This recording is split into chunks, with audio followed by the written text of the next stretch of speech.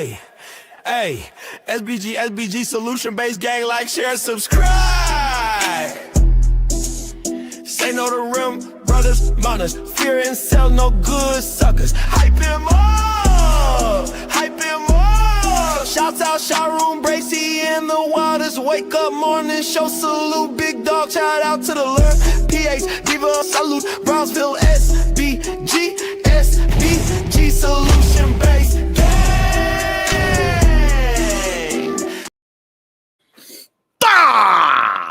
Let's go. Good day, everyone. How are y'all doing today?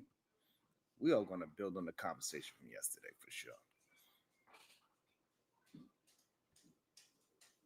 It was a great conversation yesterday. We got to some great points. We got down to some things. It was beautiful. This is how we need to learn how to communicate with each other a little more often.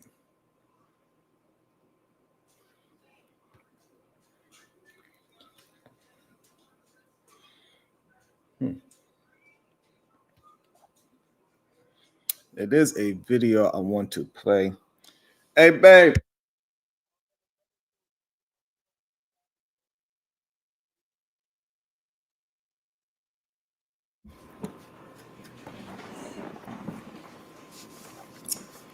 Hey, what's good? Tezzy K, good to see you, my brother. Good to see you. And like how we like to start the day. We say good day to each other. So good day, everyone. When I say good day to you, make sure you say it back. Because I could feel that great productive energy coming through the screen. And it's important and it's needed. And I see productive builds is needed more often. We are not communicating on a higher level enough. Yesterday was awesome. The past few days was absolutely awesome. So shout out to y'all. Give yourself a pat on the back because y'all did lovely. We kept cursing to a minimum. Shout out to everybody that came on the panel. Shout out to everybody that cammed up yesterday. It was awesome. Absolutely phenomenal. Shout out to Savage. I haven't seen him in a while. Shout out to you, my brother. I'm going to attempt to for as long as I can. Yes, sir. And what I realized yesterday is that it seems as if a lot of people was upset that we are having the same conversations from 50 years ago. So I had to do some research and to, go check it out and see, were we saying the exact same thing from 50 years ago? And if we were saying the same thing from 50 years ago, what haven't changed? Do us as the men, do we need to bend that knee? Are we not doing the right things? Should we be listening to our goddamn woman? What's good with your Black Proud? Good day to you, sir. We're going to talk about some of those things. We're going to talk about some of the things they used to say back in the day, sir. We're going to go way back. We're going to talk about 50 years ago. Were they having the same conversation? Is what we're going to talk about today. Because it seems like we might be stuck. It's different decade, but we are stuck. Because, man, it is wild. We've been having the same damn conversations for 50 years. Relationships, politics, finances in the Black community is like deja vu, but not the sexy kind. More like, didn't we argue about this in the cookout 1975? And here we are still stuck in a rerun.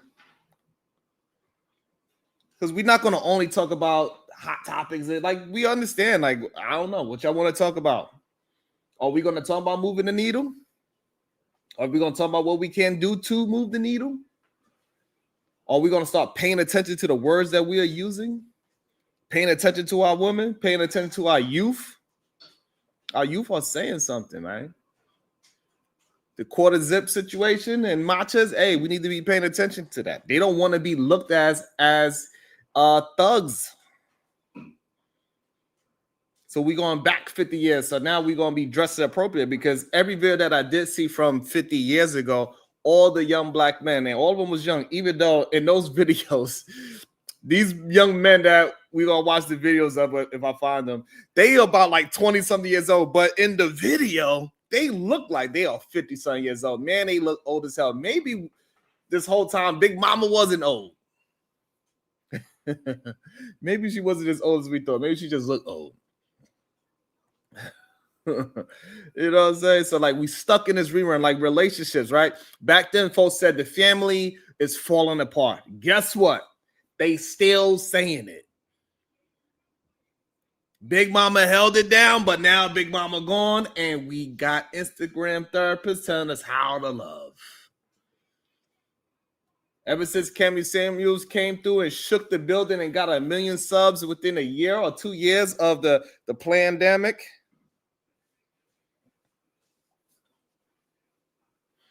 everybody is following suit with that situation. Why? Because I want to embrace my natural. God damn, wrong class.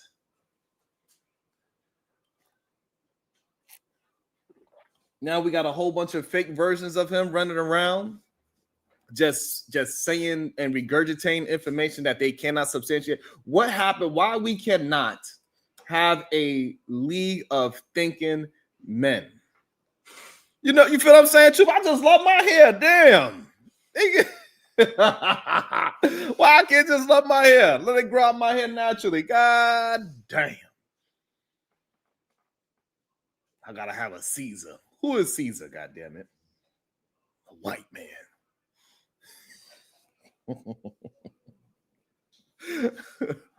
I like how my natural curls look in the wintertime. I enjoy it. You know what I'm saying? Try the bald look. Wow, I got hair. I can still grow my hair. Why would I go bald? Why would I go bald when I got hair? What I'm not in that situation where I can't grow no hair. I can grow a full head of hair. I understand y'all see the grays and everything, but that's just because I'm getting wisdom.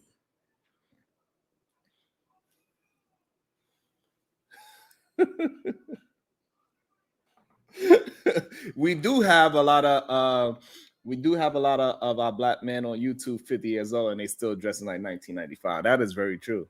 100%. Here, let me see what Bubba talking about. Here's $100 million business idea for you. Okay, let's go. Start a clothing company specializing in nice church clothes, marketed to black people, called Sunday Best. Just give me 10%. You're welcome. Thank you, Bubba Homeschool. I'll let you know how that works out. We're going to do that.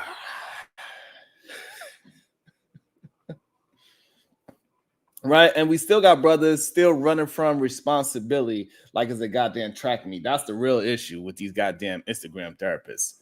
We still have our sisters carrying the load, raising the kids, working jobs, and trying to keep the family together. And the men, half of them still talking about dropping a mixtape.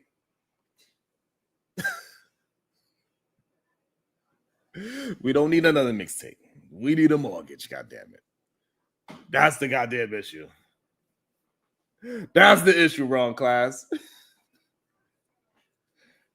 Thank you, Shicey Bob. I appreciate you. That's my girl right there. I don't care what none of y'all say. So we do understand that. And then when it comes to the politics, oh, that's the funniest rerun of all. 50 years ago, we said we need representation. Now we got representation, but half the time it feels like they are, right, like they represent themselves. We still marching, still protesting, still begging for the same rights we so promised decades ago. It's like, you know, it's like America gave us a goddamn coupon for freedom. But when we show up at the register, they say, sorry, expired.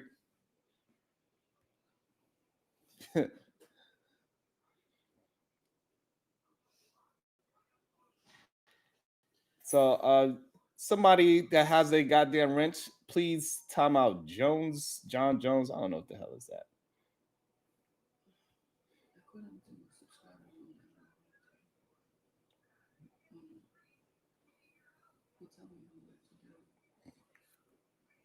So you got a goddamn wrench for a reason.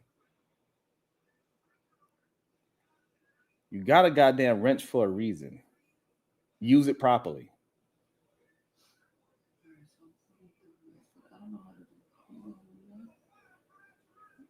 Yeah, go to.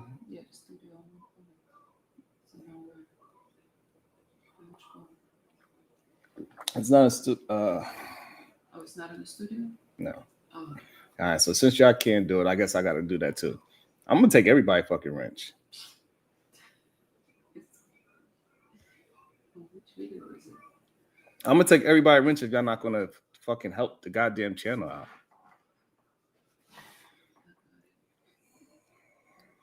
I already did it.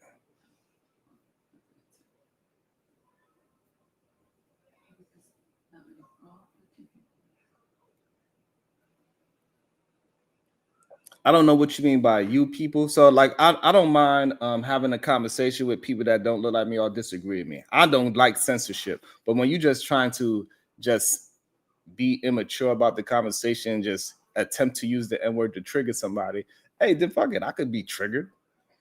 I could be angry if I want to. I'm a man. So this whole idea that I can't be angry is nonsense. This whole idea that other races don't get angry is nonsense.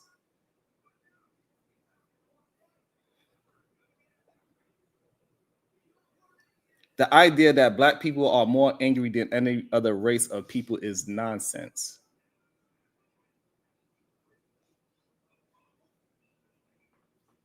It is the dumbest argument I ever heard. And this is a problem with people regurgitating information that they heard somewhere else. They cannot substantiate anything that they're saying. They always try to make it seem like the black woman is the angry black woman, is the angry black man. No, it's y'all. Other people get angry as well. When you go ahead and get bullied in school, what is that? And then you go to a place and you start pulling triggers on people that didn't do anything to you. What would you call that?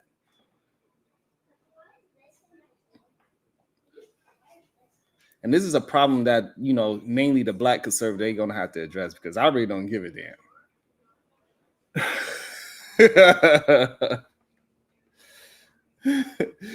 I really don't give a damn. But, you know, I will legitimately open up the panel. We can have a conversation.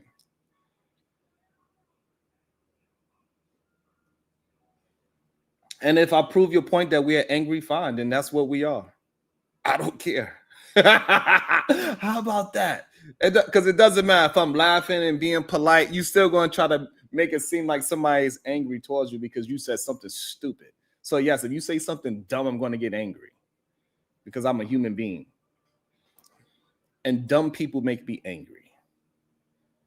I don't need to fit in. I don't need to do anything to make you feel better as a human being.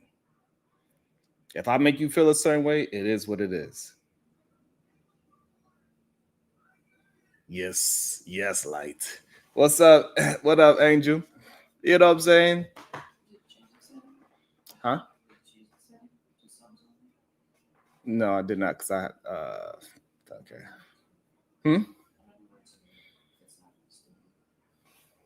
Okay.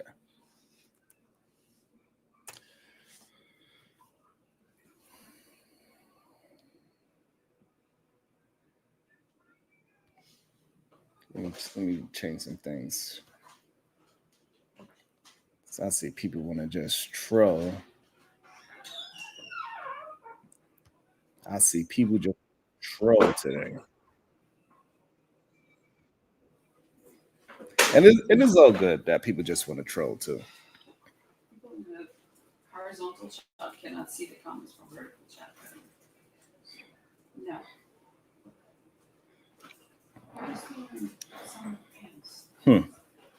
Let's see what we got going on.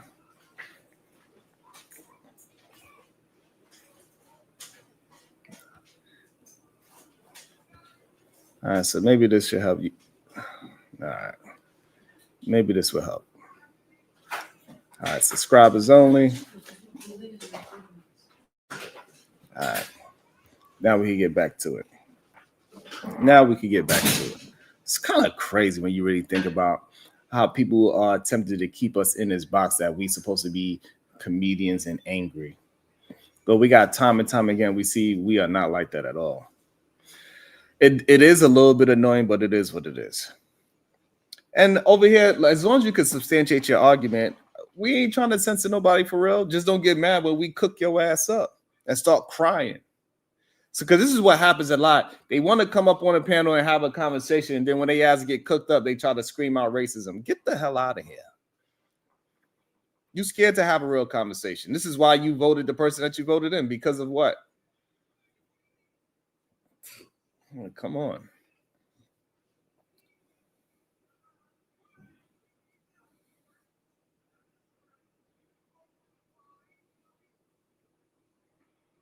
Who's disappointed in me, Shicey? Ain't no what?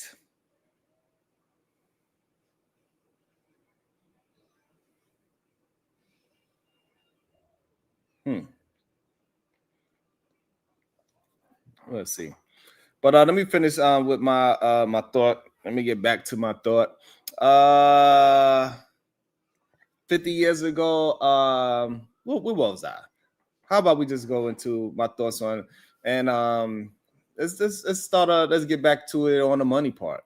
50 years ago, we said we need economic power. Now we got rappers with chains with more than their neighborhoods. We got brothers leasing cars they can't afford. We got our sisters with degrees working jobs that don't pay enough. Meanwhile, the wealth gap is getting bigger than Big Mama's Sunday dinner plate. And we still talking about generational wealth.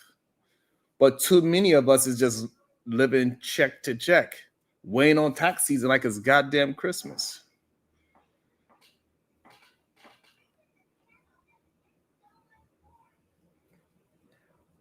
Who needs the link? Lighthouse 301, you need the link?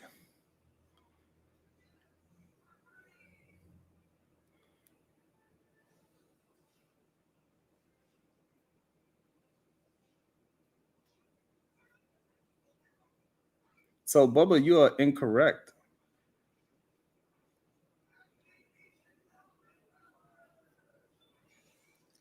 All right, I'll drop the link. I'll drop the link. People got some things they want to communicate to me. All right, I'll drop the link. Let's get the conversation started.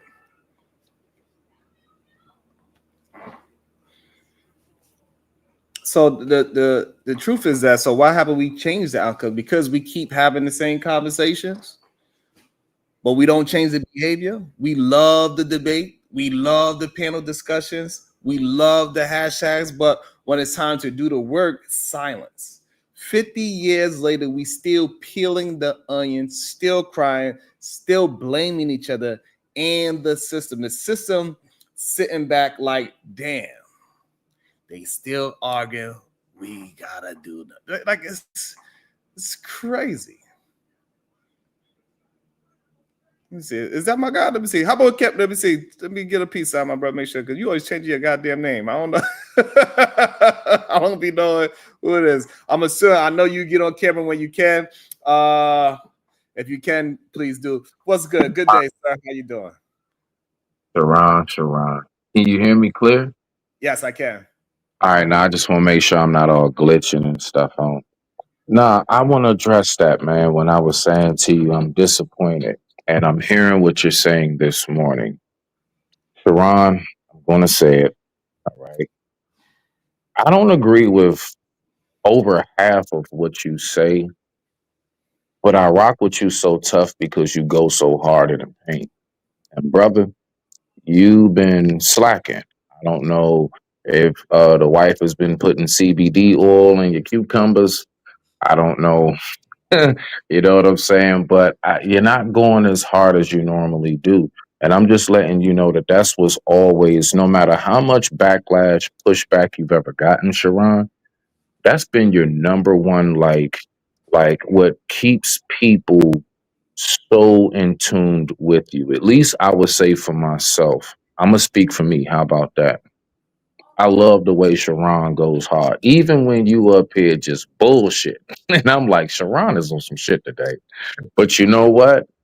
You stick to what it is your guns are, and you keep reloading that chamber, bruh. And you do it consistently. And all I'm gonna say is, you've been slipping on your draw just a little bit. You've been softening up some. And I'm just saying, I do believe that you don't want to show no kinks in your armor. Man, stay airtight on what you do, Sharon. Your mode, your method, how you operate, bro. Stick to that to the 1010%, bro. Stick to that to the eighth power, bro. I digress. My mic is muted. I just wanted to tap that in with you. But I don't understand what you mean by that, to be honest. All right. So if I was to make an example, the Mumia situation, I was very disappointed in you. I was. You were Sharon. I know Sharon by now. You were not the Sharon that you normally are, bruh. You kind of I'm going to say it, bro. You know what? I ain't even going to do that with you, dog. I'm because you know what I'm saying, because I lay you too much, dog. You know what I'm saying? I'm saying that from a brotherly sense. You was pussyfooting. You didn't go in how you normally do. You did a lot of facial expressions, but you didn't back up the facial expressions with the type of responses we normally know that Sharon full-fledged goes in on. You did give them you threw a couple shots in there, but it was like one of them boxing matches where it's like I thought you were going to throw more punches, and you really, in my view, you held back. I think you blew that opportunity right there. Like you could have really made that shit something. And I don't mean on some just trolling and being funny. I mean being Sharon. So, Being totally Sharon. so the thing is, I don't like Shicey Bum is saying, I don't listen to him. It don't matter. It's a whole lot of us who came up to your show, Sharon. You ain't never heard us, and all of y'all will be Sharon. I've heard you go in, and somebody just hit your panel for the first or second or third time, bro. Yeah, Come but on, they have to say something. So if they saying something that is weird to me, then I could go in on. So like me, Sharon, I I say, opened the door. I opened the but door when I said what I said. I opened the door when I asked him, and I'm gonna shut up because I don't want to be rude. I'm gonna shut up after this. I opened the door when I asked him, "What are the three things that you think the manosphere needs to correct?" And I know you peeped that. And when he said that we need to get out there so we can F more and F more, I was like, Sharon, I just gave you the alley oop. I gave you the alley oop on that. no. So You know it. No, that's why you no, sitting there like that, no, because you no. know it, So, Sharon. the thing is that the thing is that I allow people to have their conversations. I don't interrupt. I don't have to try to steal a moment. I don't know the man. I don't know his talking points. And so if you and him have a conversation, I'm gonna let y'all have the conversation. For some reason, as we start to get more into it, and it's not my platform, so I don't want to be rude to so-called a father of the manosphere on somebody else's platform. And I don't want to Sharon, take you anybody are away the from it. founder. You're the founder of a term called RIM. RIM. You're the founder. Stop And it. You right, are the CEO and head founder. so that I don't know. I just find it strange sometimes.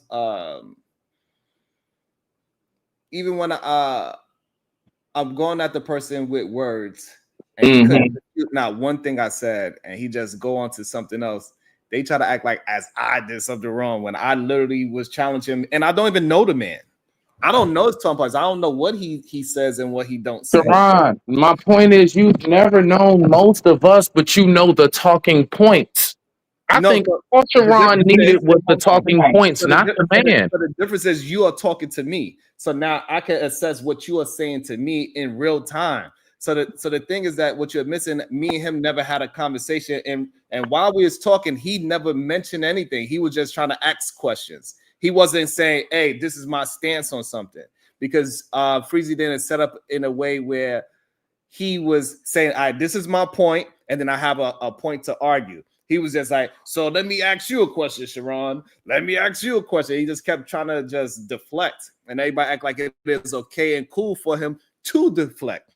Shout out to Chat So Random with the $4.99. Say it ain't so. Sharon defeated by a rim, bro. Yes, Absolutely not. I was That did not happen. disappointed, bruh. About to be a situation. Hey, hey, hey. I was So, disappointed, Sharon. so for me, I let people. I don't know why people don't act like I don't let people talk. I do. He didn't say nothing that was that I could really when it was time to. Hold I on, argued the wait. point. No. He didn't I say argued the point nothing. He didn't say nothing you could refute. to me. No, Sharon, the whole we just Sharon. reviewed.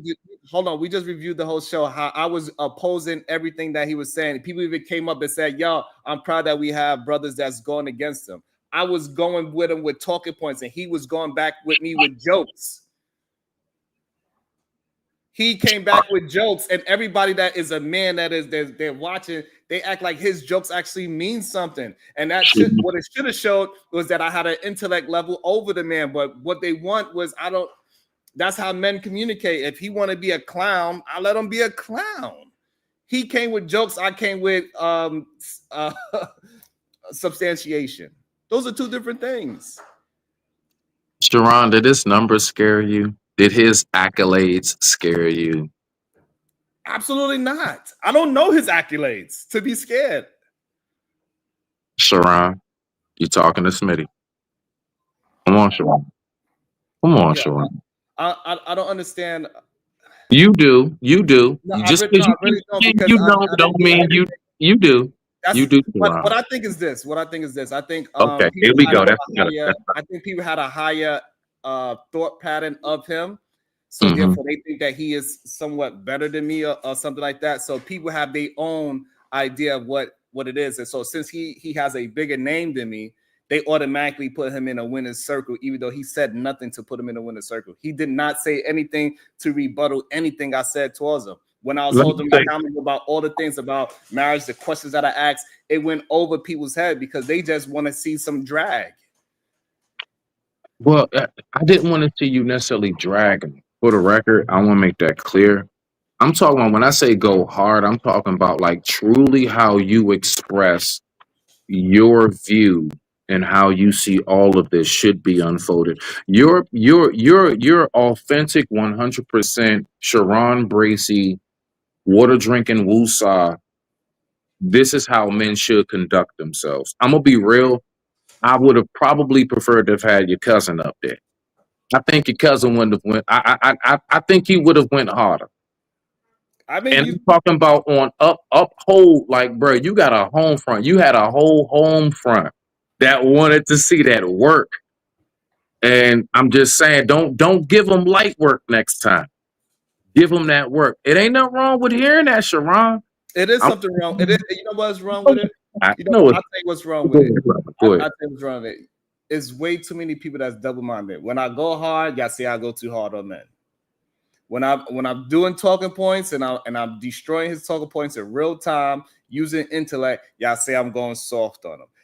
It doesn't matter what I do. Y'all gonna look at me like I'm doing something wrong because y'all look at other men as doing the correct thing.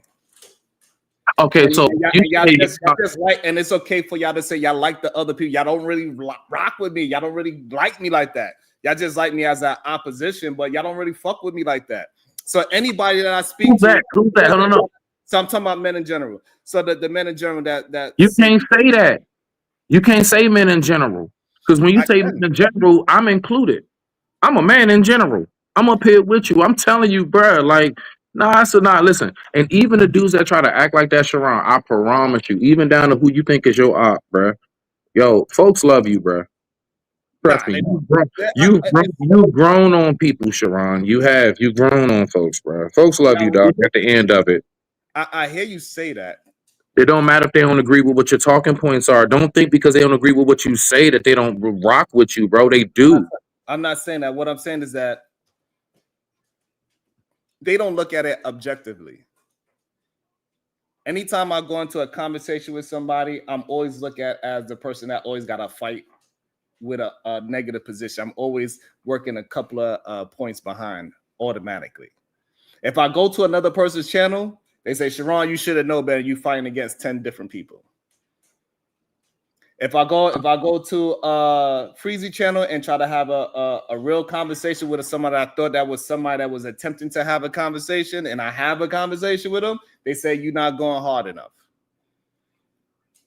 If I stay here in my own corner and have a conversation, they say, yo, you don't go outside and go to other people's channel. What I'm saying is that no matter what I do, is always a critique, and I'm fine with that, but it needs to be an honest critique. It needs to go up the words that I'm saying, what I'm representing. No, Sharon, you just described the perfect formula for something, but you analyzed it wrong. Sharon, everything you just said was if I go here, you should have did this. If I go there, you should have did that. Sharon, I want you to find somebody who doesn't have that same story, sir. Only thing I would say is get in line. The fact is, damned if you do, damned if you don't. My whole thing is, I was personally disappointed because you should know, damned if you do, damned if you don't. Stick to your guns regardless. But that's the problem. I did stick to my guns. Like, so if I invite him over here and Look I at have a your face. conversation, look at it like this. When I had Tommy over here, I'm having a conversation with him, disagreeing with him. They say, "Oh, Sharon, you being too nice. You let Tommy over talk." Angry man come over here. They say, "Oh, you letting the coons come over." Anything I do is magnified as a negative. So at what point when you so you know the hold on, do you accept that? Let me ask that first. That's the first part. What you just said, do you yourself internally, do you accept it? Every single time. Then go ahead and say F them and do what Sharon does and do Sharon to the goddamn fullest. And that's what You I know do. it's damned if you do, What I'm damned saying, if you so that's what don't. I'm trying to Don't get you. complain about that shit. So that's what I'm not complaining. What I'm saying is that I'm trying to get you to Sounds understand like it. that.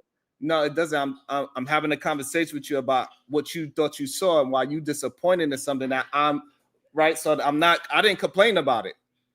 You came up with a gripe and said why you disappointed. So we having a conversation about the conversation would never came up. I would never been talked about because I feel like Sharon, just get on with your point, goddamn it. See, you're doing it again. What I'm saying is that I was arguing his points of what he was saying, and I was Right. proving him wrong in real time, and that's why he deflected with jokes because he had nothing to say on the topic because he know he's not a serious person about helping anything in the black community for real. He's trying to help his pockets, which is fine, right? But the problem is that men, they want to be lied to, and I can't do nothing about that. So when they see me, they not most of these men never had a father figure they never had a man that is a stand-up man around them. So when they see me, they automatically oppose me because I'm standing up for what I believe in and substantiate my thought. I don't regurgitate no information. I come up with new terms. And then when I come up with the new term, they say, Sharon, I ain't gonna never stick. What is this rim bro thing? You know what I'm saying? They never. Where's your original Why would thing? you even? But why would you even? When we say LOMs, you know what I'm saying? Like all the things, remedial rhetoric, all those things that we came up on this channel speaking of, they go against it because they're not adjusted to men standing up for their position, right, wrong, or indifferent. Why would you even regurgitate that if you just yourself admitted that, bruh, I've heard multiple people like you really have come up with a new term in this space, rim. So you're sitting up here complaining about something that you obviously already have identified that people do embrace. Even if they're embracing it in a hating way. Every time somebody says rim, that's you. That's you and your cuzzo stamp. That's y'all shit. You know what I'm saying? And you sitting up here trying to convince me I'm not that trying you to so convince you. hated in this space, but then you turn around and tell me how much people are embracing the actual term you came up with. No, so they not. You must stay focused now. So what I'm trying to get you to understand is this. Swap, what I'm trying to get you to understand. So Angry Man, he knows about it, right? Instead of him addressing Sharon and say, Sharon, this, that, and the third, however, he would do 10 shows about me without ever mentioning my name. Right? We'll see other people. They'll use my face, my likeness, and everything, never mention my name. We see other content creators, they will use literally the things like Republican and Democrats. Literally, we say that all the time on this show. I've never heard no other content creator say this on their show. on a day-to-day basis. Anytime I talk about politics, only me and Chicago Real is the only ones that says anything about Republicans and Democrats. Am I wrong about that? And so what I'm saying is that for whatever reason, they acknowledge what I'm saying is that they acknowledge my talent and all that, but nobody want to actually be real about it and say, hey, Sharon is doing the damn thing. They get more props by saying negative things about me and saying that I ain't doing shit. And that's the real problem. And then people act like I'm supposed to defend the way how these men feel about me speaking the truth and then substantiating my truth of the point. No, Sharon, you know that's always been the case when it comes to if somebody's going to try to substantiate, if somebody's going to try to deflect from what you're saying, or even just downright dismiss what you're saying or disagree.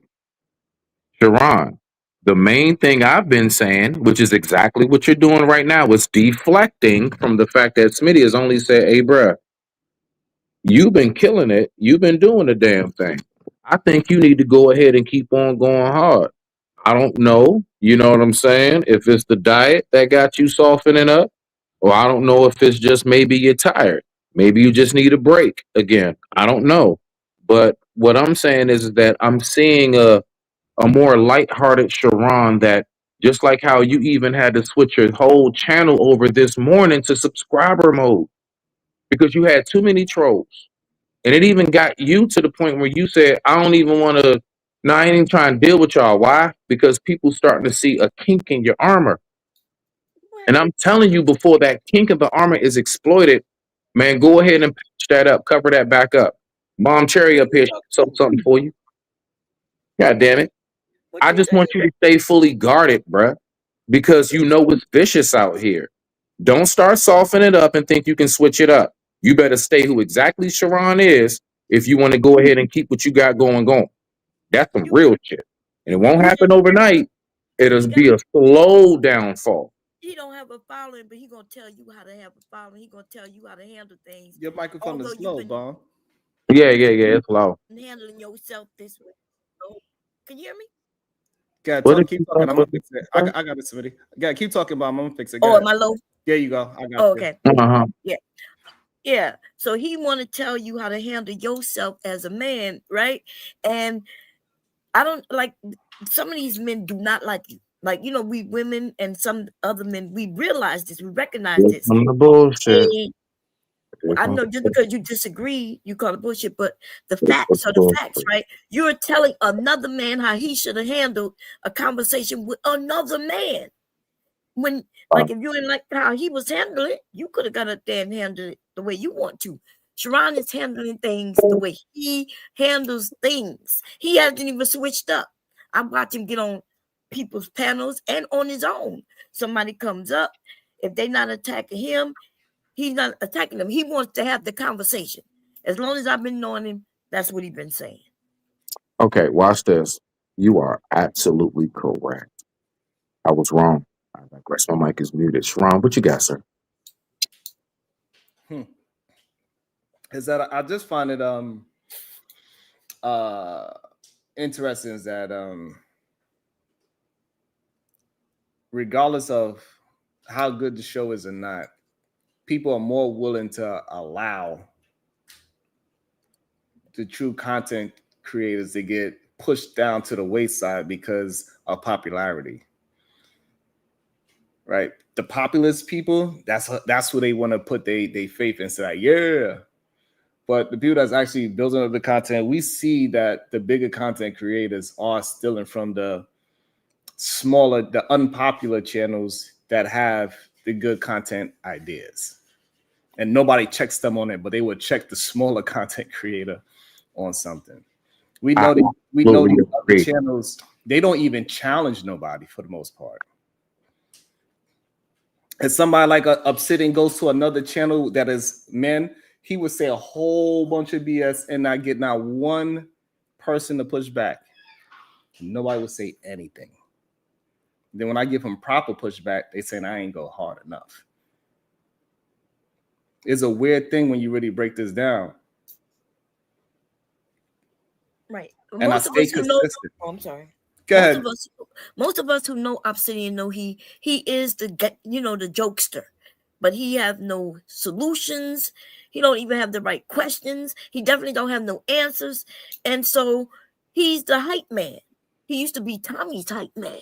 For those who didn't know, right? That's how he got started, and so yeah, unless you're going over there and joke and and try to be bullied, yeah, there's no conversation to be had with him. Isn't that right, Smitty? You've been here a while. No, that actually is a very good point. Yeah, no, I can honestly say I have observed that myself. Rock out, bomb. No bullshit. Yeah. Welcome to the show, the voice of Venus. Good day, beautiful. Oh, sorry. We good. We can hear you well too.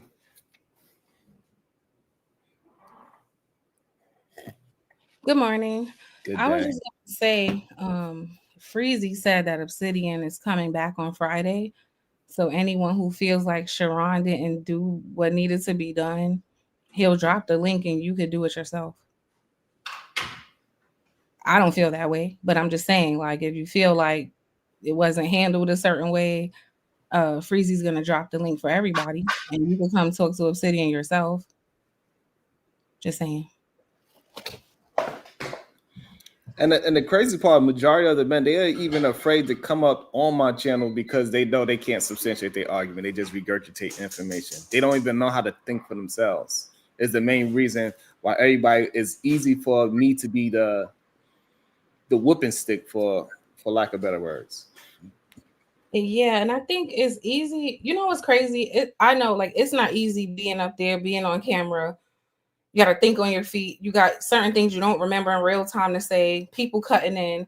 It's not as easy as it looks. And I think it's a lot easier to come and tell somebody who did it, how they should have did it, instead of going to do it yourself. And then you'll see. And I think sometimes that's what be going on. It's like people look at content creators like maybe like you're a representative and you speak for them. And I get that. But like, unless you know like what that's like in real time, it's not always so easy to do. A lot be going on when there's 6-7 people talking at one time, and especially when they not giving you the regard of the person that is speaking, right? So I understand that there's a hierarchy, and I don't want to put Freezy in a position where his guest doesn't.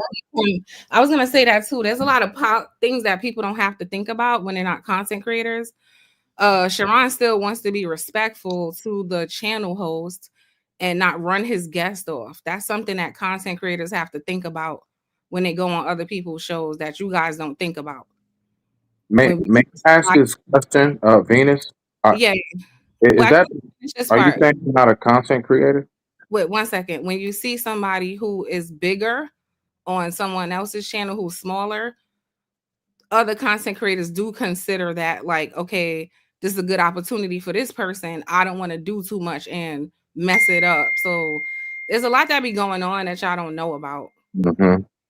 Okay, so again, real quick, I just briefly, in all due respect, so you said when people aren't content creators and you don't know how this goes on in real time and everything else, is that a general statement or is that honestly directed to what I've been speaking to Sharon about?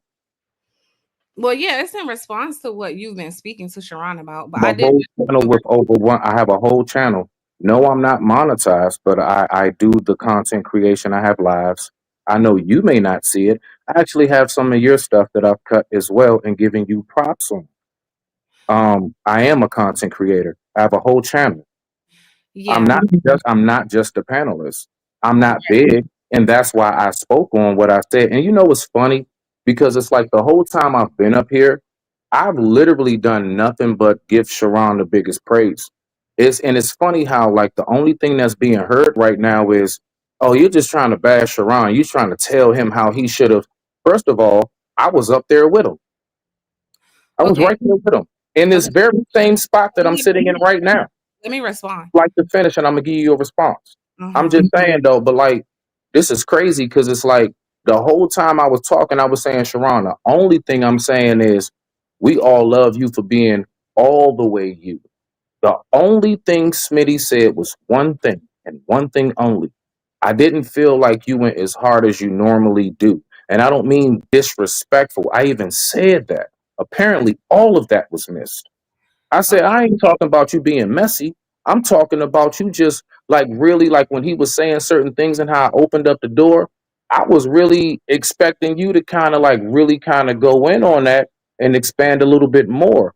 And he didn't expand as much as I personally thought anecdotally. Now, if anybody else feels different, that's fine. But we ain't got to come up here and try to like subliminally shit on Smitty because of what he said.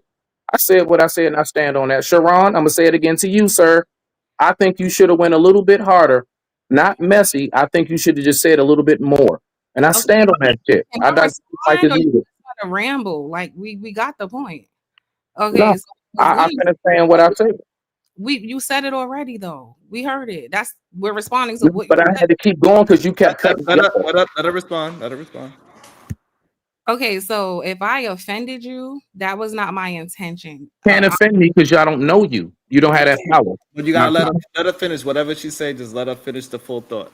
Don't So be clearly reactive. you are offended because you're reacting in an emotional way. Now you're not about to tell me how I feel. I'm gonna cut that off. No, I don't feel Hold on. offended. You don't know me. Smitty, you gotta let her finish so you can hear her full thought. Don't cut in, please.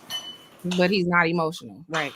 So what I was gonna say was, if I offended you, I didn't mean to. I wasn't trying to subliminally shit on you.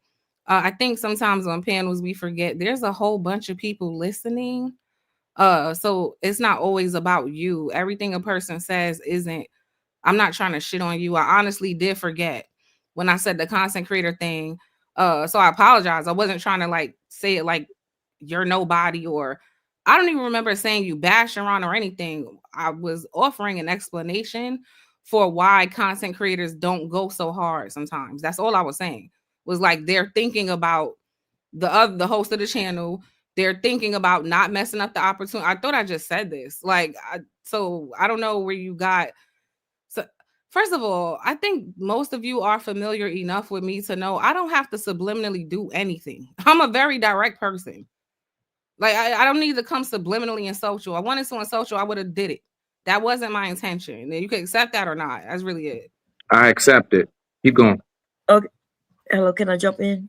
Because I personally, Smitty, felt like you took a backhanded slap at Sharon, right? Because you said that he showed this weakness and this kink in his I armor. never said the word weakness. See, that's what I'm saying. You did. shit. Never said that word. No, because when you say that word, it changes everything I said. Smitty. Don't throw that word in. Don't throw that word in. Hold on, Smitty. A kink in the armor means what? What? A kink in your armor means what? A kink in your armor means a weakness. It does. Okay. Thank you. Go ahead, Bomb. Okay, so that, like we are listening to you, and that's what I took issue with. But it's just my issue, baby. It's just my issue. It's a little jealousy I sense in you, and it's okay. I'm a woman, and I can have those feelings, right? So, but yeah, you did take a backhand slap. You say you ain't say anything wrong, and but your feelings, you have a right to your feelings. But you was like, hey, you didn't go as hard as I normally see. You invented this, you invented that. You should have did this. What has Obsidian invented? That's exactly what I said. Yes. Right. What has 100%. Obsidian invented? Right. All right. Now, So again, let me jump in real quick, Smitty. So yeah. Please do, Sharon. Please do. I think the problem is sometimes I believe people don't think we could see them, and then when they feel like we are seeing them, they feel like they are getting attacked. We are not attacked. We just saying when you came up saying the weakness and the chink in the armor, you probably didn't mean to damn gracious. come off as it's my weakness or I was being weak in the moment, but that's exactly what you were saying. No, what I'm talking about is a kink in your armor in your argument. Your argument, not you. Hold on. So, but the problem is nobody substantiate my weakness in my arguments because he did not come back to rebuttal my arguments. He made jokes every time I gave him something to argue. Okay, so again, my rebuttal to that. Let me finish what I'm saying. So, go ahead. During the live, majority of the time when I asked him a question, all he did was make a joke. He never actually responded to any of my questions. I gave him 5 questions that he just ran away from. Okay, now Sharon. Okay, so again, I don't know what was missed in what I said. I know exactly what I said directly. Now, even when I said kinks in the armor, I'm talking about as far as your talking points, not you as a person, not you coming off weak. Because Bomb, see, the thing is, I peep how she trying word shit, right? No, you didn't come off weak. I'm just saying that you weren't as boisterous as you normally are. I'm used to you being a little bit more like you got something to say about this. If you want to say quote unquote rim, you see what I'm saying? And he was like rim to the fullest. Even myself, I don't even use the term. I don't even agree with it. I don't agree with most of the dudes that you even try to put in the category. But at that moment, at that one particular moment, that's it. I'm just saying, like, bro, I'm like, damn, I thought Sharon was really about to like dig in for real. You know what I'm saying? And I noticed maybe you was more laid back. You know what I'm saying? Maybe you was a little more chill that day. And yes, maybe you just wanted to be a little more complimentary. None of us up there, myself, I didn't talk as much.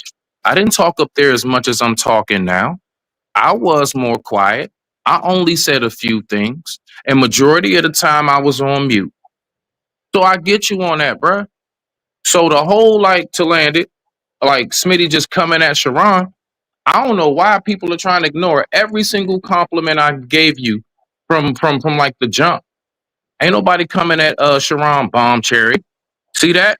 We direct shit. Like we ain't, you know what I'm saying? It is what it is. I'm not, And last shout out to you, Venus. You know what I'm saying? Ain't no let me respond to the money. Hold on. It says, Yeah. shout out to my guy, always holding me down. Obsidian isn't a bigger content creator than you. Thank you so much. I really appreciate that. But you know, a lot of these men will act like that's not a true statement, and I get it. And I really appreciate that, Black Proud. I'm sorry, I really thought do. Why is that the issue? So, I and was so, talking about Breezy because I thought the it was. issue, and I'm gonna bring it right to you, Venus. And the problem is that majority of the time when somebody start off with a compliment, it's so you can be more receptive to the disrespect or to negativity. Are you really pulling that shit? I will never compliment you again. Hold on, No, no, no, no. You gotta I let me. promise You gotta you, let me. I Just will want to never compliment you again, dog. You got it. Don't worry. I learned my lesson. I learned my lesson. The gaslighting, baby. Yeah, and for some reason, we do have an issue that when we start to see the intentions of a person, they feel really offended for it. All I'm doing is recognizing what happened and assessing the situation properly. No, You should the not be thing is, offended. how You should you're not- assessing it is incorrect, and it you're is- telling people shit that is not correct. no, but That that's is the not. only thing I'm responding to. You're trying to tell people while you're outside of my body, outside of my mind. The one thing that is the hugest pet peeve of mine is when somebody tries to tell you what you're thinking. I didn't tell you what Hate you that think. shit. I'm telling you what And you. for a lot of people, I I'm pause there. not the Okay, only pause one. there. Pause there. I want to address what you said. I'm not telling you what you think, and I'm telling you what you communicated. Those are Okay, two okay. different And things. what I communicated, I had certain intentions. If you didn't recognize the intentions, then you can ask me for clarity before you come to a conclusion. I was trying to be disrespectful on a low. You could have asked me, hey, Smitty, could you clarify that? No, not really. What did you mean? Because for real, I took this a certain way. See, that's where communication is key. Is key. You never asked me, bro. You Perfect. just jumped off to, I was trying to When say you some telling me, slick shit. okay. Come on, Sharon. So again, if you hold on, so if you're saying that my arguments was lighthearted and I was going soft on the arguments when I was asking him tough questions, You didn't and go as hard as you normally do. Stop trying to make it more than what I said. You normally go I'm just a not trying little to make bit more than harder what you than said. that, dog. And I felt like you held back. You like, oh, you held back.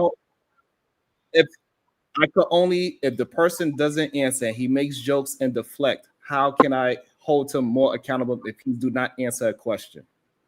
I actually take you to be so damn smart, Sharon. And I'm not saying I this to need be you to funny or answer the question facetious, I'm but no, asking you, I'm please. telling you directly, I dog. need you to. You're You're too not telling me smart. You directly. know when Hold on. somebody's trying to play games. I've seen you do it to people on your Okay, panel. so if they're not answering the question, what can I do from there? And it's not my channel. I do not want to run the person off. I'm having respect for somebody else's channel. You If the can't person run does not want to obsidian answer, off of that. Obsidian one about to run. He one about to run, bro.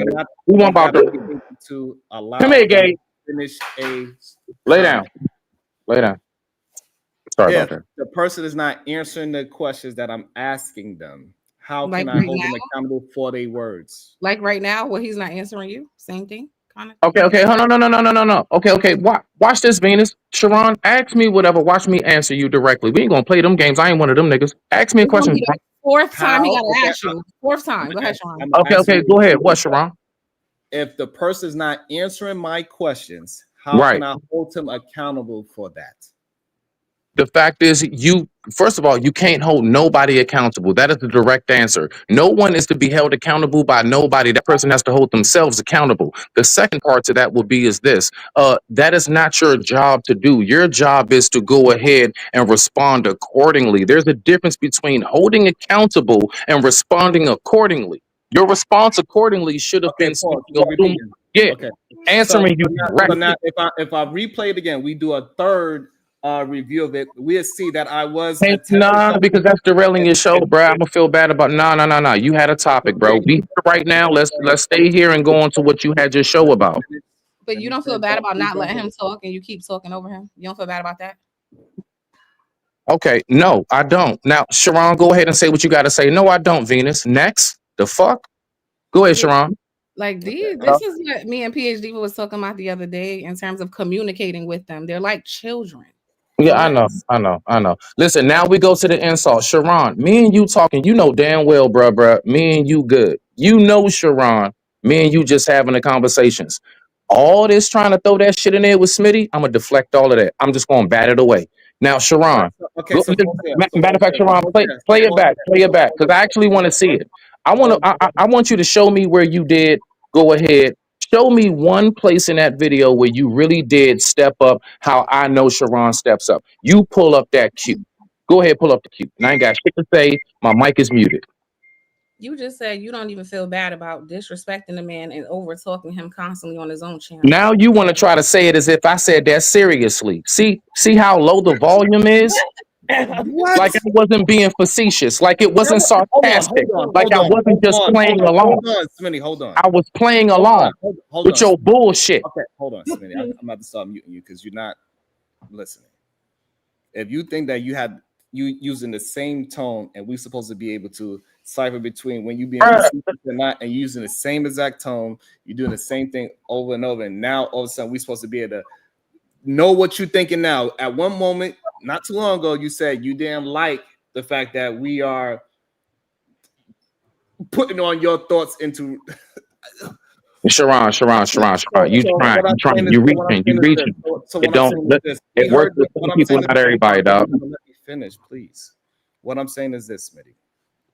You came on, you saying certain things. We are using the words that you are saying and what are you are using. When it comes to this whole upsetting that I was going soft to him, you cannot say that when you are not using Obsidian's response to my questions as jokes. He was the one that was not attempting to engage. He was just attempting to promote the conclave and his book. Any question we asked, he would say, well, that's not the manosphere I'm talking about. That's a deep dark. And he would go into some bullshit about those and those people, while my men at the manclave is different from that. And so therefore, I cannot have an argument about his anecdotal manclave because I've never been there. I never even knew about it until that day. Okay, so Sharon, going back to the very original thing I said, what part is any form of disrespect of me saying, hey, bruh, the one thing I love about you is how much you definitely go hard in the paint. I just feel as if that you could have actually tapped in on that more. You could have said more. You could have went. Look, I'm just giving more context to really what I said in a nutshell. You could have said a little bit more, dog. Like I do believe you could have really tapped in because if anybody was the one who should have been the face of that when it comes to Rim, is you. That's it. I didn't say you did a bad job. I didn't say you were weak. I didn't say that anything you said was wrong or anything. The only thing Smitty said was one thing only. I don't give a shit who tried to take it out of context and anything else. bruh, I really wanted to see you go in a little bit more. And even when I was saying it, bruh, I'm saying things out of a little bit of humor. See, that's the thing about us when we have to remember. You don't know somebody like that. You don't know how they mean certain things. You don't know when they being sarcastic, just joking. None of that. You don't know that. So you can't listen and take everything for face value what somebody say. When I'm being dead ass serious, right Like, now, you why gonna know. and stand on their words? You said it. Stand on it. You said it. My goodness gracious. And I did say that to you. That was the main reason why you said I kept interrupting, because I interrupted you to say, yeah, I said that shit. So then why are you claiming you was facetious and people are assuming your You're intentions? okay, no, You no, no, keep no, no, no, jumping no. the fence. You ain't Stand on about one side or stand on the other. you can't play them, can't play them mind games with me. Too There's no sharp. fucking mind games. It's Nah, simple. no. All You're right, hold on. Let me trying read to the money. you're Hold trying on. to Hold on one conflate second. you're Smitty. trying Hold to on one conflate second. certain Hold things on. I Don't said conflate and certain. Hold wrap on, it all Smitty. into Hold on one. one second. Hold on one Nah. second, please. Hold on one second. Don't tell me When I nothing. said that, that was for a Hold specific on. piece. Can you Hold respect on one him on his second. show? God damn. Cash App it says, The fuck? Go ahead, Sean. I think he's something ain't right now. I don't know. Nah, something ain't right. You right. Go ahead, Sharon. I'm listening to you, the host. No, you're not, because he muted you when I saw you unmute yourself. You're I not know. respecting the host. I know. Go ahead. Mental health. thank you. Thank you for letting me talk on my own show. You're welcome.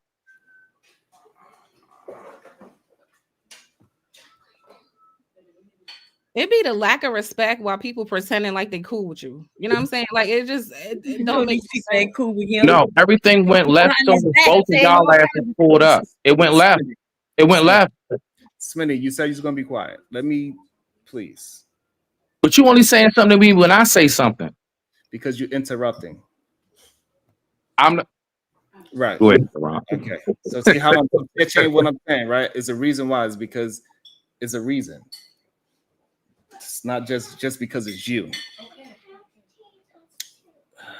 Shout out to the catch. If it says, I'm sorry, I didn't mean to make you feel like that.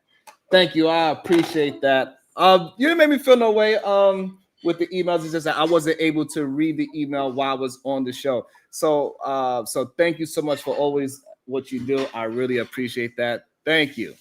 I really do appreciate it. About to be a situation. Hey, hey, hey.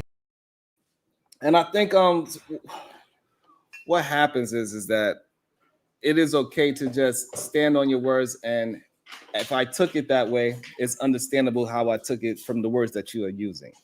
And it's not only me that took it that way, other people took it that way as well. So it's not acting like we are the crazy ones for hearing your words and responding to your words in kind. Okay, Sharon. Okay. I absolutely respect that. What I'm saying is what Venus is doing is like she is like taking the time to try to conflate everything I said into the pieces and parts of what I said. Man, I was just fucking around. I mean, excuse me, like I was just messing around. Sorry about that. And the parts in which I'm dead ass. And the thing is, if you don't have a proper amount of discernment within you, you want to just conflate everything to, I just take everything you say face value. See, I'm not one of those people. I am multi-level, multi-dimensional. Bruh, I don't talk just one way. You got to know how to follow me in conversation. And if you don't, that's cool. I don't Okay, trip. pause there real quick. I want to break this down so this way we can have a real understanding of what happened. Rambles. Can I respond? Because he rambles way too All right, let me much. just. All right, so I want you to be able to respond. I want him to understand this is the problem, right? Right. So it Right. says this, Sharon, you and Q had the same view of Obsidian, but the outcomes was different. Why do you think that was the case? Now, do you think me and Q Butter had the same conversation with Obsidian, Smitty? I was on Obsidian's channel. I'm making it quick. I was on Obsidian's channel with Q Butter, and they were going back and forth so hard. And honestly, Q Butter went at him how I thought you would. So Yes, okay, so pause there. they- What did Q Butter refute about Obsidian's talking points? and that was like 2 years ago. All right, it was around The night like of the show. the No, beginning. the night of the show. The night of the show, Q Butter was there. Why can't he answer a question? What's Oh, wrong you with him? talking about that night? I wasn't there. I didn't see that part. I didn't know. I heard about him up there. I didn't see that part. No, I thought this person was talking about Q Butter disagreeing with him, period. Because I've heard Q Butter and I was up there with them about 2 years ago. I'm reflecting back. I didn't see that part. Once I got off, dog, that live was like, what, 5, 7 hours? I didn't see the whole thing even to this moment. So I don't know. I can't answer that part. I can't. My bad. But I do know that him and Q Butter do disagree a lot, is what I'm saying. They do. Right. So okay. So My bad about that. what I'm Okay? saying is that Q Butter didn't have a conversation with him, right? They just was throwing insults at each other. Yeah. Versus them saying that I'm losing, I didn't go hard, and they saying Q Butter did go hard. And that is the problem with the words that you use. They saying Q Butter went hard on them, even though they didn't have a conversation. They was just throwing insults Okay. at each other. And then you come up and saying, I didn't go hard, even though I was attempting to have conversations with somebody I never had a conversation with, somebody I'd never seen his show. He even asked me, have I ever seen his show? I told him no. I didn't even know who he really was until that night, hearing him talk. I hear, because since I have issues with Angry Man and stuff like that. So yes, I heard of his name before. Just like BGS, I never spoke to that man before until he came to my show as well. But I don't know these people because I never had these man problems before. So far, I never looked to no goddamn internet daddy like how these other men do. So I'm killing a king. So therefore, they come to me and say, because I'm defeating a king, they leader with words, they get upset at me. And what you are not recognizing, that you are saying the same thing that they are saying, even though my words prove all of the deflectors incorrect. No. That is the issue. And No. before you go, shout out to Ignorant TV with the $4.99 super sticker. Thank you so much, my brother. I appreciate you, Ignorant. About to be a Can I situation. Hey, hey, hey. Let before you go, Smitty, go ahead, Venus, and let Yeah, her yeah. finish up, please. Okay. So- Okay. Okay, one thing I'm recognizing, Sharon, is like you said, and you said it on that show too.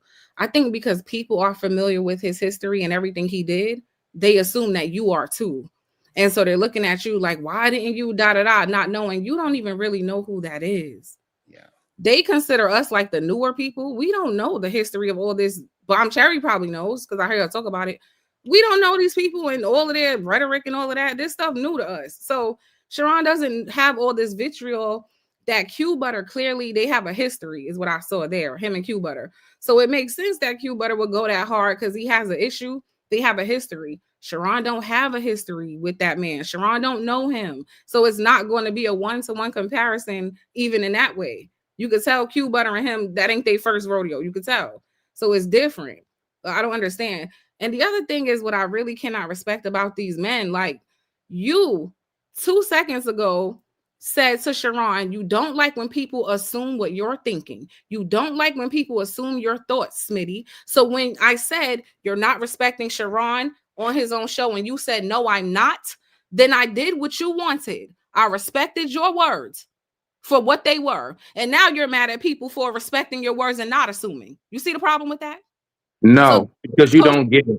So then I was supposed to assume you're facetious, but you just told us not to assume what you're doing. Y'all make no sense when y'all talk. No. You're still conflating. You taking two instances and trying to put them into one and convince the audience. You can convince them. You don't convince me. You're talking to me. No. What you're saying right now, you got to convince me what I just said is wrong. You convince them. You can pick that. No, don't work. You gotta listen. Don't overtalk me. Don't overtalk me. Okay, I'm gonna listen to you more.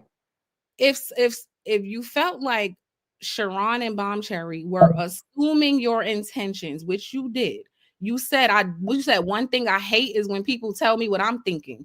Then you can't 5 minutes later say when somebody asks you a direct question, give me opportunities to provide clarity, which I did. Are you respecting Sharon on his own show? No, I'm not. Okay, so I took your words for what they were. I'm sorry, what's the problem? There's no problem because I have to. No, okay, so watch this.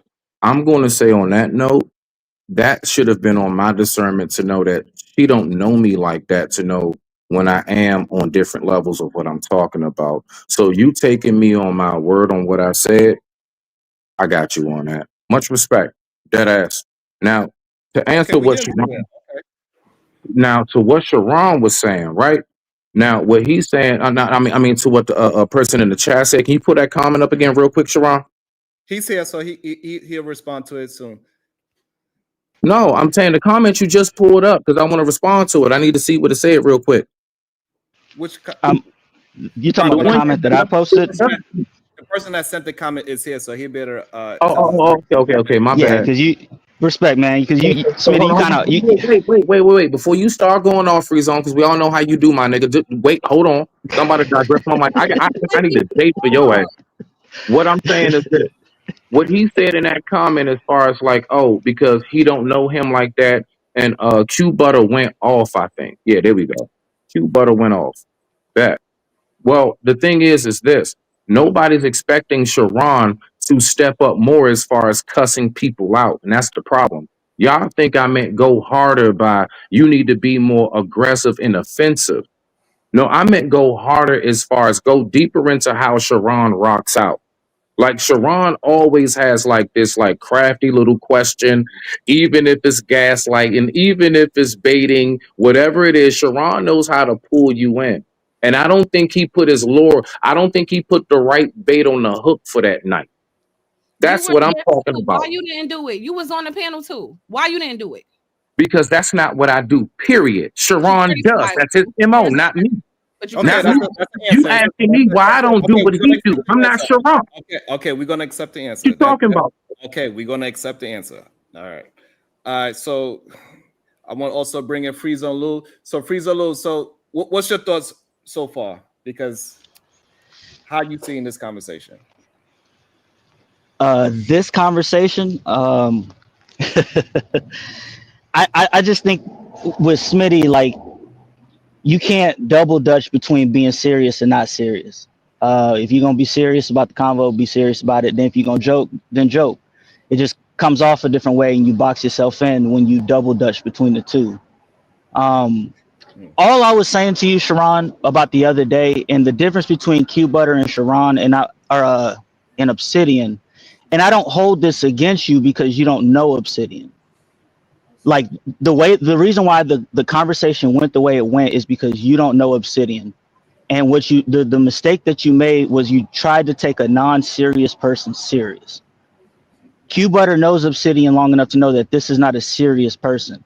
And so when Smitty does have a point when he says going hard in the paint, like the way you would normally do, because when you normally go against these guys, you don't take them seriously, and you kind of did that night. And that's why it went the way it went. I don't think that you said anything wrong, but the mistake that you just made was taking, like, Obsidian is a joke.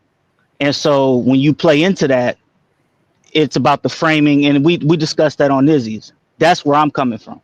Okay, perfect. So now when I do talk to these other men that are saying the things that they're saying, Let me know if I can respond to him, Sharon.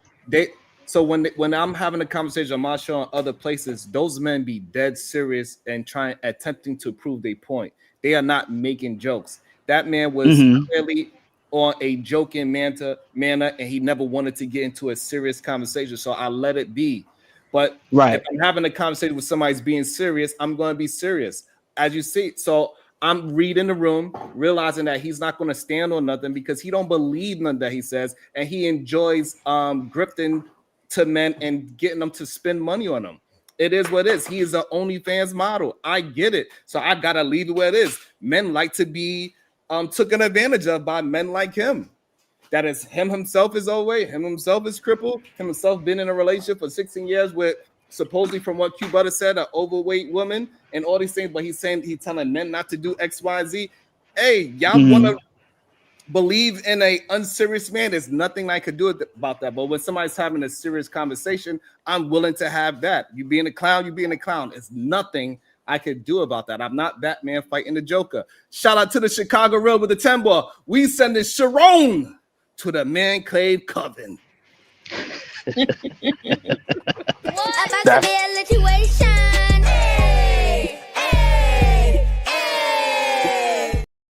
Welcome to the show. Nidus, good day, Nidus. Good day, sir. What's your thoughts? Wait, Hold on. Can I respond? wait, Not I yet. want. I can't respond directly. Not yet. I got you. Just hold your thought. No, I want to I make can sure wait. everybody get a chance to speak. I can wait. I can wait. Well, I wanted to say something. Hey, 90s, hi, everybody on the panel, by the way. I just want to quickly say that what Sharon just said about Obsidian is a fact. I outed him years ago, and he admitted it to me that he's not serious about anything. It was a grift. He's just on here to make money. And he's admitted this years ago, and that's why he's entertaining. He'll crack the jokes, but he don't have nothing really to offer for real. That's crazy. And that's what happened. So, and the main reason why I went up there to talk to him because I feel like Freezy is one of my brothers that I can have a conversation with, and if I feel like I could add to a conversation, I'm going to go up on the show. So I went up there really to support Freezy more than to have a conversation with Obsidian. I don't know that man. So I'm supporting one of my brothers. I was up since 4 a.m. that day, and I stayed on his show until damn near 2, 3 a.m. That's how much I showed support for my brother, and I did not try to try to take over his show. I want him to navigate his show how he see fit, and that's what I was attempting to do. And now people are trying to act as if me being respectful is a negative. And now all of a sudden, going hard doesn't mean to be more aggressive. Going hard in the paint never means. It always meant to be more aggressive. It's what going hard means in our culture. No, see, Sharon. Again, listen. All I'm gonna say is a bunch of conflation has been produced, bruh. And I just want to say this last part. Let Night Edition. I know. Shout out to Rilla and everybody else up here. No, I got patience, Smitty. Take your time. Man, look, bruh.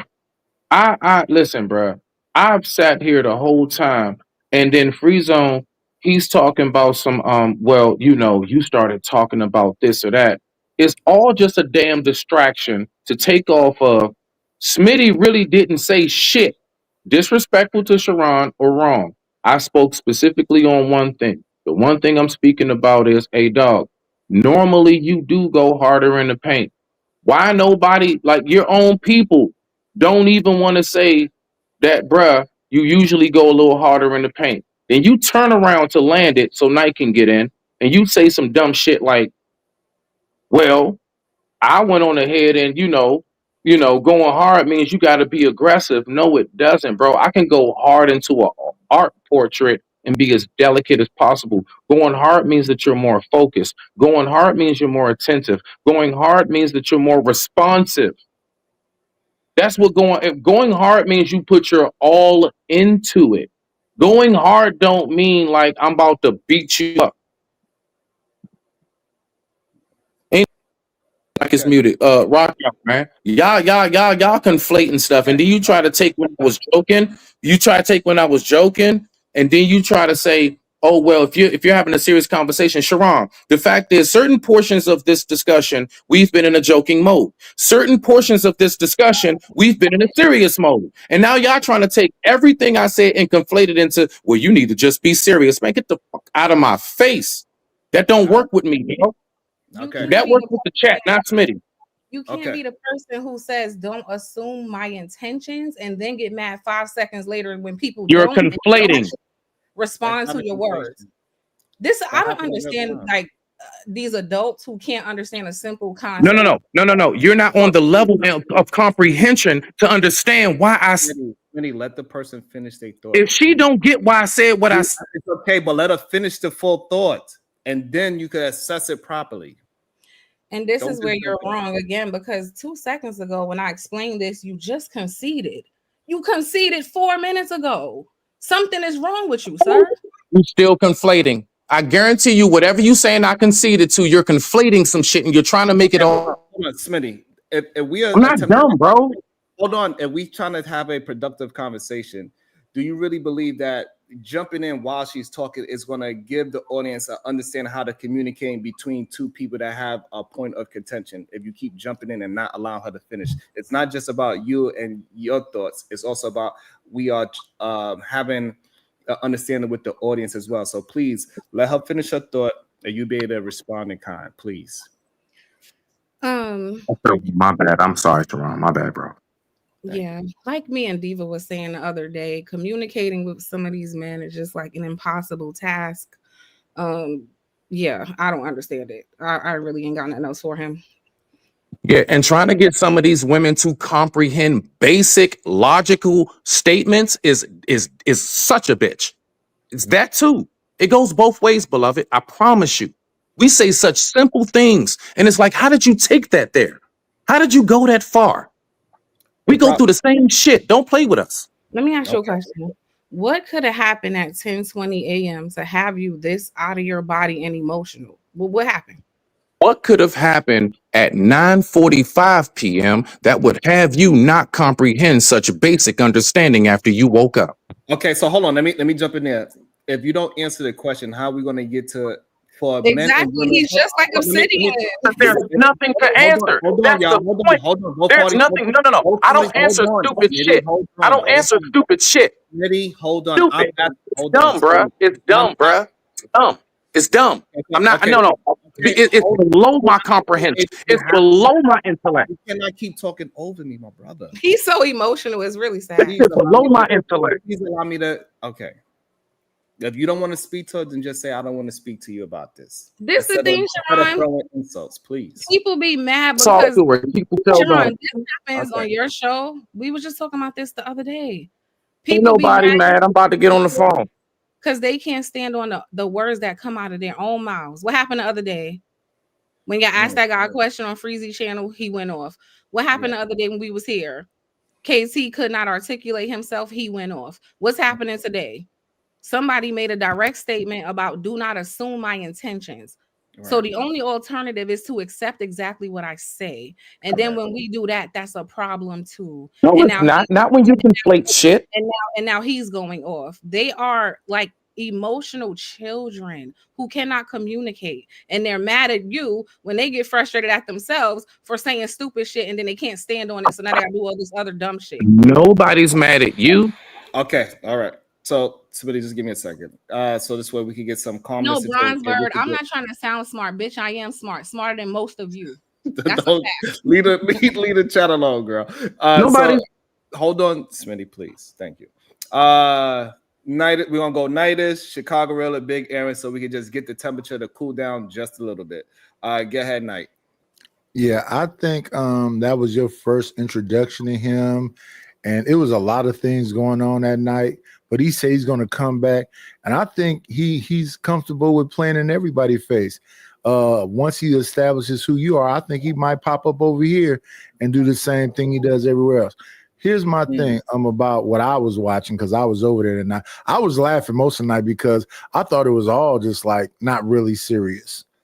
I mean, and Sharon, and listen, I can always respect when people respect the host of a show. You was respecting Freezy. You took your time. You was patient. You was, staying in your composure. But it was a lot of people doing a lot of stuff all at the same time. I think it needs to be slowed down a little bit. And when Q Butter and him was talking, I think they needed to let it be what it was, because Q Butter and him have a history. So, and I don't even really think Freezy know Obsidian like that. Now, Obsidian been there twice, but it's kind of new. Me, I know that Obsidian, Angry Man, O'Shea, and Donovan Sharp are supposed to be the pillars or the Mount Rushmore, but I don't know them people like that. So when I be hearing stuff about all the things, I knew who Kevin Samuels was, but I'm not people have said Kevin Samuels is y'all father. Who is the y'all, and how is that man was the same age as me? At best, he could be my brother, maybe, but there's nobody on these YouTube spaces I watch that closely. And when I see these discussions happen, so he been on Freezy's twice. He says he's going to come back. And I think now that you met him, you can go back and look through the history that's still left on YouTube and kind of establish what he said and all the other stuff. So then when you get back to him, then you can have a better conversation. That night was like somebody popped up out of nowhere and just, everybody's just going. So they can't say nothing about what your interaction was and that was your first time meeting him. They can't even say anything about the interaction between Freezy and him when that was Freezy's second time. No, Freezy don't know. Nobody really knows him like that. Now, what I know about him I remember him having a argument with Fantastic and DJ Cuda and him about backgrounds. I remember him having an argument about microphones. So that was when it was going from Manosphere 1 to Manosphere 2. And even then, I wasn't understanding it all completely. I remember Jessica X going after him and Ramil going after him because they were talking about we don't need suits, we don't need library books behind us and all of these staging and framing. But no, I think that that was an introduction that night. Nobody should take it no more than that. Thank you. Guys, Chicago Rilla. Nah, Sharon, Sharon, I was expecting you to hit him with the woo wop the bam, fam. Nah.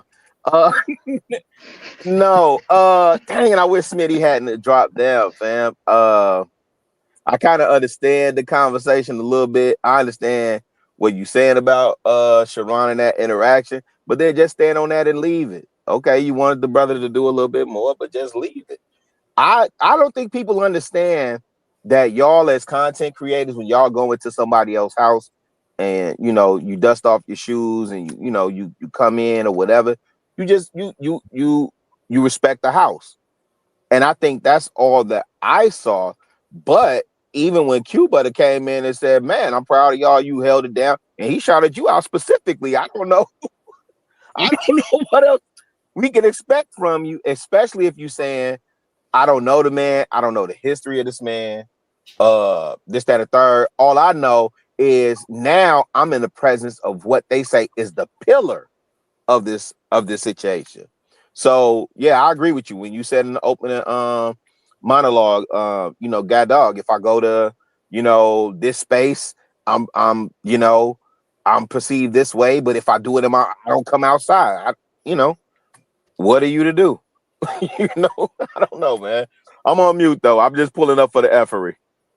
And then if I bite them here, they say, "Oh, this is turning into they say I'm Nah, it's a money grab. You just doing that for clout. You clout chasing.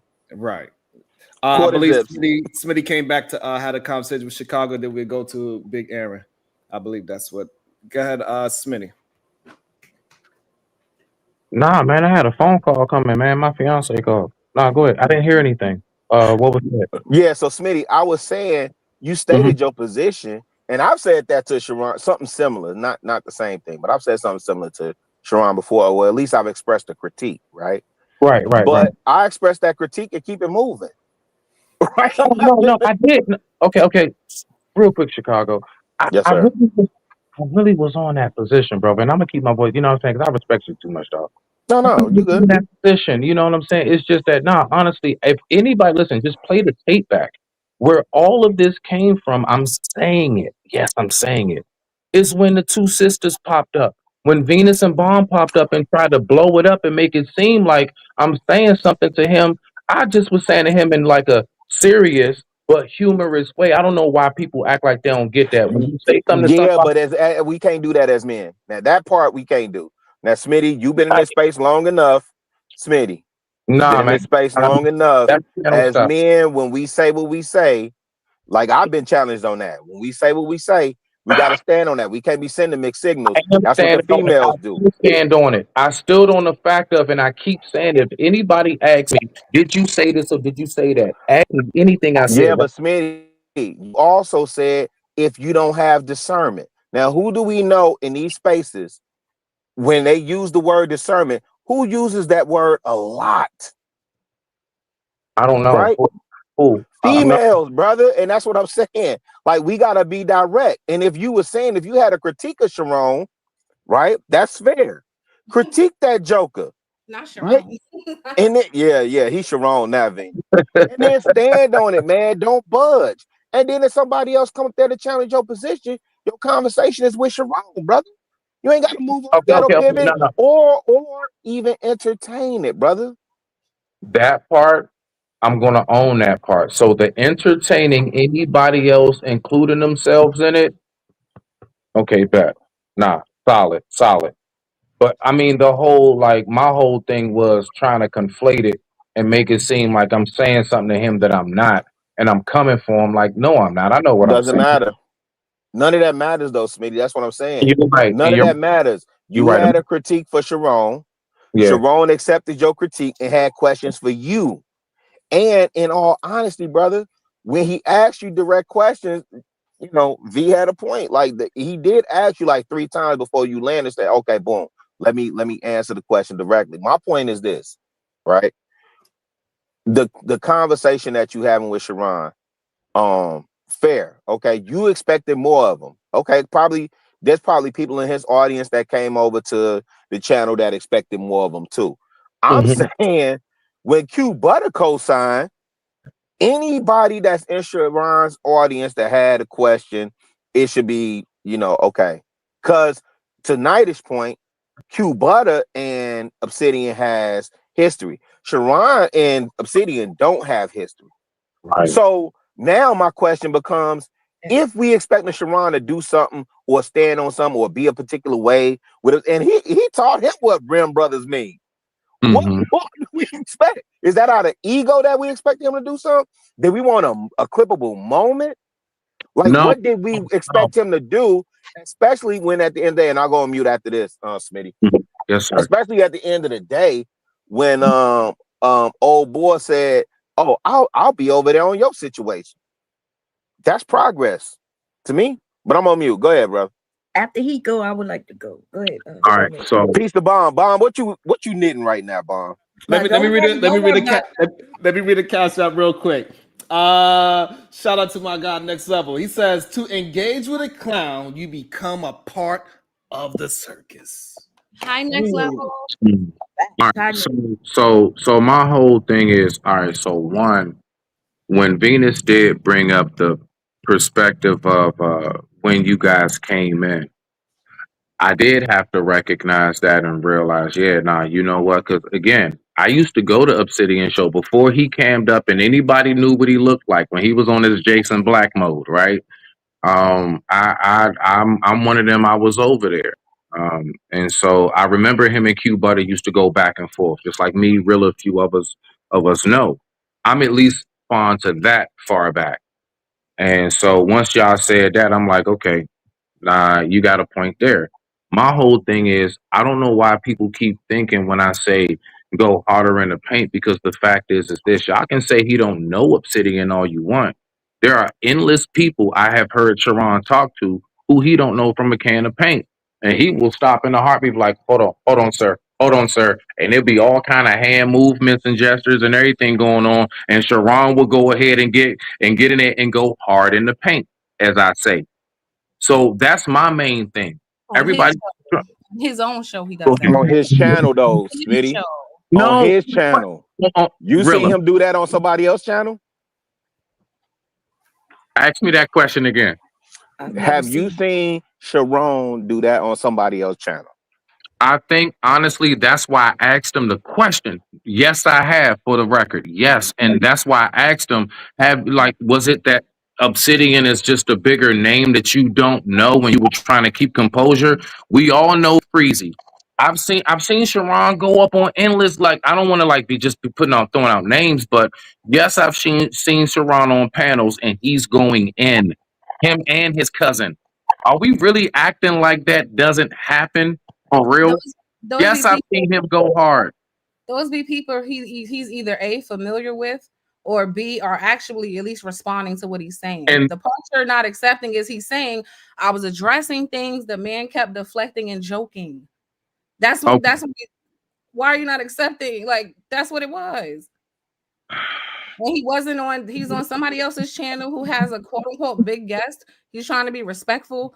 Like, why are you not accepting those answers? Right. I'm going to be real with you. I don't know why I'm not accepting those answers. I'm going to think about why I'm not accepting those answers, but right now I just don't. And if I was to tell you that I do just to concede and to be friendly with the panel, I would be a damn liar. I don't agree. And I'm going to sit with it and think about why I don't. I don't agree with that shit. I still stand Okay, on what good idea. Good idea. But Okay. the Is it my last turn? thing, sorry, last thing. But you say you don't do certain things, right? But you were present as well. And the same energy and aggression that you have toward us, you could have done too, and you didn't. you are not. No, first of all, I don't have no. Because first of all, Sharon is the one who has such an issue with what most of us as men have to say. Like, come on, let's just stop it.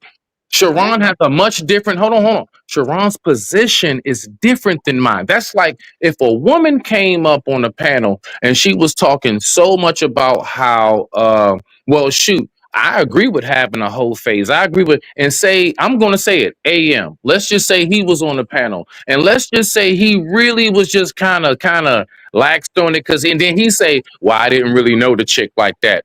Nobody's going to give that man no grace on he didn't know her like that. It's going to be, nah, AM, we've heard you cuss out people in the chat, let alone somebody you're on a panel with, and if you know them or not. My point is, I know how Sharon go. I'm very observant, extremely, and I'm a very analytical individual. Okay, He so the ain't do problem, what he normally do.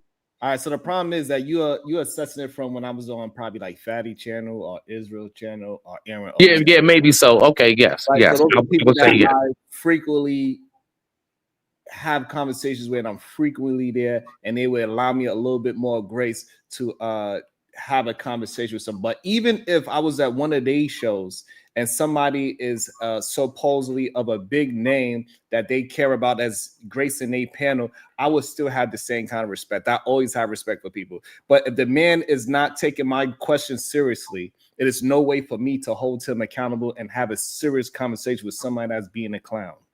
I I can't do want to that. go back and look at it again.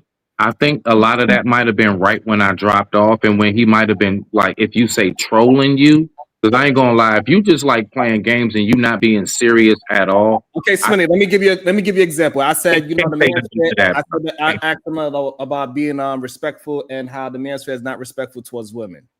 And he says, how? What you mean? The manosphere is, how's the manosphere disrespectful towards women? Is what he asked me. Is that a serious person? Why? No, it sounds like somebody asking you to substantiate what you just said. He's saying how.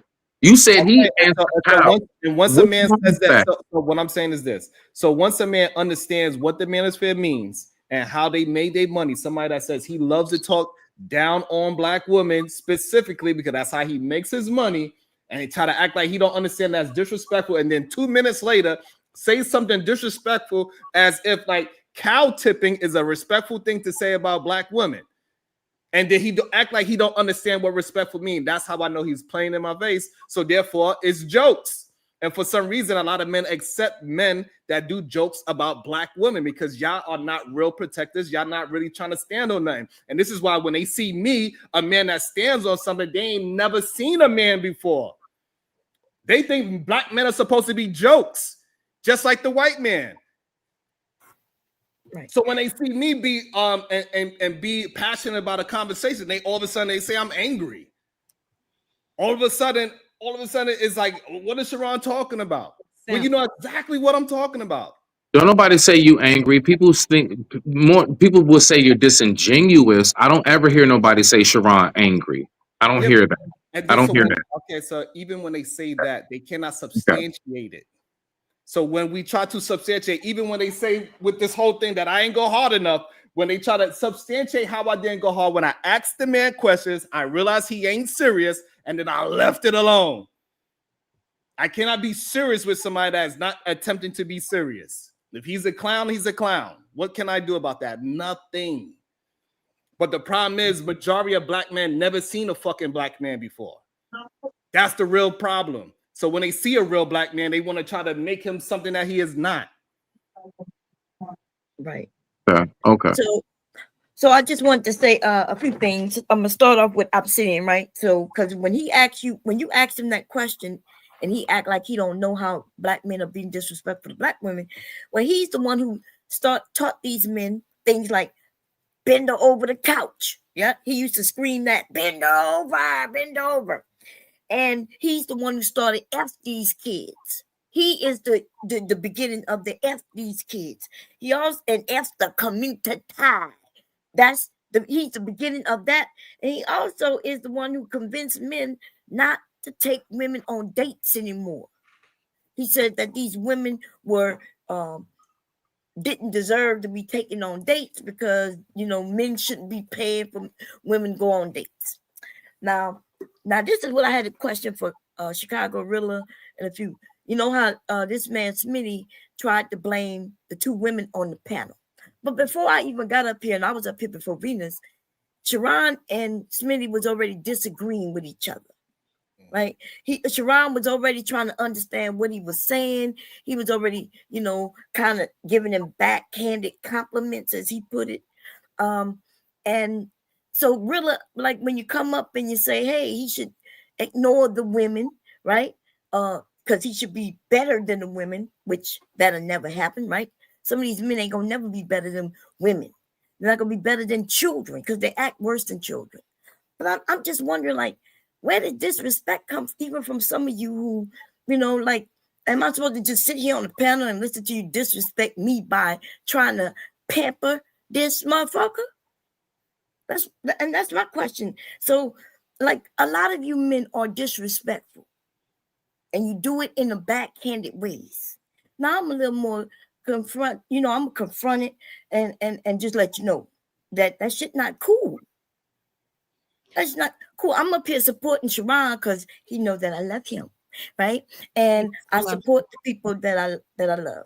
And Venus is up here also supporting him. He got a lot of people in the chat who are supporting him, and some of the men up here too.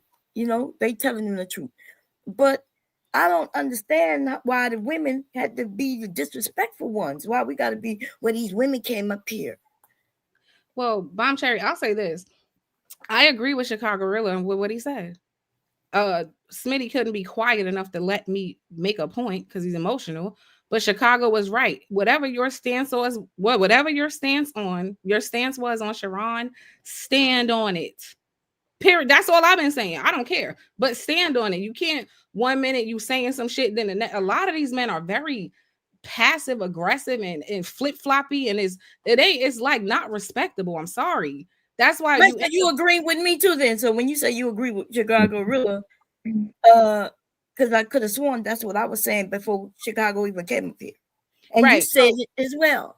Yeah, that's just the only part I agree with him on. Like when he said he shouldn't be, if he felt that way, regardless of what you and I said, I agree. He should, because I'm going to stand on what I believe. No, I agree with that too. The only thing I disagree with Rilla was on the fact that he blamed the women, you and I. So you agree with Rilla on that? Okay. That's all I was saying. Bronzeberg. Wait, let me say something. This Bronzeberg person been in chats for years. I don't know who this weirdo is, but you are obsessed. Like, you really need a life. Just want to say that.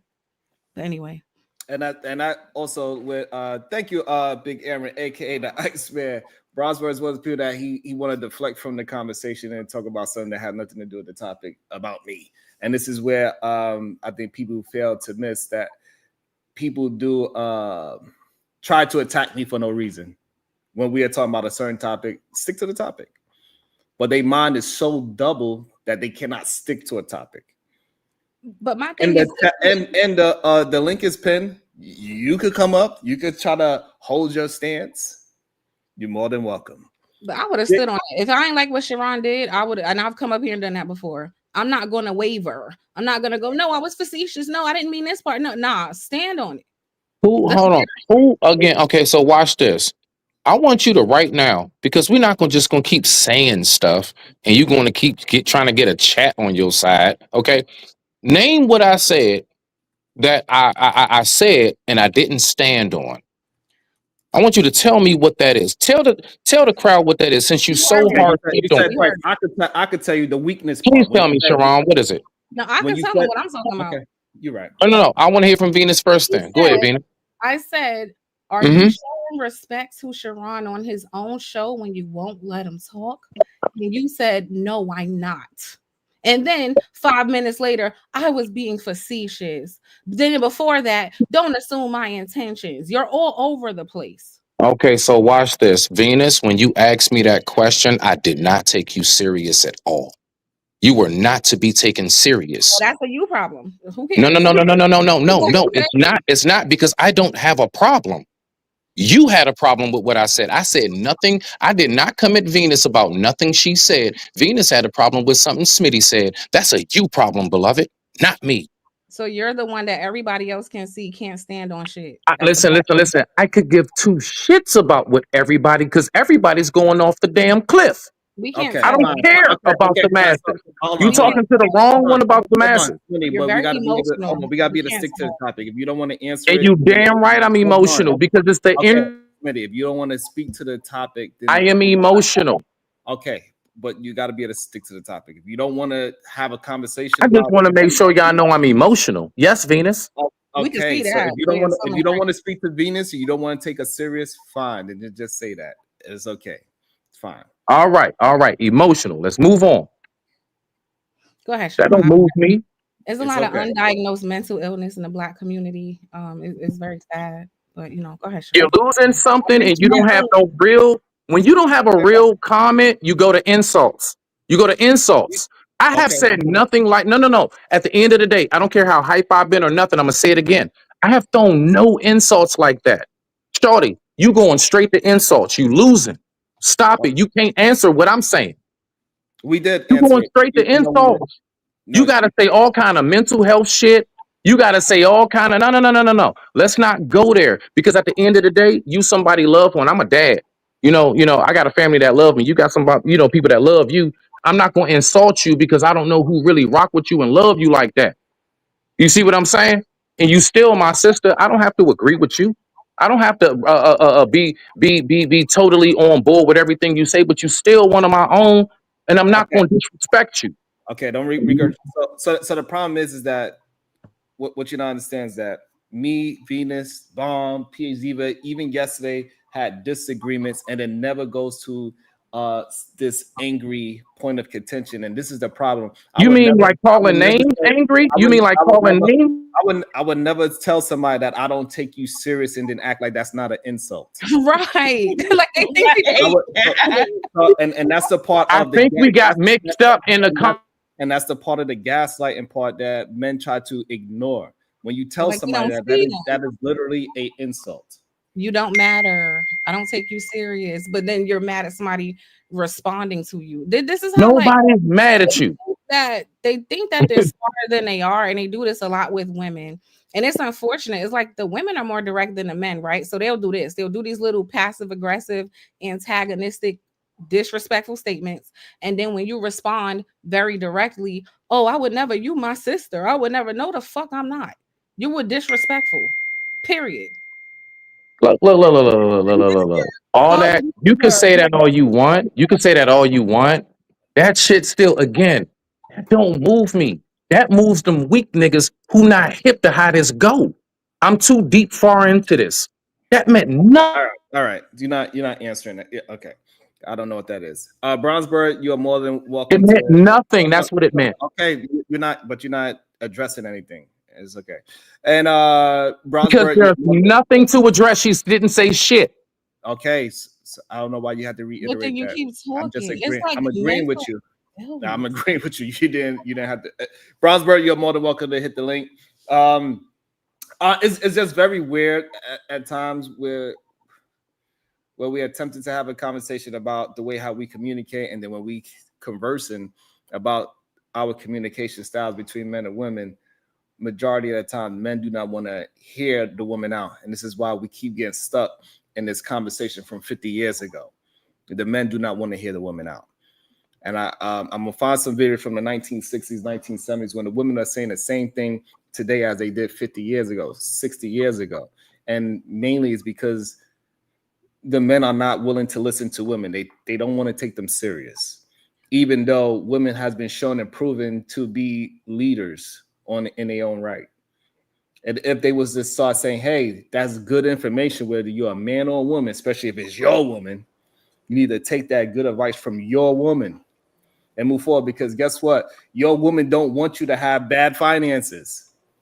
Your woman wants you to be a productive leader in society, or at least in the household. So if she's telling you get a better job, what makes you think that is a diss towards you? You need to make more money. Why is that a diss towards you when you come home grumpy every day because your boss is telling you what to do and you upset because it ain't worth the money? But Sharon, there's two things going on. There's an accountability issue also, right? Because he was doing the same thing to you. They like to say these things. What it seems like is they speak before they think. That's what it seems, right? So they say a lot of bullshit. They're not used to somebody repeating it back to them and asking them to explain. That's where you see the breakdown starts happening. Whenever you let them hear themselves, they get mad at you because they can't make sense out of what they just said. Like him with the, no, I don't respect Sharon. Then it was, I was being facetious. How? Like you said, your tone of voice didn't change. You didn't smile. You just told us don't assume your intent. Like they're used to saying dumb shit and talking to people who are just as dumb. So when they're around people who are actually thinkers and say, hey, what do you mean? Explain yourself. No, I was being facetious. You notice that's always the answer. Oh, I was joking. You can't explain yourself. That's a you problem. You are mentally a fucking child. And then you mad at me for seeing it. Think before you speak then. It's crazy. You got some night before I pass it on? I thought it was Aaron's turn. Okay. Welcome to the show. Big Aaron, the Iceman. Thank you so much for your patience, my brother.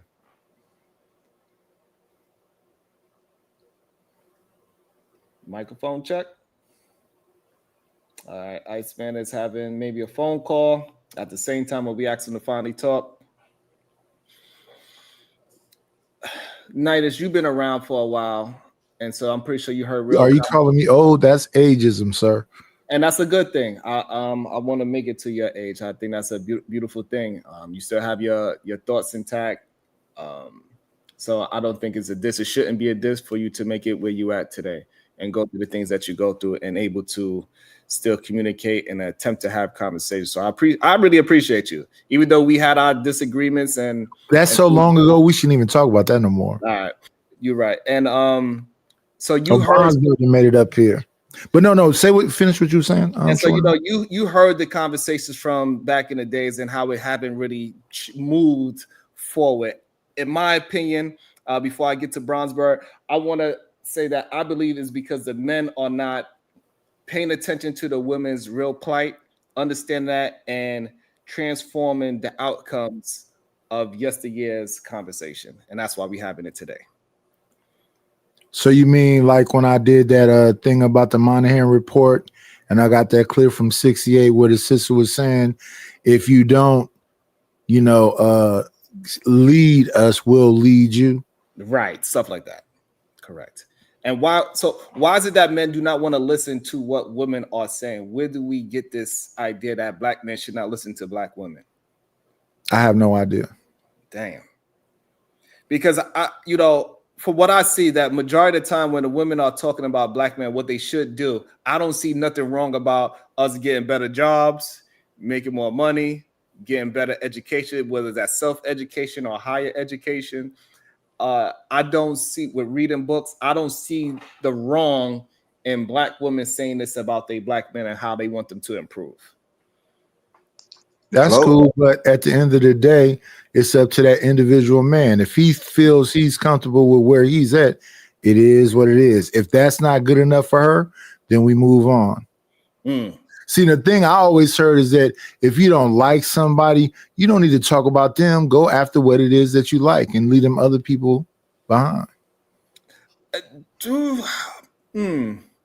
I could understand that, and if that's what you're chasing, but when we're having a conversation, I think that's where it's okay to have But in the conversation, I've always heard, why are you talking about this girl because she big? Why are you talking about this girl because she don't fit whatever standard? Why don't you focus on what it is that you actually like? So why do people talk about the people they're never going to mess with, that's beneath them? So this is a serious conversation. So when I hear people talking about all the flaws of the people they would never talk to, they would never screw, they would never date, they're punching down.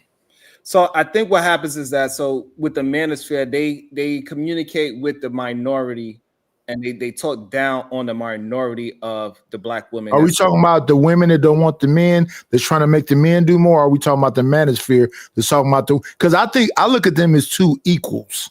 So what I think is this. So when women are saying that black men need to be more educated, they need to make more money, they need to read more books, they are talking about the men that they want to be with. They want to be with men that are more educated, financially stable, mentally stable. They want black men. No, I understood that the first time you said I actually listen. But if the men don't want to do that, then they should ignore the men that don't want to do that. And that's what is happening. That's why we have this. So then it should be no conflict.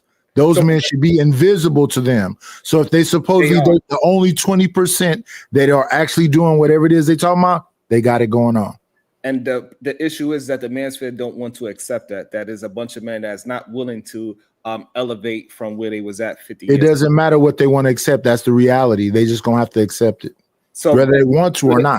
So the issue is though, so they should not be talking down on women that is doing what they need to do to elevate, because all those things that women are asking for men to do, they have done it. Listen what I'm saying, Sharon. So no, I want you to. So they got their money up, they got their education up, they got their literacy up. Right. Men have not been doing that. So when a woman is saying, "Hey, why are women not dating men?" The reason why they are not dating men is because of those. I understood it the first time. So I don't think that I should be going after Ebony K. Williams. She don't want to date a bus driver. She want to date the person who has bus drivers. I get that. But why she punching down, I don't understand. Because to me, she's the equivalent of these men that's in the manosphere or the red pill or whatever else, talking about just because I'm a man, I'm a leader. No, if she don't look at you as a leader because you have the education or all the other psychobabble, they say emotional intelligence and all that other stuff, then why do you care about him? He should be invisible to you. Just like I should be invisible to Ebony K. Williams. Right, but she wasn't punching down, right? Because she just said what she liked. Yes, she was. No, yes, she was just talking about what she liked, and then the men punched at her for not liking them, for liking what she want. That's how that. But if you're talking about what you want, you wouldn't say I wouldn't date this person. You just talk about what you want. No, somebody asked her a question. The question went a certain way, and she said, "No, I wouldn't date. I'm not looking for that guy. I'm looking for but then she doubled down. Yeah, but then she doubled down. So when they asked her the question, I understand she's answering a question, cool. But then she doubled down. Right, because that's not the type of so what she could have said is, I don't have no disrespect towards those blue collar people. They're not on my level. She did say that. She did say that. That's exactly what she said. Can I jump in? Can y'all hear me? Yes, we can. I think I listened to what she said. I don't think she did say that. Yeah, she said that's not the man for me. I wouldn't date a bus driver. I would date the man that has a. That's what she initially said when she said that she would want somebody that owns the company. Right. But when she doubled down, she said some other stuff. So what I'm trying to get you to understand, my point of view of it is that when the manosphere is I'm okay with her being above people. What the issue is when you talk about the people beneath you. Okay. He didn't do that though. But if I'm talking like even right now while I'm listening to this. So what I'm saying is this, even now when I'm listening to what's being said right now, I understand these people are up here, so I should be invisible to them. And they are, but that's the thing, they are. But when we are in these boxes, we get a chance to communicate and express why we feel that the other person needs to work their way up to where we at and get on the same level, because you are not at that level. Here's the reason why you are not at that level. And once you communicate that I made it to those levels, then we can I hear what you're saying, Sharon. It's not an issue. It's not an issue. Let me tell you what. Let me tell you. Not the issue with you. No, I'm not talking about me. I'm not talking about me. What I'm saying is I hear what you're saying. These people are saying they're up here and other people need to get up here. But those other people don't seem to be even trying to get up here. Right. And so now, with that being said, those other people that's underneath, they are trying to pull those people down and say, no, you need to be down here with me. And that is the point of contention that we have in this data market right now. That makes sense to me. I disagree. Why wouldn't I want to have better? Okay. Even Perfect. though I'm down here and I'm not even aspiring to get up here, why wouldn't I say it's like, you know, the kid that know he's not really that good looking, know he's not really that athletic, but I want to have that girl up there. So he gonna say whatever so he can, even though he doesn't qualify. That makes sense to me. But the person that's excelling and is winning, that's talking about that guy, I don't get that. No, that's not fair. I kind of disagree though. He's saying that people get to punch up and the person up shouldn't punch back, and it down. don't go like that.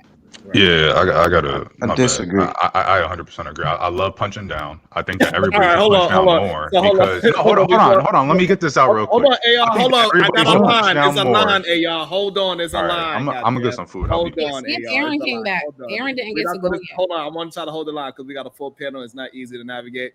Brownsburg, hit the link. He's Yep. going to explain to me what's his disagreements with Sharon. Go ahead, Brownsburg. I mean, basically, I came on here and it just seems like to me, like when I look at these panels, I don't knock that y'all have y'all opinion. I don't knock that y'all want to say what y'all want to say. As terms as the manosphere, how I always stated since the jump, when y'all started coming around, I call y'all Anton Daniels descendants because we didn't know nothing about y'all before Anton Daniels. That's just my opinion. And I'm not even manosphere anymore. But this is what I want to talk about. I think it's just really weird to me that you have certain gentlemen and black men that allow for the rambunctious behavior of certain black women and keep talking shit on black men if they don't even want to date black men. And my thing about it is I can't stand manosphere niggas either because it makes no sense to me for y'all to be arguing about black women is not this and black women is like that. Both of y'all shut the fuck up, respectfully. If y'all don't like each other, why y'all keep talking about each other? Why do y'all keep popping up in chats? Why do y'all keep popping up on panels to talk down on each other? It's retarded. So I just sit back and I hear y'all opinion, Sharon. I think you an intellectual dude. I'm gonna give you your flowers on that. But when I see when y'all talk about things, maybe I didn't see the panel, whatever it is that y'all was talking about. I just think at the end of the day, it's like one person one up in the other person. Like, oh well, I don't behave like that, but you behave like that, and then he behaved like that. But all y'all diss each other. So if it's a man disrespecting a black woman, you disrespecting that black man by calling him a Renbro and calling him all these names. So it's like you're fighting fire with fire. So I'm not understanding like where y'all trying to move. It's about solutions based content or solution based panels or space, whatever the hell y'all call this. I'm just trying to understand where your head is at because y'all don't. Both of y'all seem to be doing the same thing, but you attacking that man for disrespecting black women, then you attacking a black man for having his opinion about the black woman. So I'm just trying to understand where y'all at. And I mean, I'm gonna be honest. Since I said something about Venus, I'm gonna put out the woodworks. I just think that she has this hatred and vitriol for black men, which is weird because she don't need to sit up there and be on panels with black men if she has vitriol with black men. Just stay in your lane. Like it makes no sense to me. It's stupid as fuck. So Okay, can I respond? I'm gonna address it first, and I'm gonna let Venus get a chance to respond, and hopefully we could just have a conversation about it, and hopefully you could just bring the tone down just a little bit, just so we could literally have a conversation about it, or discussion, I should say, not a conversation. So when I'm having a disagreement with the so-called black men, I am disagreeing with their words, and I'm substantiating why I disagree with their words, and I don't just disagree with it with feelings. I also disagree with my anecdotal experience, and I also disagree with statistics and real life situations that I have and that I see as well. So it's not just me disagreeing just to do it and just be disrespectful. I want men to have some logic with what they're saying, not just regurgitate information, become a thinker about what's actually happening in the real world. And so this way we can move forward, because once we get an understanding of each other, then maybe we can have better relationships. And that goes for between men and men, your job relationship, and your romantic relationship. So that's my point of having a solution in communication. Go ahead, Venus. You get a chance to respond, and then we could go back and forth with Bronze. So this commentary right here is exactly what I was referring to when I talk about like the childish mentality, because somehow every conversation we have about the opposite sex gets reduced to dating. I don't recall talking to Smitty about dating at all. That's not even what this conversation was about. So the problem is not with us, is with the person and the lens they're looking through. Like I don't even understand how you're talking about if you don't want to date them. The conversation was not about dating anybody. The conversation was about his communication and how bad he is at it. That's what the conversation was about. So I'm confused on how dating, who I want to date or who I'm dating even got entered into the conversation as a qualifier for me to talk to somebody that I'm on a panel with, that I'm in a disagreement with, and I'm speaking on his communication. I didn't speak on his dating. I didn't speak on his relationship. So it's like you guys be having your own shit going on in your head that has nothing to do with what's actually happening on the panel. That's a you problem, sir. I don't know. Okay, go ahead, Brownsburg. I hear what y'all saying. Respectfully, I'm not gonna be disrespectful. I just find it weird that it's this whole entire persona y'all be putting on, and y'all be like, "Oh well, childish this and childish that." If we gonna talk about people acting childish, all of us act childish in some type of way. I don't give a fuck if y'all think that if I'm saying it's wrong. And then it's like I can respect you, but then you go on and start insulting the men that you're talking to. So if you even speaking with logic, I don't believe you because you're coming along being disrespectful and just like you just disrespected Smitty. In just my opinion, I just think that I have a real problem. And like I said, I still enjoy y'all content. I ain't trying to be disrespectful to your platform. But on my opinion, I just think that a lot of y'all that come on these platforms, some of y'all like to hear y'all talk sometimes. I'm gonna be honest. Wait, please, freeze. I'm sorry, Sharon. Were you not calling me disrespectful names in the chat before you came up here? Yes or no? Yeah, I did. I definitely did. Okay, so then So you hold warranted on. wait, no. Hold on a second. Let her finish it, and then you get a chance to All right, respond. go ahead. This is exactly what I'm talking about. Then it's important for me to say that for them to know. You come up here and want to paint Venus as disrespectful, include the part that you disrespected me first. No, I disrespect everybody. I don't like my whole entire thing is I be saying, let her hold finish on. Hold on, Bronze. Let her All right, finish. my fault, bro. So you can get a full chance to respond as well. You got it. When I speak to the illogical mind of these men, this is exactly the lack of self-awareness, right? Like you just openly admit you disrespected me. Somebody who ain't say nothing to you, don't fucking know you. You out of just whatever reason you wanted to, you chose to do it. Then don't get mad when I disrespect you. What the fuck is the problem? Okay, land it there. All right, can I respond? Yes. All right, so my thing about it is, I like I said, I hate it when people try to think they holier than thou. Like we've been in chats before. Even when I came up on, I remember being on a panel with Venus before, and she was disrespectful to me then. Not that I'm trying to carry that on this platform right now, but I'm just saying everybody want to act like they holier than thou, but they be wild disrespectful every chance they get to everybody else, just not me. So if I start talking shit in the chat, just like I always do, I talk shit to everybody. So this is nothing new to me because I'm just saying what's on my mind. So it's like at the end of the day, can I finish? I want to jump in right there, Bronze. Can I finish? Hold on, Venus. I want to jump in right there. So Bronze. Right. So Bronze. When we talk about being disrespectful, right? And if today's a new slate and you started it off with disrespect, regardless, because you said you don't want to carry what happened before onto this platform, is what you said. You still hold that sentiment? I'm sorry, repeat that again. My bad, brother. You didn't want to carry on other last disagreements y'all had that turned into disrespect onto this platform. No, I don't want to, like, because that's not cool to take something that happened a while ago. It's not like I have some vendetta against Venus. I don't. Okay. But I just think that there's some holier than thou type of conversation where it's like, oh, I'm speaking to the illogical mind and the logic and this, that, and the third. It's all bullshit to me. Okay. Because it's like y'all find something to say that y'all disagree with, which is fine. But then certain times I hear the conversations that y'all have on this platform and y'all directly being disrespectful to each other. So it makes a difference that I'm saying something. I'm just saying. All right, so now the difference is that let me just I got you, Venus. I want to build on that real quick. So when she was talking to Smitty and she's being disrespectful to Swin, is because them two personally got disrespectful with each other. It doesn't mean that she's disrespectful to black men in general, because she's not disrespectful to me even when we have a disagreement. And she also is not disrespectful to Freezy. So there's plenty of black men that she had conversation with, and we see evidence of it, that she is not disrespectful to those men. She is disrespectful to individuals that is disrespectful to her, or they have a tough conversation and it turns into something else. And it's not good for us as black men to see ourselves in every black man that she has a disagreement with. So, and for you to take what happened with her and Smitty as she's being disrespectful to all black men is the wrong decision, in my opinion. Go ahead. No, it's not based off of that. It's a cycle I've seen with women like her. So I'm not just basing off of Smitty. You understand? So, but my thing about it is, at the end of the day, my end point is this. I don't know if y'all solution based or whatever y'all about. Again, I respect your platform, brother. I'm not here to just thrash you, but my opinion is y'all came from Anton Daniels.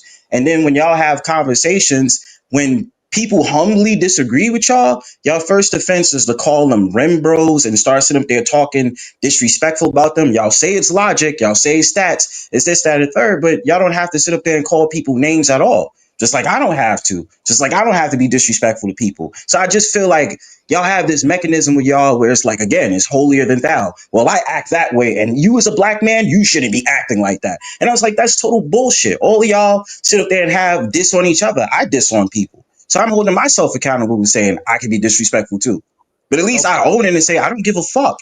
I'm fucking psychotic, so I don't give a fuck. That's my thing. Try not to curse as much. I'm just saying. So the thing is that like bringing up the Anton Daniels thing, right? I don't know what relevance that has with it. Right. Yes, I started off going to Fight Club, not being a content creator or thinking about being a content creator. However, as I was navigating through it and I seen that it is an avenue to express myself in a different way, I started to venture into it and I became pretty decent at it. So adding that into the situation, I don't know. Nobody's denying that we had. I don't know why I bring Anton into it has anything, because I disagree with Anton back then. I disagree with Ingram. I disagree with a lot of men, and I don't shy away from it. Now, as addressing the whole rim bro things, if we having a conversation about something and that person is a red pill regurgitator, an incel regurgitator, or a manosphere regurgitator, I'm just calling that person what they are. I'm not calling him a name. Them themselves will call themselves, I'm a red pillar, I'm a manosphere dude. For some reason, calling somebody what they already agree with is some kind of insult to them. And that is a problem I don't understand. It's very weird. And I just want to say, what is logical about disrespecting somebody unwarranted, and then when they disrespect you back, coming on the panel pretending to be a victim? What is logical about that? So when I called you illogical, is because I meant it. You are. You had no reason to disrespect me. I didn't say or do anything to you like a lot of you men do. You never account for the fact that you initiate disrespect, but then you complain about women disrespecting you. How come Sharon can't say it? How come Freezy can't say it? There's a whole bunch of men who say, oh, I talk to Venus all the time, and it ain't no smoke. It's not all black men. It's that you guys want to be disrespectful. This is the fucking sick part. Y'all want the right to disrespect people with no consequence. That's what y'all want. And it don't go like that. Shout out to the Republic Tea Room with the 5 eyes. The "you just hate the black man" response is well overplayed. People can have an opinion without liking or hating you. Great point. And that's the issue that we're having. A lot of times with somebody like Venus that has a great voice, she has a great logic, she has a great she could bring out the truth in a conversation. For some reason, when she does that against a black man as being illogical, they feel like it's an attack on majority of black men when she's just literally talking to that man at the moment and the other men that have that same ideology as the man she is talking to. If it don't apply, and they take it personal. And the sick part is they'll go as far as to lie on me, Sharon. Because it's like, now we talking about dating, and if you don't want to date them, they be having to imagine shit and add details to make their issue with me make sense. That's not even what this conversation was about. And most of the time, it never is. When you talk to people who got an issue with me, that's how they always sound. The shit don't be making sense. It don't be related to what the conversation actually is. You see yourself in other men. So when I break apart their logic or their ideologies or debunk them, you take it personal and then you want to fight Venus. That's 80% of you. You are children. Be your own man. Stand for your own shit. And if something happens between me and another man, it shouldn't be hurting your little fucking feelings. I just want to throw in, I agree with Venus to a degree, but I also a little bit agree with Redbird. Is it Red? Brown. Well, whatever. You know what I'm talking about. Anyway, a little bit, right? But I think the issue is we all have different personalities. Like he has his personality, Venus has hers, and I have mine, and we all have ours, right? But I disagree with when people say that she only attacked men, because even in this conversation, when I was disagreeing with Rilla, she made it seem like she was disagreeing with me to agree with Rilla, but she was actually agreeing with me. So I'm just saying, like, yeah, some people just have these personalities, right? Either you deal with it, you don't deal with it. And it's just the motherfucking internet. But let me try to get the other people that's being patient. We're gonna go Big Aaron. Wait. What is the make it seem? What is the make it? Why am I always? I don't know how else to say. I'm direct as fuck. What is the make it seem? Subliminal. What is that? What am I making seem? Are you referring to me? Yeah. Oh, well, I could be point blank. When you said, well, bomb Cherry, and then you said, I agree with Rilla. But then the thing you agreed with Rilla is the thing I didn't disagree with Rilla with. So I agreed with him too. But you pointed me out as you were saying you disagree with me. That's why you said, but bomb Cherry. Yeah, so there was something. That's what it made it seem like. But I mean, do you have another question for me? No, but listen, there was something you said. I don't remember exactly. That made that it did. It sounded like there was something you disagreed with that I didn't agree with, and so I said it to you. I don't. It's always like some conspiracy about my intentions. No, but you was incorrect. All right, so let me jump in the middle. Let me jump in the middle real quick. So that's what Bomb was saying. She's saying that it seemed like you disagree with her, but in reality, I actually agreed. So it was just a misunderstanding there. Is what Bomb was pointing out, that you are willing to disagree with a woman and disagree with a man, is what Bomb was expressing just now. Right, that's all I was saying. Oh, I apologize then, because it sounded like I heard it another way. I just leave it alone. Okay, yeah, that's what she was communicating. So we all clear. Yeah, that's why I said Redbird was wrong, because you were disagreeing with me. It seemed like you were disagreeing with me too. That's all I was saying.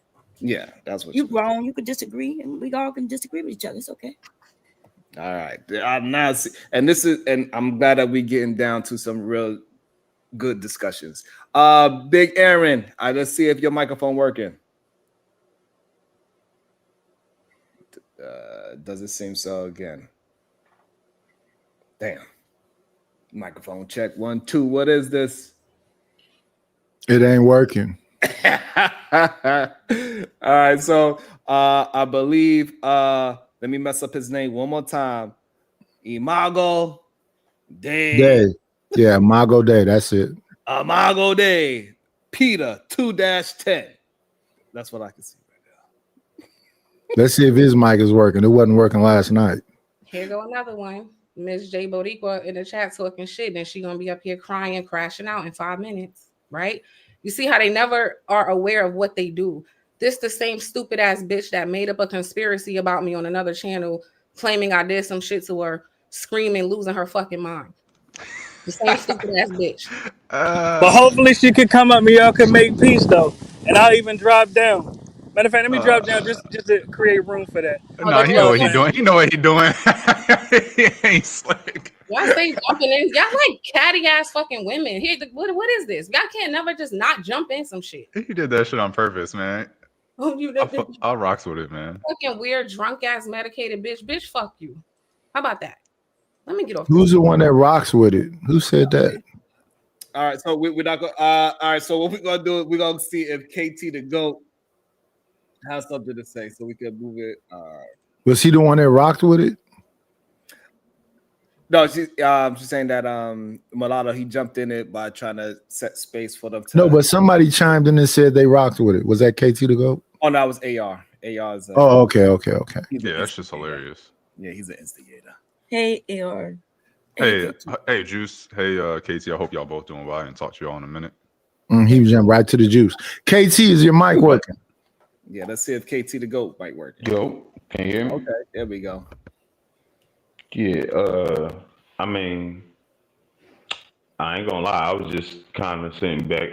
I wanted to say I agree with Nidus, and I understand. I'm kind of with Bomb Cherry. I don't agree with Bro in totality, but I think I get the point he was trying to make, which is last time I came up here, right? I don't never insult you. I'm not really getting into niggas is dumbass, whatever. You know what I'm saying? But when we had our disagreement, people are quick to just be like, you fucking dumb and da da da. And it's like, you know, if it is solution based, we should actually get solutions. You This know what show I'm is saying? called the Wildest Wake Up Show, sir. That I'm saying, is it an excuse or not? Because he did just agree that this is the solution based channel. So I mean, call it what you want to. I guess that's for marketing I purposes, didn't name right? it. He named it the Wildest Wake Up Show. Okay, Yeah, the name is changed. If y'all didn't notice, the name changed. Yes.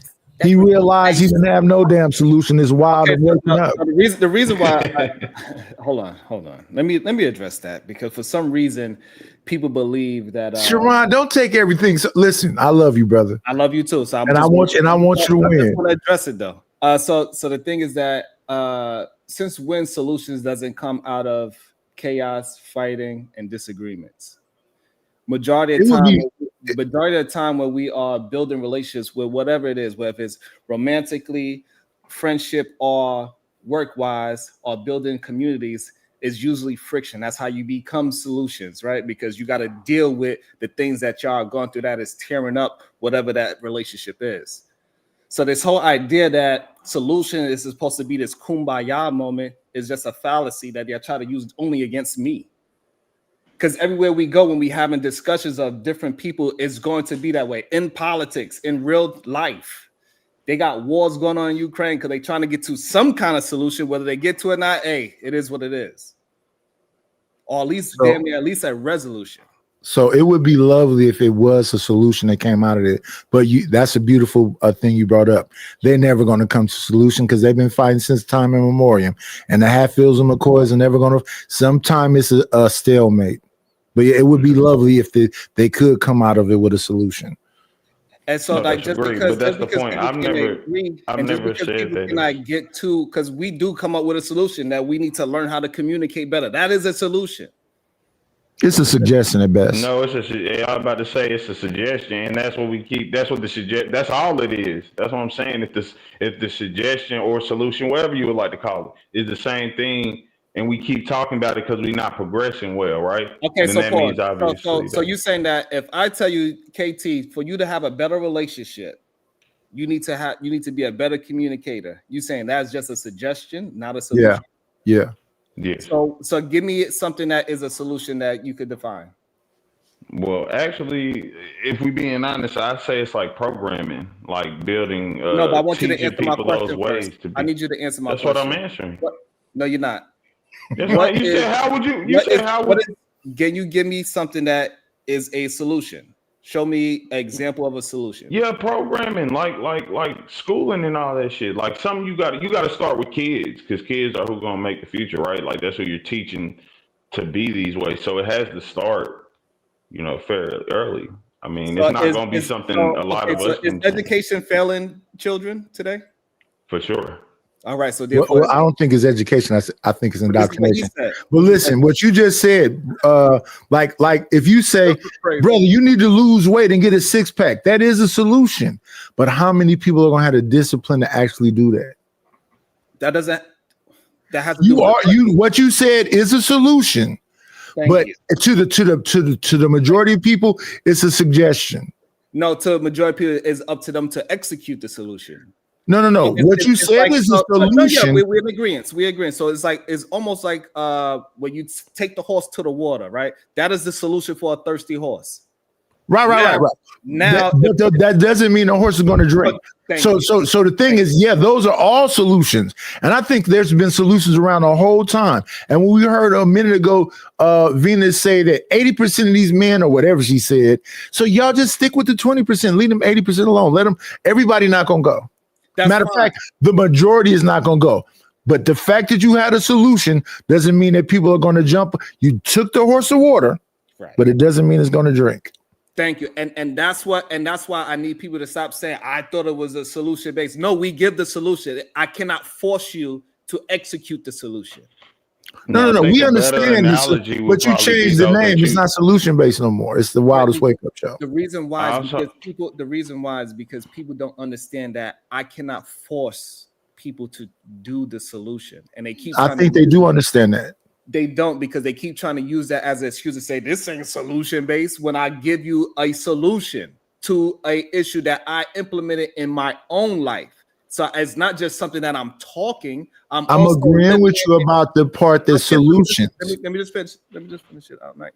And so if I have something that I'm living on a day-to-day basis, as well as communicating it properly, that means it is a solution.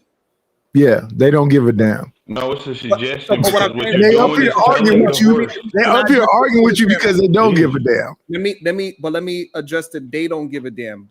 But Yeah. the problem is people like KT the GOAT would use it and say this ain't no solution place situation when it's the other people that don't give a damn about the solution. It's not me. So the other people that is fighting it and say, even though you have experience in it, even though you have some results in what you are talking about, I don't give a damn about your solution. Don't say that over here we are not about solutions when we are giving them. Okay, what you're doing, better analogy would probably be that you're telling the horse, hey, it's water That over there. acknowledge you was right, but you just want to fight with it. That's what I'm trying to get across to Sharon. It's He's not. right in what he's saying. It's just that no, they want to fight with you. Okay, so it's again, you're telling the horse, hey, it's water over there. If you go to there, you can drink it. You're not really leading the horse to water, because even like Nadish was saying, if you're telling somebody, hey, brother, you need to get a six-pack, that's giving you something, right? The solution would be taking that man to the what's his name, to the gym. You know what I'm saying? Like that would, now, like you said, at that point you can't say, yeah, I've led the horse to water. I can't make Pause there. If I'm leading by showing example, I go run. I show that I did marathons. I'm showing that I challenge people, challenge me to push-up contests. I beat them in that. Me literally showing them and saying, hey, if you do this and do that, you can get these results. That is literally me. That's literally me. Hold on. That's literally me leading with me putting myself as the example. And then they will say that, Sharon, they will put it on me that I'm not doing something. This ain't no solution based because somebody else did not want to take the information and implement it in their life. But Sharon, let's keep it 1,000. You beat a malnourished African in a push-up contest. Okay. That was crazy. I don't need no damn going on. Hey, listen. But it was still, I did over 80 push-ups. No, yeah, but you got to send him 25 cents a day to get them flies from around his face. Come on, let's keep it 1,000. That's fine, but still, regardless, it's still men that cannot do 20 push-ups. I did 80. So regardless of the fact that it was, is that I'm putting in the actual work. I'm not just talking about it. So for somebody like KT to come up and say, if this is a solution-based place and I'm leading with me being the example, you cannot go ahead and try to use my name as I'm not delivering on something when it's the people that do not want to take the information because, like Nida said, they just want to come and argue with me, even though they agree with me most of the time. No, I think because a lot of things are agreeable. It's kind of like why, like I said, I've never been with the manosphere shit. You see, I argue with Angry Man every time I see this motherfucker, right? Nobody put you. Just talk the point, please. Nah, because y'all constantly put me in the manosphere area because y'all say like, well, that sounds like some shit they'll say. KT, focus. You said you the one that brought up that this is supposed to be a solution-based place and it ain't no solutions here. You said that. Yeah, so sir, what I'm saying is if we're overall giving salute, like we're supposed to be improving the black community. That's why I say every time the black community, and I'm not saying that you haven't brought something that may work for some people. We're seeing that it's not working for a lot of the people. If we're being good leaders, don't we have to figure out different solutions? Not just the singular and say, because that's not how people move. You'll never get a majority to move under this is it or nothing unless That's the problem. It's them, not him. Right. So what's right is right. It is what it is. So everybody else the problem. If they're not doing what they know they need to do, pretty much. No, it's not what they know they need to do. It may be even what they can't. Let me ask you this, brother. If somebody's in the front of the house and they done jumped in this old lady's yard and tore up her grass and they won't stay off her lawn and they won't keep their dogs on leashes and all the other stuff, we don't know that the right thing is to do all these things that I just named? Do all what things you Like, name? for example, I just got through hearing somebody the other day say I'm a snitch. I'm a law-abiding citizen. I'm a concerned person. If you're doing something I don't agree with, I'm telling everybody. So is that right or wrong? Or am I a snitch? Bro, I'm confused as fuck. Okay, so I'm asking the question. Am I a snitch? Let me try to be the bridge for that. So he's saying that if he recognized that his neighbor has a reckless dog that is tearing up the yard, digging up holes, and he goes over and say, "Hey, you need to get your dog trained, take it to this person, get it trained so it won't do these things." Is that not a solution? Yeah, that's a solution for sure. And then now, if she doesn't do it, whose fault is that? That ain't what he was getting at all. But That's exactly what I just said. So hold on. So KT, I'm trying to get you to but I said, yeah, it that's doesn't a matter if solution. you don't hold on, KT. Well, I'm trying to get you to understand. See, this is again, right? I'm giving you a solution to what he was trying to say, right? And instead of you accepting it, you I literally rejected said I it. agree with you, Sharon. Damn, what are you? That's what I'm saying. Y'all, it's crazy. And that's why I said I can understand what Brian's was saying because even to bringing up something like Anton Dan, y'all are like the opposite of them. Hold on, KT. Before you move kind of with the same talking point. No, You before saying you let's move singularly follow this line of thought like Anton Daniels would. You just not No. saying it for this way. You're No, saying you're it not listening. You're not listening. other way. It's You're not crazy. listening. If somebody, if we are dealing with, we only can deal with one problem at a time. So we Yeah, got they had multiple solutions, right? No. No, it's one. Oh my Keep your Jesus, damn dog Lord. off my And lawn. the fact you can't acknowledge that's bad Keep your leadership. dog off my lawn. It's simple. So No, for sure. That's simple. That's very simple. But the way that you can handle that is multiple ways. You can call the police. You can tell them. KT to go. I mean, If the multiple ways. house, okay, this is what I don't know. If we have a problem, do you think that we got to fix other problems before we actually fix the problem that we have? Results may vary depending on the problem you're talking about. Okay, so if I'm talking about a very specific thing, I say my phone, I have a problem with my phone. Should I be talking about my TV? No. Okay, What did I bring up therefore about the that's TV? one solution that we got to focus on, the phone. So now when I give a solution for the phone, it makes no sense to say, hey, what about the TV? No, nobody's saying that. I'm saying are you're not going to That's listen. exactly When what you no, just it's said. not. When you look at the phone, you're going to say, "Hey," you're not just going to look at the phone and say, "Yep, I know what's wrong with it." You got to break it down What and y'all talking about, diagnose it. man? Correct? Like, do y'all God not damn. understand? KT, man, what the hell are you talking about? Like, you man, When you what are break, y'all when talking about, something, man? when something needs AR, to be what we're broken down saying under is not that, multiple solutions, wait, like you AR, have what to we're even saying is diagnose it this. with multiple What things. we're saying is this. Sharon says he eats healthy, he runs, Yeah, he gets up leading by he has a example. routine. Are those things the right thing? Yeah, in my Yeah. eyes. So all the dudes that eat cinnamon rolls, eat in the middle of the night, won't get up until 1 o'clock, How do I do not better in life? applying themselves. Are they looking for solutions? If they ask how do I do better in life, yeah.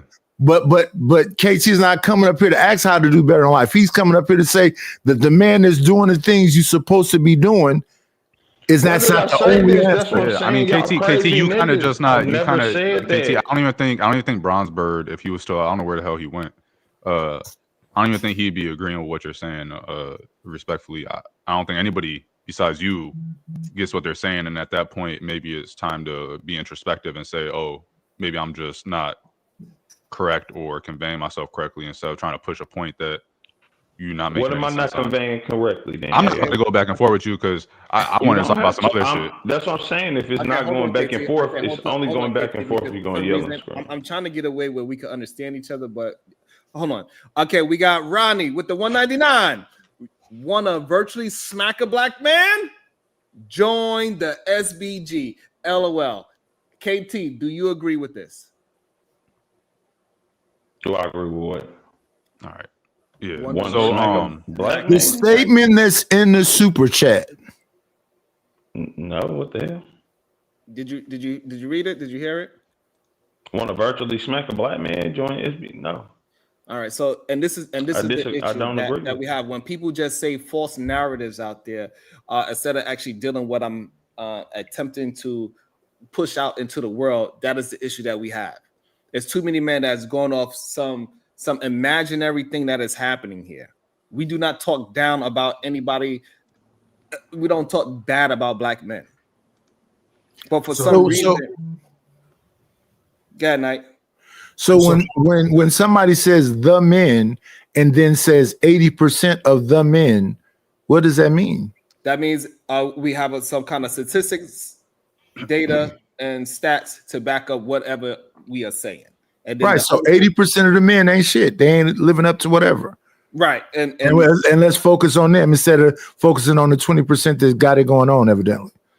Right, because we have to fix the majority to fix the community. Right. The 80% are like KT. You ain't shit. We got KT on one side and Jalen on the other. Unlikely with the two ball. It's just further proof because I ain't got to insult y'all, but y'all try to make a joke. I'm not insulting you. Unlikely $2. Salute to the Bracy show. Thank you so much, Unlikely. Also, we got Justice 5897 with the 199. Virtually slap everyone equally. We do actually. We do. Everybody get a little love. Goddamn. What's going on, Bruce?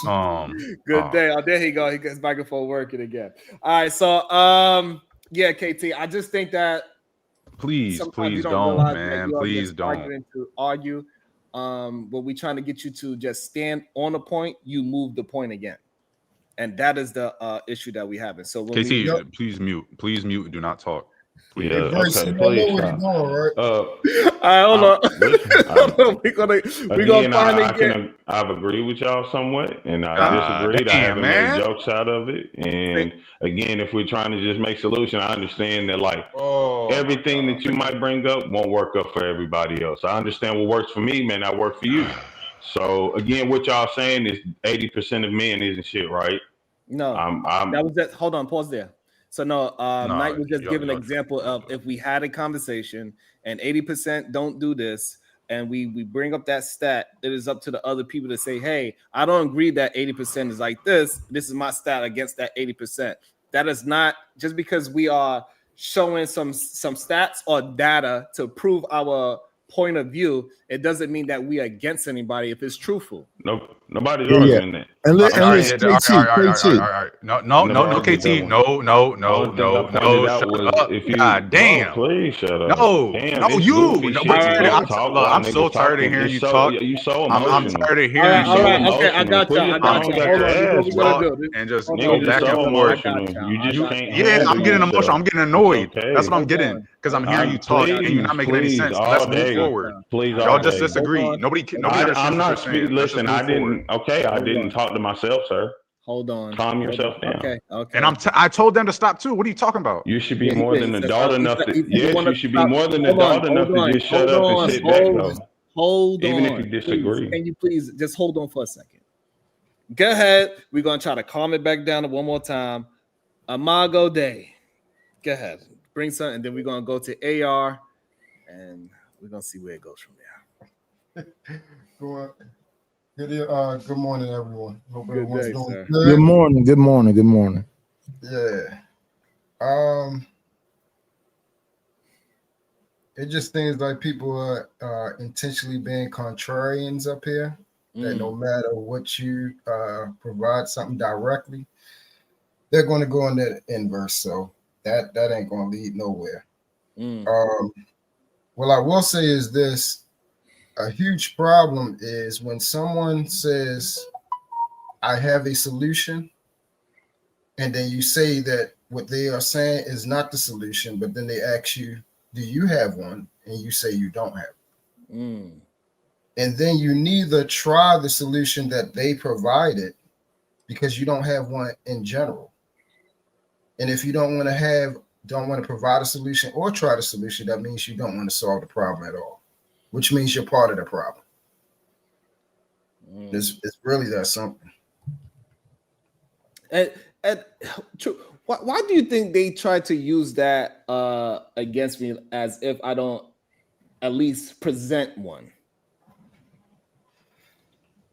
I didn't say you didn't present one. I just want to say, I believe it should be multiple. Because one thing won't work for everybody. That's all I'm saying. If you're trying to help the community, if y'all feel I'm stupid for saying it, whatever, it is what it is. But it's factual. You know, Well, one bro, thing doesn't work for most people. that's an easy scapegoat. When we It's say, not. because I mean, listen, everything y'all that's an talk about. I'm easy married with 3 that's an kids in my easy house. I have a 5-bedroom scapegoat. house, That's an easy 1,700 square feet. scapegoat. I got a good job. That I is own a shit. very Everything easy. people be talking about is successful.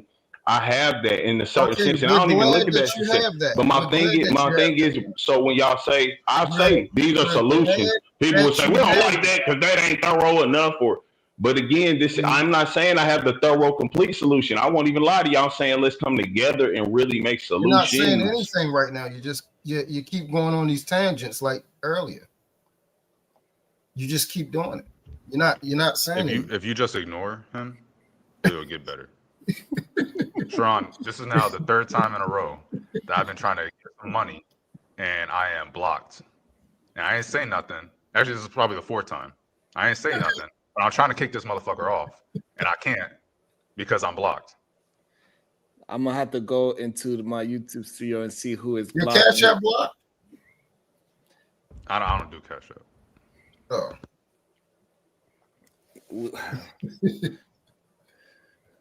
Yeah, I'm but gonna go look Brace, for it, man. Yeah.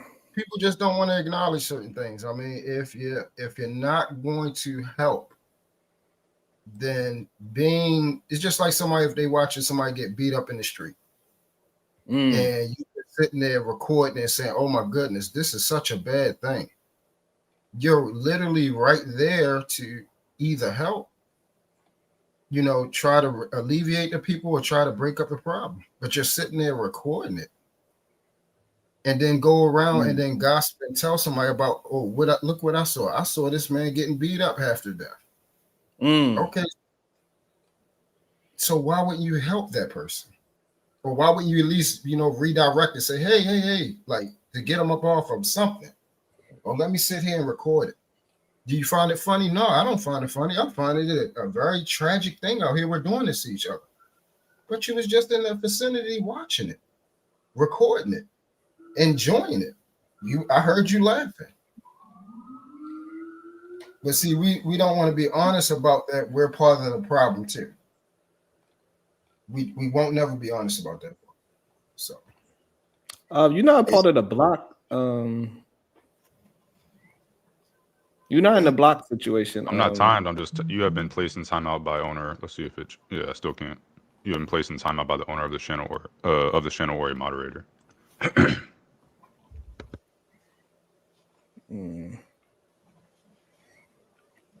I don't know how to. Okay, so you're definitely not on the block list, and I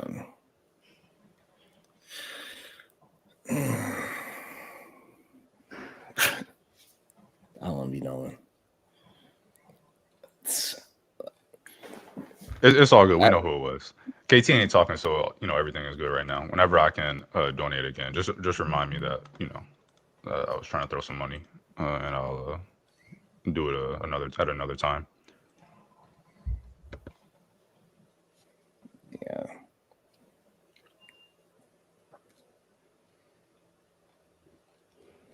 Yeah, we got to stop just timing people out. It's one thing we delete a message, but we don't have to.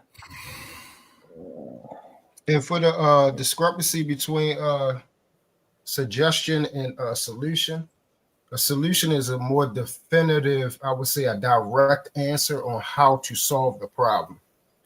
Versus a suggestion is probably like people coming together and having discussion about selecting ideas and considering them. So one is direct and one is pretty much indirect.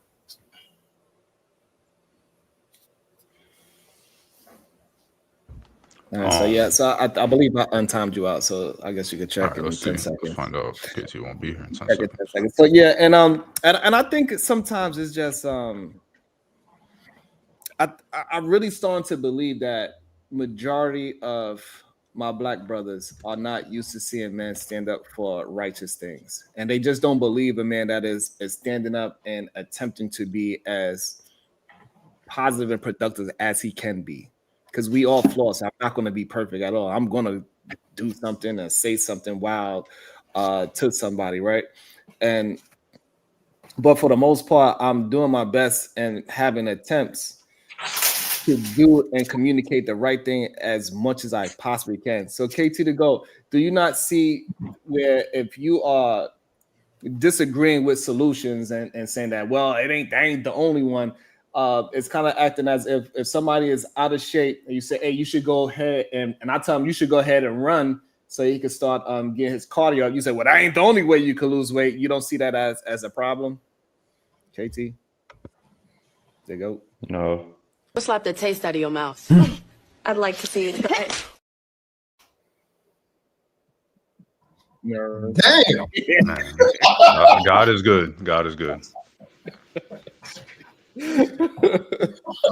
Hold up,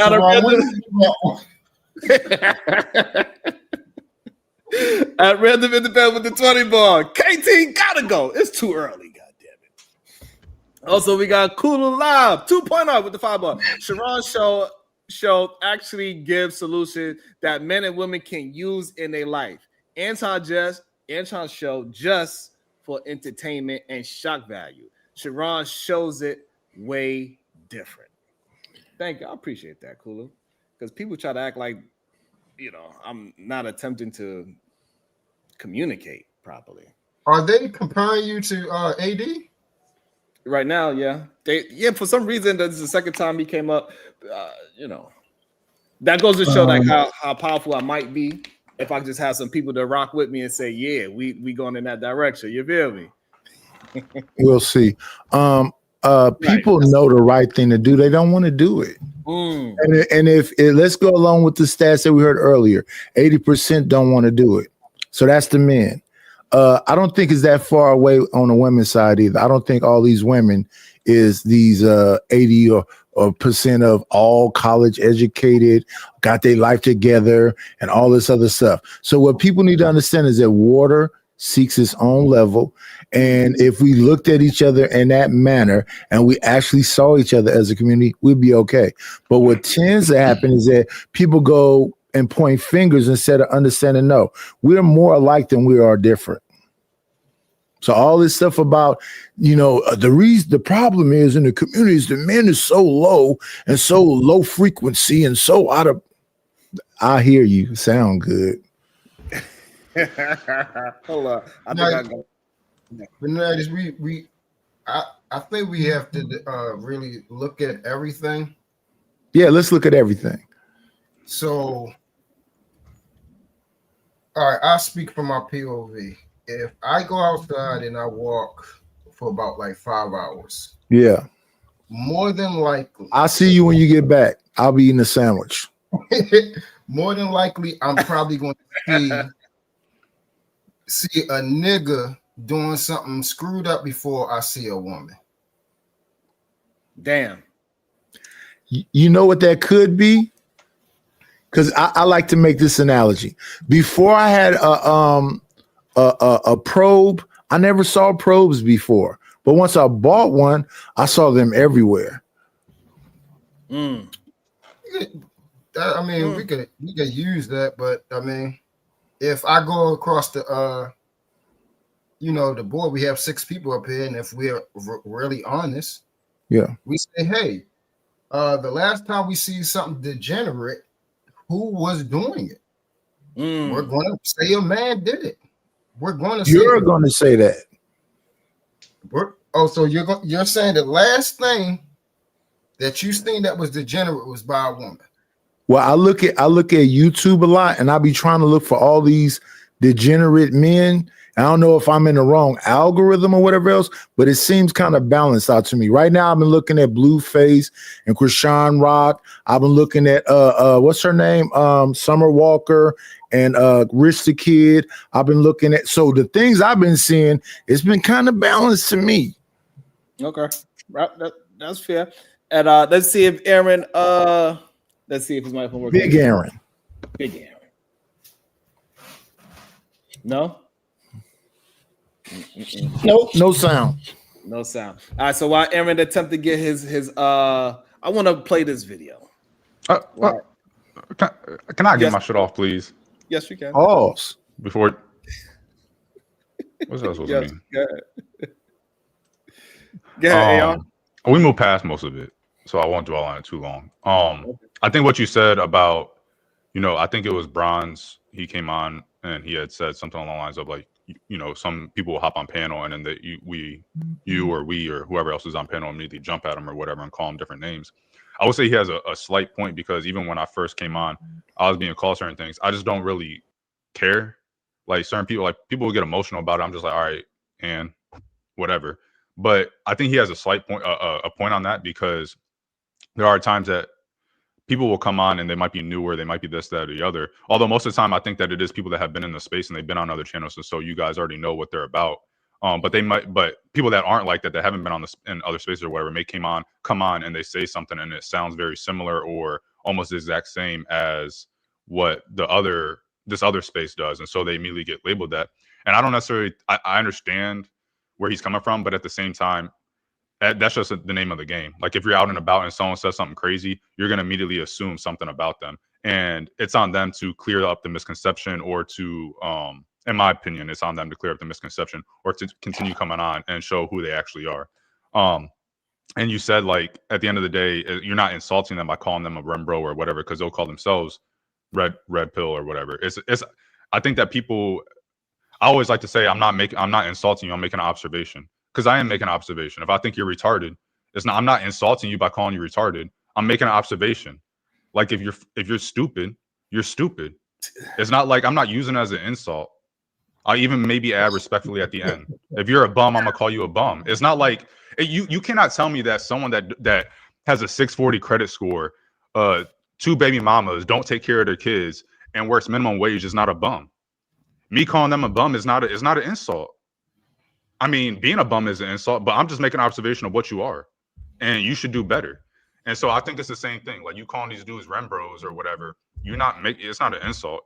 They are what they are, and you just calling them what they are. Right. So I think he made a good point on that, and I just wanted to highlight that.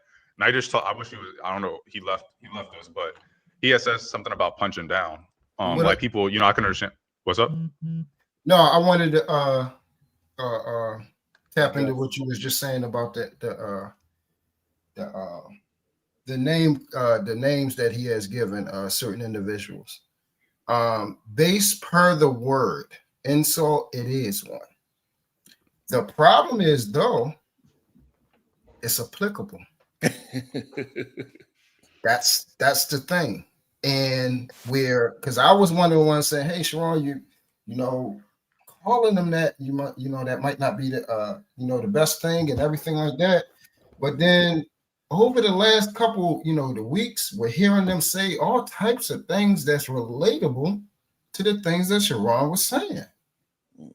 People talking about, hey, it's a good idea to create, toys and all types of crazy that should come out of a man's mouth. So if it's applicable, man, you can't really go against it. Like if somebody say, hey, True, you be cursing. It's not an insult. That's a direct description of what I did. Yeah. Which is why I think, like, to me, the separation is if I'm calling someone something and they're not that's an insult. Because I'm obviously trying to get under their skin. I'm trying to insult them. I'm trying to like get them emotional or whatever. But if someone is something, to me, it can't be an insult because that's what you are. You can't. Someone calling you by your name is not an insult. It don't matter if your name can be used in a different way to be an insult, or if it's typically used in a way that's an insult. That's just how I look at it now. Strictly by definition or whatever. Sure. Right. Because if somebody say you man. Yeah, it's like, okay, yeah, I am a man. Like, what? That's not an insult, but there's plenty of super whatever women that like really hate men, that think men are like scum of the earth or whatever. And so to them, calling someone a man or whatever is an insult. But it's like, I am a man. It's not an insult because I am one. Yeah, I'll call you straight. Yeah, it is. So like to me, it's like if you are something, it's not an insult if someone calls you that. And it just seems like a lot of people don't realize that they're fucking stupid. And so when you call them stupid, it seems like an insult. But it's not my fault that you barely got your GED. Damn. Like it's not on. Like I see people come on here and try to say like a PhD ain't nothing. Now I don't know PhD, and I've never seen her PhD, but let's go with the fact that, or let's go with the assumption that she does have one. And people try to say like, oh, it's nothing. It don't mean anything. Like, dude was up here talking about, oh, that don't make you logical because you got a PhD or whatever. And you ask him what makes him logical, and he says, oh, well, I have a degree, an associate's at that. Like, come on now. Like, I just think like there's a lot of people below certain other people that, to Nidish's point, they punch up, and it makes sense why they punch up, because, or try to bring those people down because they can't reach that level. And so the only way to be on the same level as that person above them is to bring them down. And I think they get too much grace. And so when he talks about people above not punching down, he doesn't understand why they do, or they shouldn't, or whatever. And someone earlier had called it bullying. It's not bullying. It's bullying if someone comes into space, they're not really starting shit or nothing, and you just immediately go, oh, you ain't got to agree? Oh, you can't talk here or whatever. However, if you guys are talking about something and they try to act like your accolades aren't shit and that they're the same level as you and nobody got to listen to you, or I'm a man, therefore I'm better than you just because I'm a male. Like, that's, to me, that's not bullying to put them in their place, because obviously they forgot where they actually are. They think because they come into these spaces and they get to interact with people above them that they are on the same level, and they're not. And I think that more people need to iterate that and let them know, because, you know, and it goes into what I'm kind of trying to tie it all together. It goes into like KT and Sharon and Nidish having the back and forth just a little bit ago, talking about solutions versus suggestions. Leaders, if a leader says something, if you look at someone as a leader, or if they're in a leadership position and they say something, that is the solution. If they're just another worker or whatever, you can name it a suggestion, because they can't, because they're not looked at with that level of respect. If Sharon is looked at a certain level of respect by people that come in here, and he says, hey, work out, it'll make your life better, they're gonna go, okay, Sharon, he lives a great life, he's successful, X, Y, and Z, he's a leader in this community, I'm gonna do it because a leader's not gonna steer me wrong. But I think these people can't tell the difference, because they are in these spaces interacting with leaders, and they get the mic time as well, and so they think that they are something that they're not. And I think that's a big problem in the community. And I'm not just talking about the Black community, I'm talking about the community on YouTube, generally speaking, is that you go into any spaces and you got people, again, barely got their GED, interacting with people with PhDs, and they think they're on the same level intellectually. Yeah, there are outliers that maybe graduated high school and didn't really do anything else, or didn't even graduate high school, dropped out of college, whatever. There are these outliers. Obviously, famously, Mark Zuckerberg dropped out of wherever he went, Yale, Harvard, wherever he was. That's an outlier. You can't go off the street and pick up a Mark Zuckerberg. Those are extreme outliers, but they see these stories, they see Malcolm X's, they see all these other people, and they think that they can be them without putting in the same work that these people put in. But just because they got a mic on YouTube and they watch some YouTube videos, they go into certain spaces, that they're at the same level. And that shit irritates the fuck out of me, because anybody that's successful knows how hard it is to get to where you're at. It don't just fall in your lap, whether you're white, black, male, female, it don't matter. It don't fall in your lap. You have competition amongst your peers. You have competition outside of your peers. And you have to constantly make, like, every day is making the right choice. You know, eventually you get to a certain level where you make. Look at the Lord working. Can I respond to what he just said, since I wasn't even around when he was mentioning me? Shout out to the people that are intellectuals on the top of the game, doing all the right things. But, you know, I hear a lot of business people say, I'm a C student who got a lot of A students working for me. Yeah, but have you ever heard that before? Yeah, I'm a C student. I got a lot of A students working for me, because a lot of those A students fit into programs, and they're not willing to take those chances that them C students are willing to make. It's more complicated than what a lot of people say. It's not as black and white as you might think. I think the people what I'm saying is that I'm an old, fat, bald black man with messed up teeth, but because I'm sitting somewhere and I catch a bunch of strays and I decide to throw something back, I'm supposed to not be able to throw something back because you're sexy and young.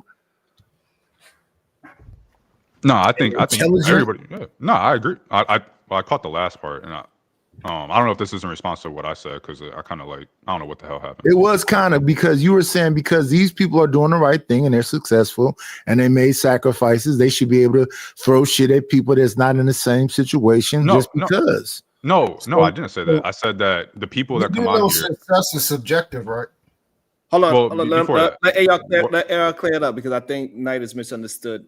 Yeah, I think that's like, That's not what I was saying. What I was saying was, and I made the example, if someone comes on here and they don't have what you have, don't talk down to them. Don't say they can't be in the space just because they don't have what you have, just because they're not successful as you.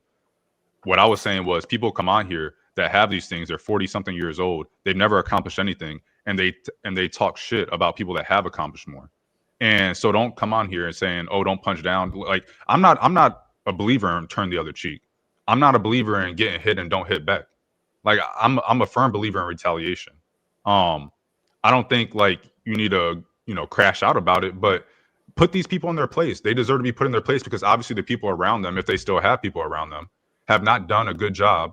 And it shows, because they're 45 years old and they have nothing to they still have a negative net worth at 45 years old. And I think that if they're coming on here to learn from people that are more successful, why are you down? Why are you talking shit to them? But if they come on here to try to pull you down to their level, that's when you put them in their place, because that's where they forgot, they've overstepped their boundaries.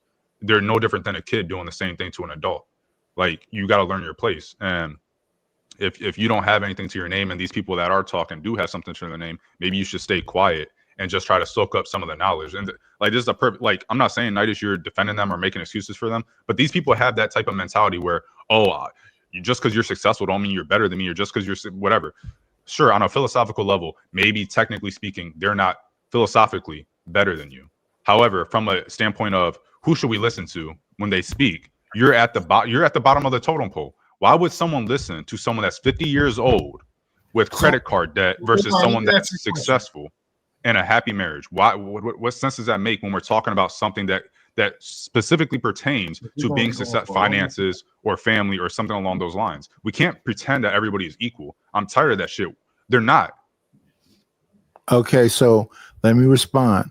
I agree with you 1,000%. But if I'm over there sitting on my slump, eating my big sandwich, and I ain't going on that whatever that thing is, at marathon with Sharon, and I'm not finna eat cucumbers, and I catch a stray, and I caught a stray because you successful, I'm just fighting back.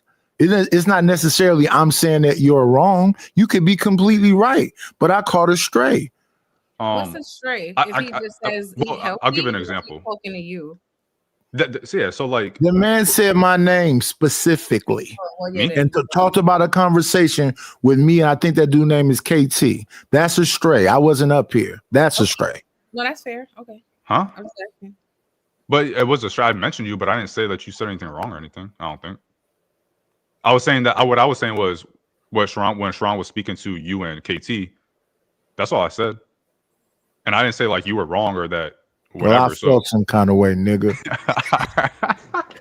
All right. Well, I'll just give an example, because I get what you're saying about the strays. Like, someone can be up here and they're saying something, and the situation applies to me or maybe I misheard you. Let me be the bigger man and apologize. All I know is I heard my name in KT, and I'm like, what the fuck?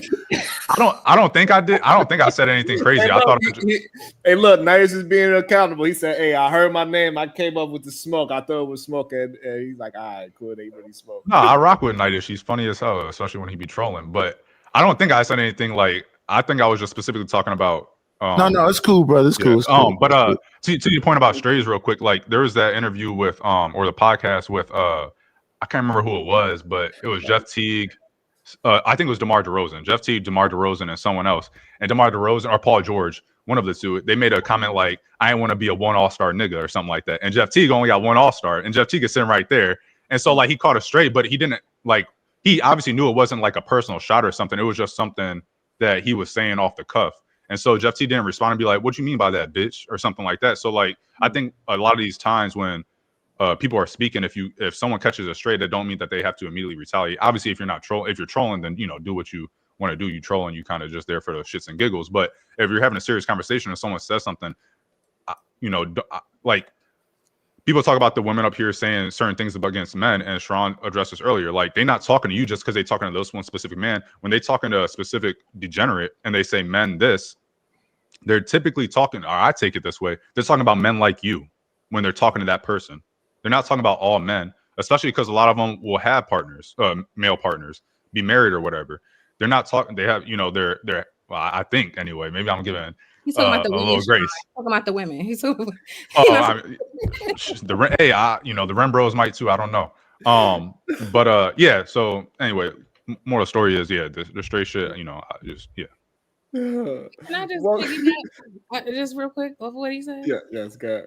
That's why I came back, because I agree with him. I think a lot of these disagreements happen because of what he said. Nobody wants to acknowledge that everybody ain't on the same level. They're just not intellectually, which is cool. The panels are free and open to everyone, but you can't get mad when you are intellectually outmatched.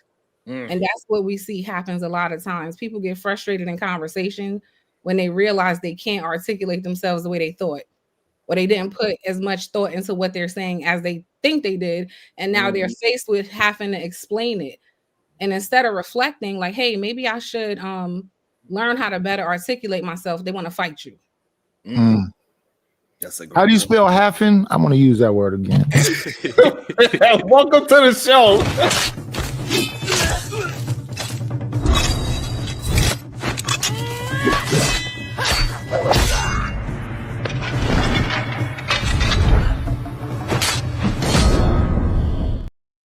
Good day, Supreme Goddess, PhD. How you doing? Good. What's up, y'all? Hey. Good morning. Good afternoon. Hey, Bon. Hey, Oh, man. PhD. I'm not sure if I'm bargaining because y'all order me, but hey, sis. Yeah, we Hey, can't you're do not that. bored again. You sound good. Yeah, you sound good, Bon Cherry. Oh man, and it was just an interesting conversation. I did not know we was gonna go there. I didn't even get the chance to play the video that I wanted Diva to see. That's what I was coming up here for, so I could start dragging. I got a couple of them. I wanted to start with this one first, because when I seen this video, it went down a progression of other videos as well. I was like, ooh, hopefully it could. I didn't really watch them, so I don't even know if it's going to even point out my point, Diva, but I think it is. I got confidence in it. Let's see.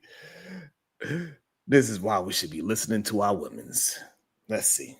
I think that we have to get rid of the illusions, we have to get rid of the poisons, we have to get rid of the lies, and one way to do that is expose it and dissect it. Another way, if we create a new life, a new value system and live it as an example. That's what I'm talking about. That's it. That would probably be the best way, because then people could see it as a living thing and not as a theory.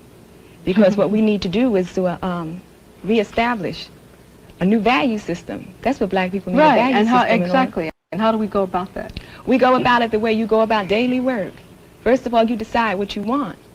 You establish your values and you start to live it. Mm-hmm. And the people in your community, you start talking to your neighbors. You get yourself together first. Exactly. Then you get your community together. So we're in agreement. Then you get your neighborhood together. We're in agreement. Right. And then you can move on out. But in the beginning, you got to make sure you got yourself together. Right, right. Okay. You have to start right here. That's crazy to me. And I'd see this is the problem that a lot of men have. They don't want to just listen to this advice. Black women have been saying this for years. This is in the 60s. Black men need to stop holding the line and bend that goddamn knee. Hey, they're gonna bend it for somebody, right? Might as well be us. Right. Because when I see that, I was like, God damn. The reason why we still in the same 50-year-old conversation is because men are trying to buck back and fight back on reality. For what reason? I have no idea. And this is the crazy Right? part. We was just having a conversation with KT to go, right? Like, I'm pretty much saying, like, I'm not just saying things, I'm doing it as well. And that's how you got to start. Build up your family first, and then you could extend that out into the community, and then you can extend that out into the state, and then you can extend that out into the whole nation, right? That's how I got to start. If it gets that far, hopefully, but you at least need to get into where it extends gradually. And can I add, they think it's just talk, right? But whatever year that was, can we look at the state of Black women in terms of education and finances and everything else from that year to now? And they will see that whether they listen or not, the women are going to do what they have to do. So, like, you're not hurting anyone by being rebellious, which is what we were talking about the other day, like this wanting to rebel for the sake of rebellion. Like, it's been proven that women naturally at a certain point are going to just stop talking and do what they need to do, like with or without you, for real. And then they get mad at that. But it's like, damn, if we could go back like decades and see women literally saying the same things, you can't be mad at women for like focusing more on independence when they're in situations with people who don't really value their opinions or their inputs or anything. I think James Baldwin, I don't remember who the lady was, but he had to sit down with a lady, and I Nikki didn't see the whole. Giovanni. Yeah. You better That was a remember good. I didn't Nicki see the whole name thing, that but I man. saw clips of it. I liked that sit down that they had. I Yeah, rock that with was James awesome. Baldwin heavy. Sharon, can you review that whole video one day? I've never seen the whole thing. With Nikki on James, it's really good. Yeah. Yeah, that one is really good. Let's finish I it. think we ought to be sure we understand what she's saying. Now, this relates to what you said earlier about the black nation, right? Exactly. I'm not sure I understand what you mean by the black nation. I mean, it's black people's lives, being self-determining, defining yourself, naming yourself, and having political power. We're a nation already without political power and military power. Mm.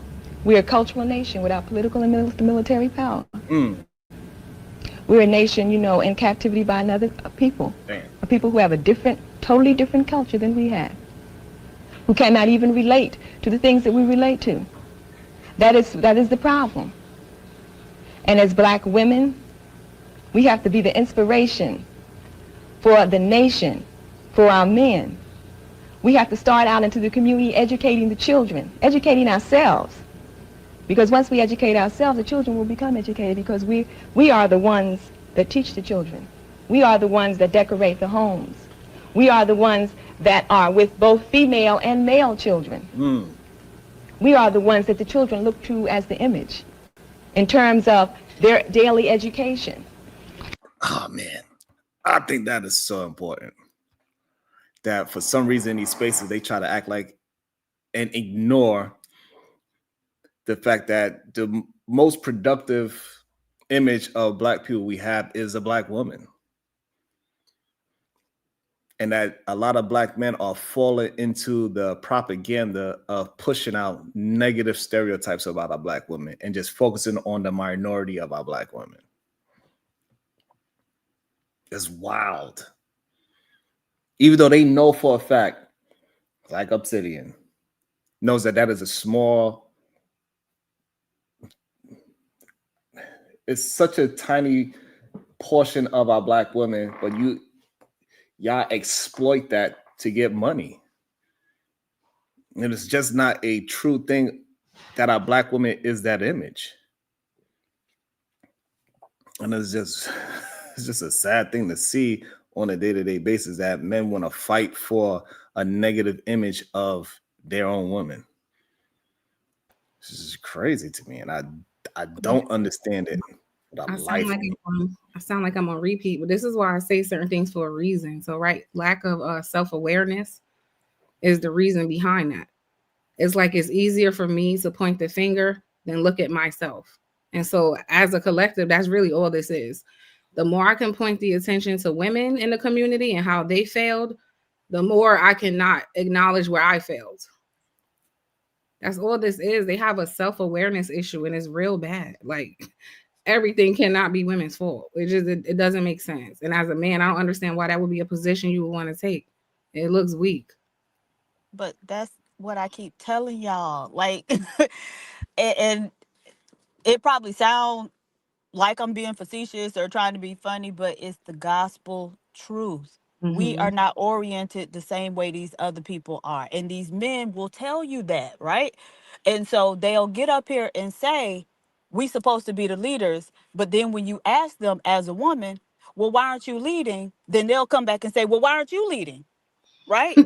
Because they really expect for us to do it. That's why they always put all of the onus on the women. And so what they telling you is, black women, you need to choose better black men. So I could have been better, right? Had my mom made a better choice, then I could have been better. But they saying it all start with you, black woman. And they absolutely right. Like, y'all gonna have to, I know we all want them to be those men, but as soon as another group of men step in the room, you could see instantly they just not, that's not who they are. Okay, And so so let at me ask some point we're gonna have to accept that and then figure out what we're gonna do rather than keep begging them to be something they can't be. Understood. I think the only part where I agree with you is like disagree is where it's like they can't, they're not cut out to, they're not meant for. So I want to ask, like, there are some black men in your life that who are stand up, exhibit like leadership qualities. Oh, she left. Damn, she'll be back. What was you about to ask me? Yeah. Well, I want to ask her because I disagree with something she always says. I'm gonna wait for her. Oh, well, we can hand her over the mic when she get back if you wanted to finish the question, just to kind of, keep it going. Yeah, go ahead. Sharon on the Oh, phone. no, if you wanted to finish the question, and then we just hand over No, the I mic want her when to she hear get. it. So Oh, I'm okay, gonna gotcha. Well, at least, okay, never mind. So, Diva, you can hear me real quick? I can't. I can't, but I'm moving around, so it's going in and out. But go ahead. I can hear you now. What do you think about the black men that you do know in real life who have shown leadership qualities, who are intelligent, educated, masculine? Because I think all women, we could at least name a man in our life that we know in real life who's like that. When you see a man like that who's black, that doesn't make you, because you say, I don't think they're cut out for, and I don't think they're capable of. But when we see that there are black men who are capable of it, then how do you reconcile that? Is it that they don't want to, or they're too lazy to put in the work? I guess I just don't believe that all of them are not capable, is what I don't agree with. Okay, so give me an example of the capable ones. Give me some examples so I can know what we're talking about. I don't know. I'll just point to my real life example would be like my brother, right? This is a Christian man. This is a man who got married to his college sweetheart. He bought a house, put his wife in that house. Really held out to the marriage. They had kids after being married. They're still married, still together. My brother runs 2 businesses, and just a God-fearing man. And anybody who needs somewhere to stay, you can always come to his house. You can stay there. He's just about his business. He doesn't blame women for anything. He went to school. He did so well. He's a musician. He got a scholarship to go, I think, to China, to some music school. He learned how to play all these instruments. So he makes music. He gets paid to play for the church. He's a music teacher. He sells beats.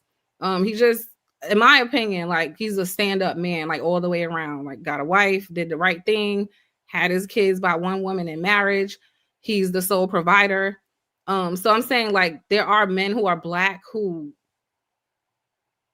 do not represent what we see on these shows, kind of thing. Okay, so you talked about how many black people does your brother employ? Wait, hold on. You're borging. Yes, Diva, your microphone sounds insane right now. Okay, she dropped in. She's gonna come back. She's asking how many people do he employ?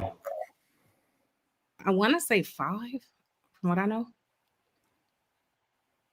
And you guys are missing my point when you say that's just your brother, that's one man.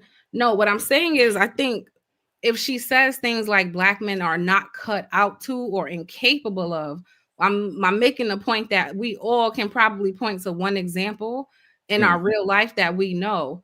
So where I don't disagree with her sentiments, is that part about them being incapable or not cut out for. I just don't know if I agree with that. I think some of them would be capable if they applied themselves. That's my only disagreement. I think it's not that they're not, because not capable means you just can't. I just don't believe that a lot of them can't. I believe a lot of them, for whatever reason, they're lazy and they don't want to put the work in. Damn. That's part of, I think maybe an argument could be made that that's part of capability. It's all a package, right? It's not necessarily just can you, if you were to somehow reach the top spot, can you maintain it or something like that? How can you get there in the first place? And if you don't have that dedication, the mentality, the discipline, all that good stuff to even get close to it, then you're not capable. Is there anyone here who? Do you believe that a lot of the way people operate is due to the way they see themselves, the image of themselves, and they're like Certainly. confident. Yeah, yeah, a lot Can of y'all hear yeah, me now? yeah. You Mhm. sound better. All right. Yeah. So, Yes. how many black people does your brother's companies employ? I think 5. Okay. So you're a small Small business owner. company. Yeah. Okay. Mhm. And so a stand-up man is not what I'm talking about, right? So we Mhm. are in a very specific situation, Mhm. right? And so I'm sure there are, many stand-up men who take care of their family, work every day, blah blah blah. Those aren't the men who gonna get us out of this situation that we're in, though, right? Got So you. I'm talking about something very specific. I'm talking about being able to deal with, uh, actually to understand the situation we in, being able to think up workable solutions for it. And now one man ain't gonna come up with the solution, um, and being able to execute it, right? And Mhm. so the way that even the stand-up ones think doesn't lend itself to us getting out of this. Let me Okay. give you an example. So there are some brilliant black men, or have been over time, right? And so there's a gentleman. Well, I don't even have to give his name. And so they have been able to understand the situation we've in and write extensively about it and come up with some workable solutions, in some instances. Um, and so there are other men who are very charismatic and are able to galvanize large groups of black people. But when it comes to those men working together, they can't do it because everybody want to be the leader and everybody want to be the one out front, right? So this Mhm. is like a situation that is currently happening with two groups of people.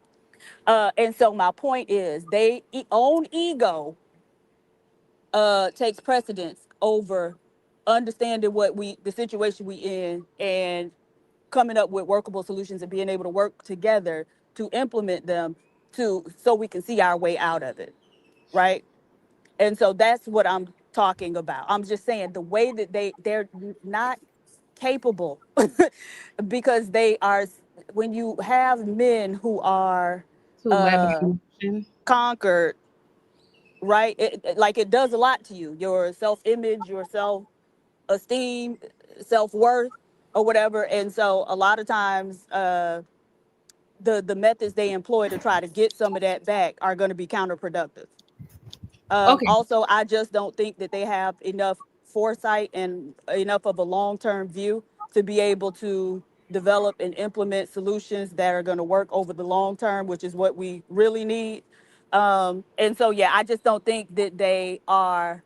So there's a term called formidable that they talk about a lot in evolutionary psychology, right? And so Mhm. black men are physically very formidable. As a matter of fact, they are the most formidable. But when it comes to mentally, they the least, right? And so that's what I'm talking about. By they not Okay. So capable of it.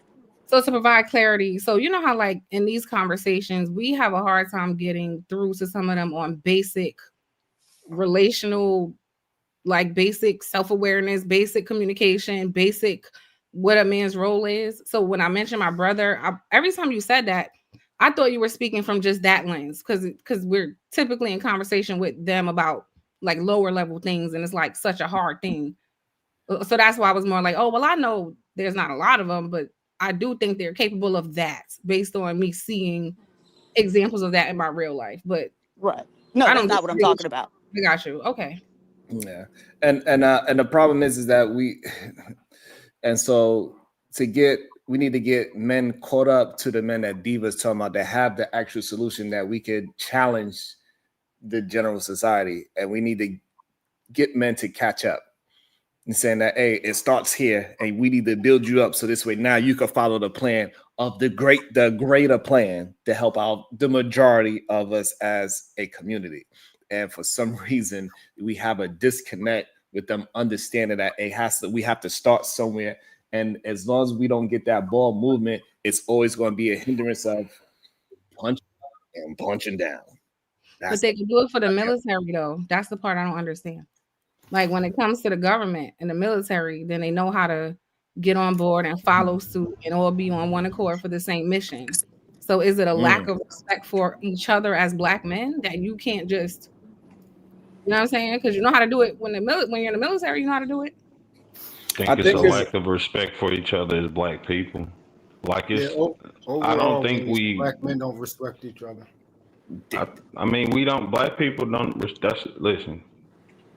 We've been in agreement that Black women, have been leading the household for some time now. Like, and the things that have been brought up in those videos are true.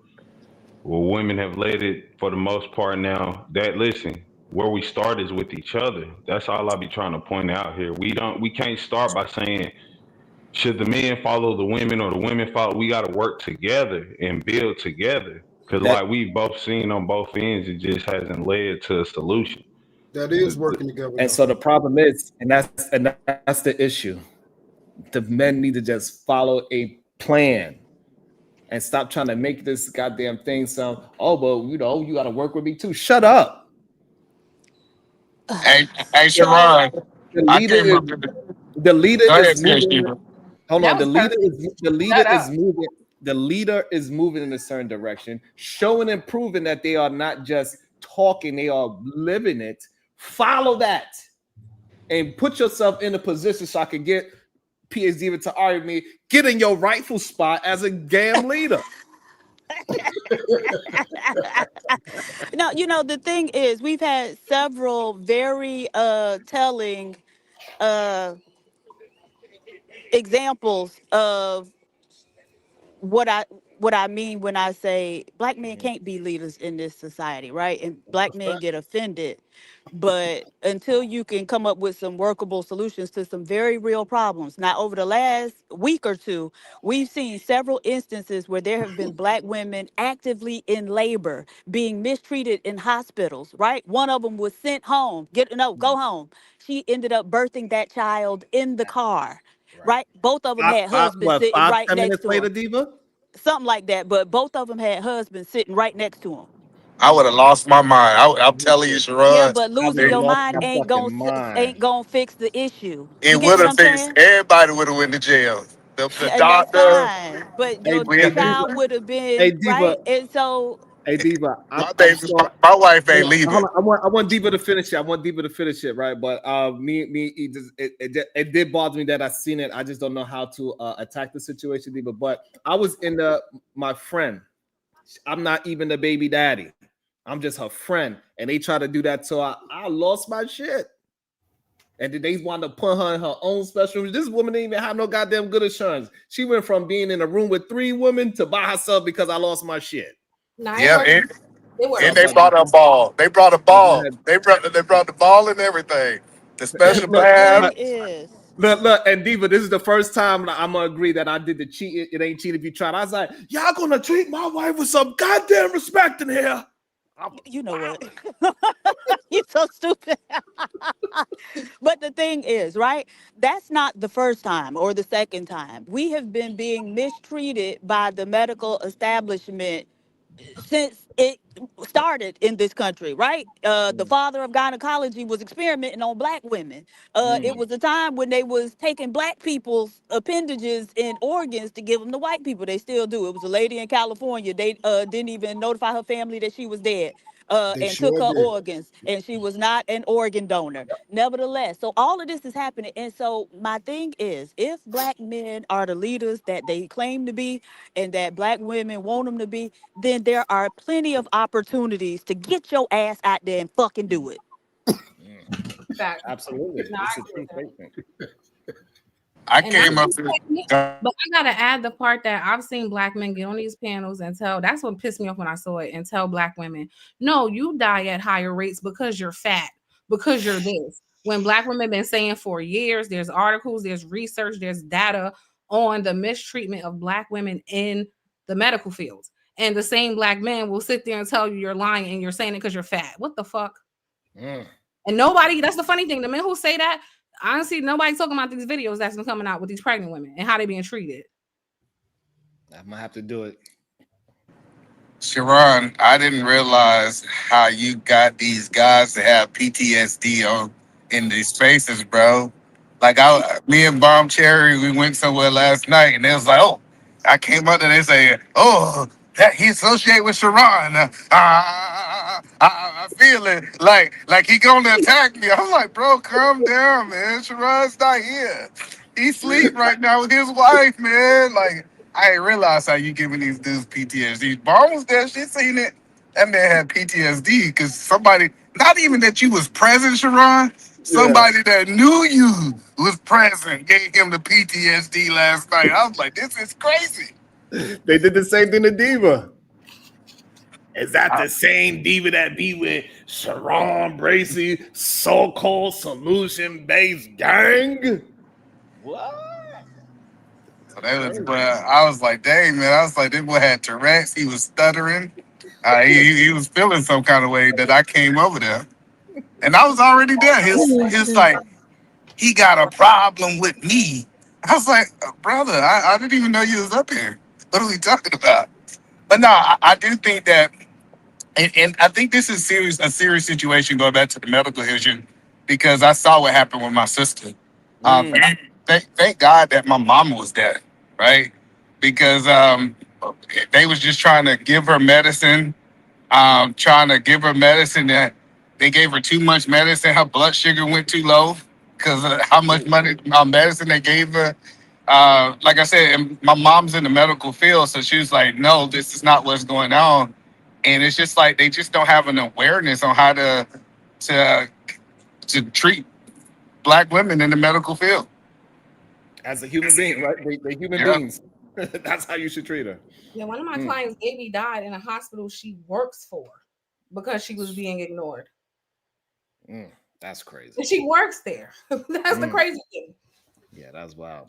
And I found that since we all agrees with the first video that I found, I found another video. It's about Black men addressing the laziness. I thought since Venus brought it up, we should try to engage in it and see how they was talking about it 50 years ago, which is wild to say that 50 years ago they was talking about laziness and Black men, and still today it is a talking point, in my opinion. That's just wild. Damn. So let me see. Let's see what they say. Feels that man is not basically lazy, or that people are not basically lazy. I haven't had no rosy life, and I don't think there are very few in here that have had a real rosy life. And like I still been about the point that I agree that basically that man is mostly lazy.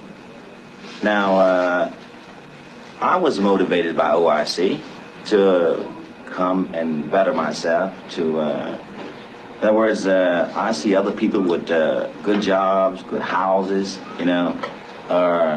nice things. I say to myself, well, now, why can't I get off of my lazy behind and get some of these things? Colored kids have no image.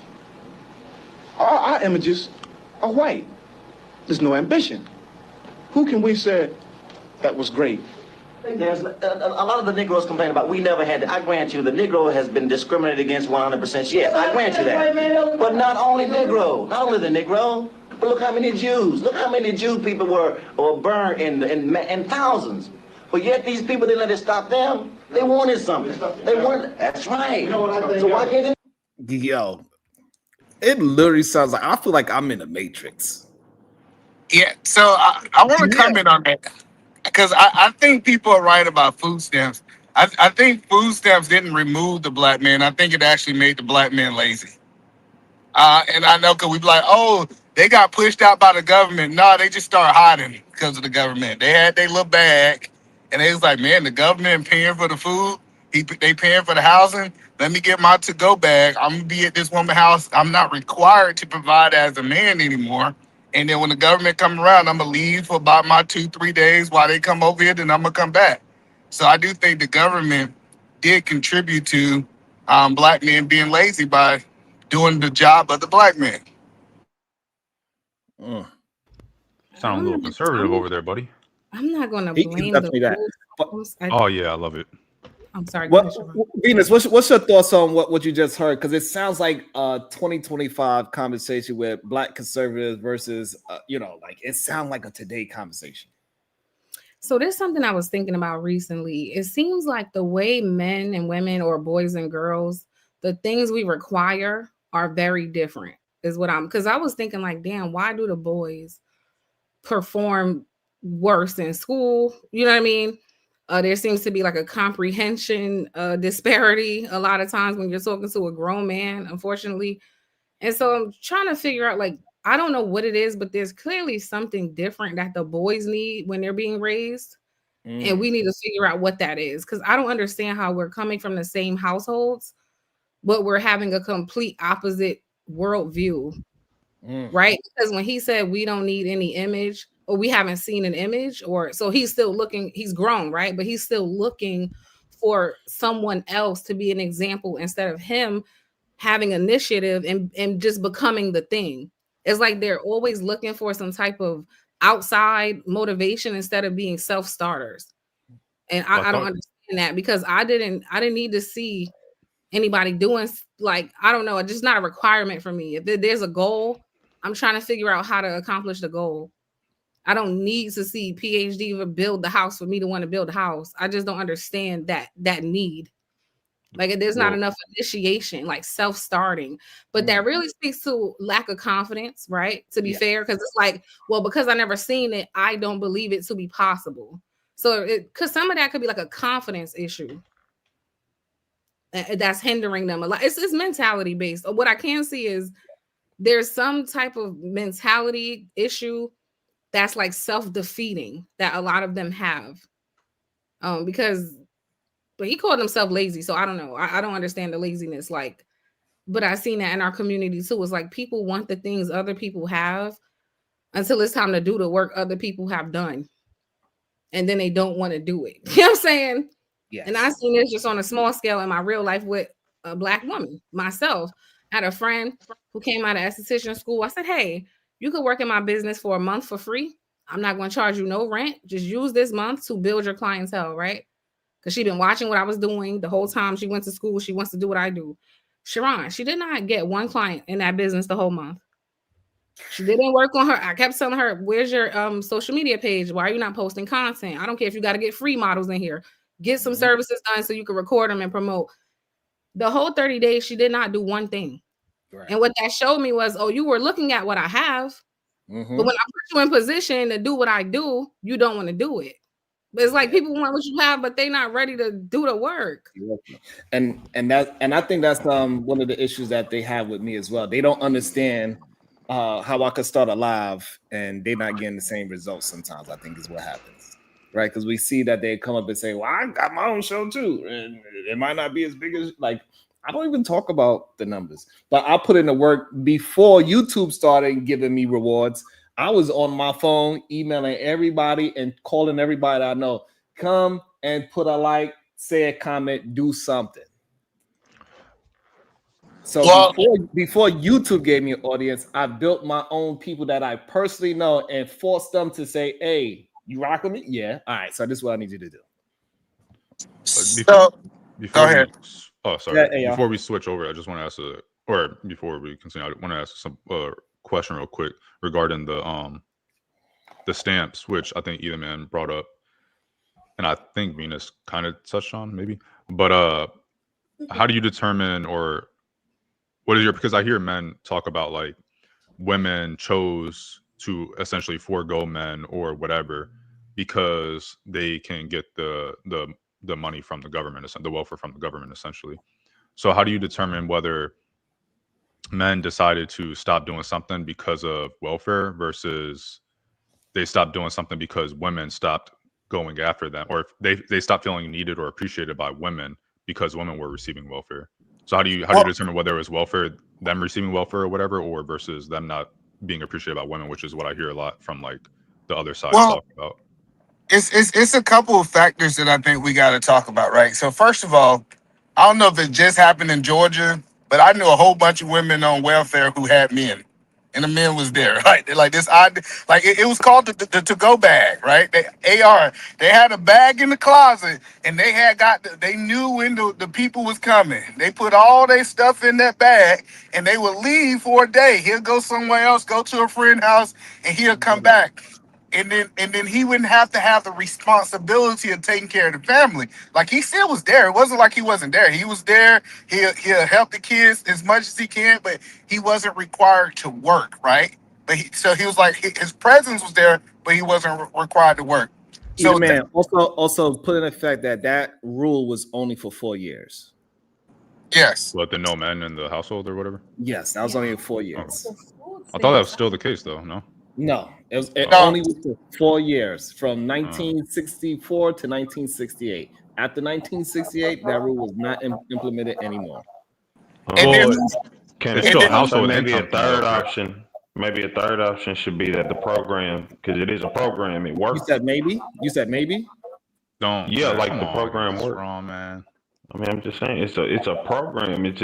That's the point. Like, I'm not saying that it's women for taking the money fault or men for saying like, okay, since you took that money, I'm not going to get a job. I'm saying if the program goal is just, regardless, if we saying it's to fuck up a family unit, this is succeeding in that, and I think that's really what we kind of like overstep. It's okay. So pause there, KT. The problem is that why didn't break up other people's family? Yeah, the white people did it too, but the men kept working. That was the difference. We not in the same position either. We not Yeah, in a no, they country was. that was built around They were them. saying, The so the country's white not man built was around hiding them. too. That's where we learned it from. The white man was hiding. They wasn't doing it, but they kept going to work, and this how they actually start building wealth because the government was paying for all their bills, and the white man was still making money. No, Well, I don't know exactly. And listen, they was letting them white people get away with that. Now, when your black family do that, they gonna come down on that, and that's what I'm saying. It's not a country Black focused families on was our wealth. doing it. No, I'm not saying they weren't doing it. I'm saying when they're they got going caught. down. Yeah, they're capturing black people for it more than they are the white families. So I'm just saying this isn't a country that's built for our success. It's built for their Y'all gotta success. stop coming up with these excuses. Let me tell you this. Today they will kick a woman out. They kick a woman out who on Section 8 with a man because they're not married. He's living there. She deserved to get kicked out, right? Because she should kick his ass out or put his name on the lease so she'll pay the right amount of rent. But the stealing of the government. Hey, listen, I'm gonna be 100% transparent with this one. Hey, listen. In Brooklyn, my pops was making about like 90,000 working, doing being a carpenter. I don't know how that's in my mind. And guess what? Don't tell. He living? He passed away now, so I could. Okay. I rat my daddy out too because he did, but before that, and he was still living in a place where the rent was $500. Why? Because he was living with a woman that had it is what it is. So this whole idea that the fathers ain't around because they can't do what the white man did and work a job while they women stayed on Section 8 or welfare, whatever, is a lie. Literally. And they was humble. Them men was humble. They got their to-go bag. Listen, these was the most humblest men out there. They got their little bag and they went to their little car and they said, see you in 2 days after the white people leave. I'm just telling you what we saw in Georgia. They was not like, it wasn't the women snapping, they rolling their neck saying, you gotta go because I got this. No, the women wanted the Section 8 and they wanted their man. And I don't know why we keep lying on the internet about it. All right. But okay, regardless of however it went, I'm not going to act like it didn't have a detrimental effect when I hear 4 years, because I think COVID lasted a few years and look how residual the effects of something could be, right? So I don't want to minimize it and say it was only 4 years, but it was a very long time ago, and it doesn't really explain why now people are being lazy still and like lacking motivation. That's the part it doesn't really explain right now. Well, so what happened? Let me tell you why it makes sense now. So what happened is there's a lot of young boys, they say these young boys ain't have their father. BS.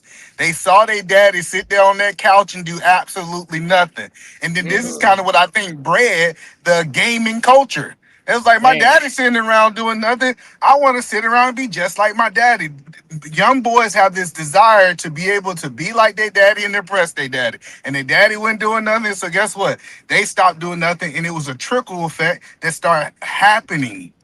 But they learned this behavior from somewhere. This idea that these young boys learned that they just want to sit around and do nothing, they learned that from their daddies. Not That only man that, that was E sleeping with man. their mama. The Not only multitasking discussion we had a couple of days ago. not only that, either, man, that it just proved in what this man from 1960 said, right? So He called whoever himself that they look at, that's what they're going to try to imitate. For He sure. called himself lazy. He called himself lazy. He said, "Why don't I get my lazy behind up?" And some of that is not to be mean. It just is what it is. Some people are lazy, and it really be that simple. Sometimes they don't want to do that.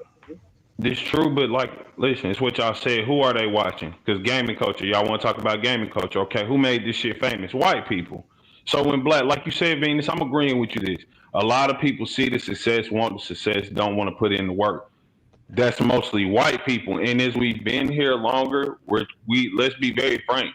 We're starting to get to the point where we're relinquishing our culture and saying, well, shit, we're Americans. Like, it's a lot of niggas saying that right now. So it's like, we're dismissing that we're letting our culture go to follow the white people, and that's what I'm saying. What if these are programs, these are things that work? I would say, I believe. But just to be clear, being American does not mean being white. Just to be clear. Right. Hold on, but I'm trying to figure out what's this culture that he's talking about we letting go. Yeah, just because you say you're American doesn't mean you're letting go. Well, of y'all going back. Hold on, y'all. We're going. Y'all asking somebody that. Venus, go ahead, go. I was just gonna say I can't really accept that excuse either, because if they're following white people have also been always building businesses and going to school and creating new industries and dominating other men. So if they were following white men, how come they ain't follow none of that? About it. I was kind of paused. Meaning like how we colonize. He knows. Like, so if they were following white men, how come? So I still don't understand that excuse. Then they didn't see that they were building industries and practicing nepotism and all these other things. They didn't see none of them taking advantage of people, right? But not really. You saying like building industries like they was really out here. Them white people was slavery was all white people, and not even fuck slavery, whatever. Afterwards, when we talking about slavery done, when they building them skyscrapers, they're not paying their fellow white man. And if they are, they the Irish white men, the ones that we look at and say, y'all beneath us. You are but hold on. You're still proving her point, because if you take that as an example and you say white people own most of the farms and they're still underpaying the Hispanics and other immigrants that come here to work on those farms, the point being is that you're saying that the black man is giving up his culture to follow the white culture. So why are they also not doing that then? Right. Because that's the one thing. Why are they not paying them under the table? It doesn't have to be farms. It doesn't have to be farms. It's just but how can it be the one thing? Let him answer. Well, I just want to make sure it's not the farms. Not I brought. I'm not talking about farms. I'm not even talking about. I'm just using it as an example. My point is the bad trait of white people. We can all agree is colonization. So if we saying that that's the main point of them being successful, I don't get why we saying it's bad that we not picking that. We shouldn't be picking that up. We talk about how we supposed to be morally correct people all the time. So colonization isn't something anybody should want to pick up. However, the rest of the ways, and it going back to what y'all was saying, like the video was saying, yes, people in the 60s. That woman in the first video, what she say? We're completely different people. We got a whole different culture. That's a bigger difference even with what that woman was saying against what we got going now. We were proud to be, even if we arguing amongst each other, we're not doing this for y'all. Not saying that we do this for approval now or whatever, but we have agreed with a lot of the shit that they got going and say like, all right, that ain't that bad.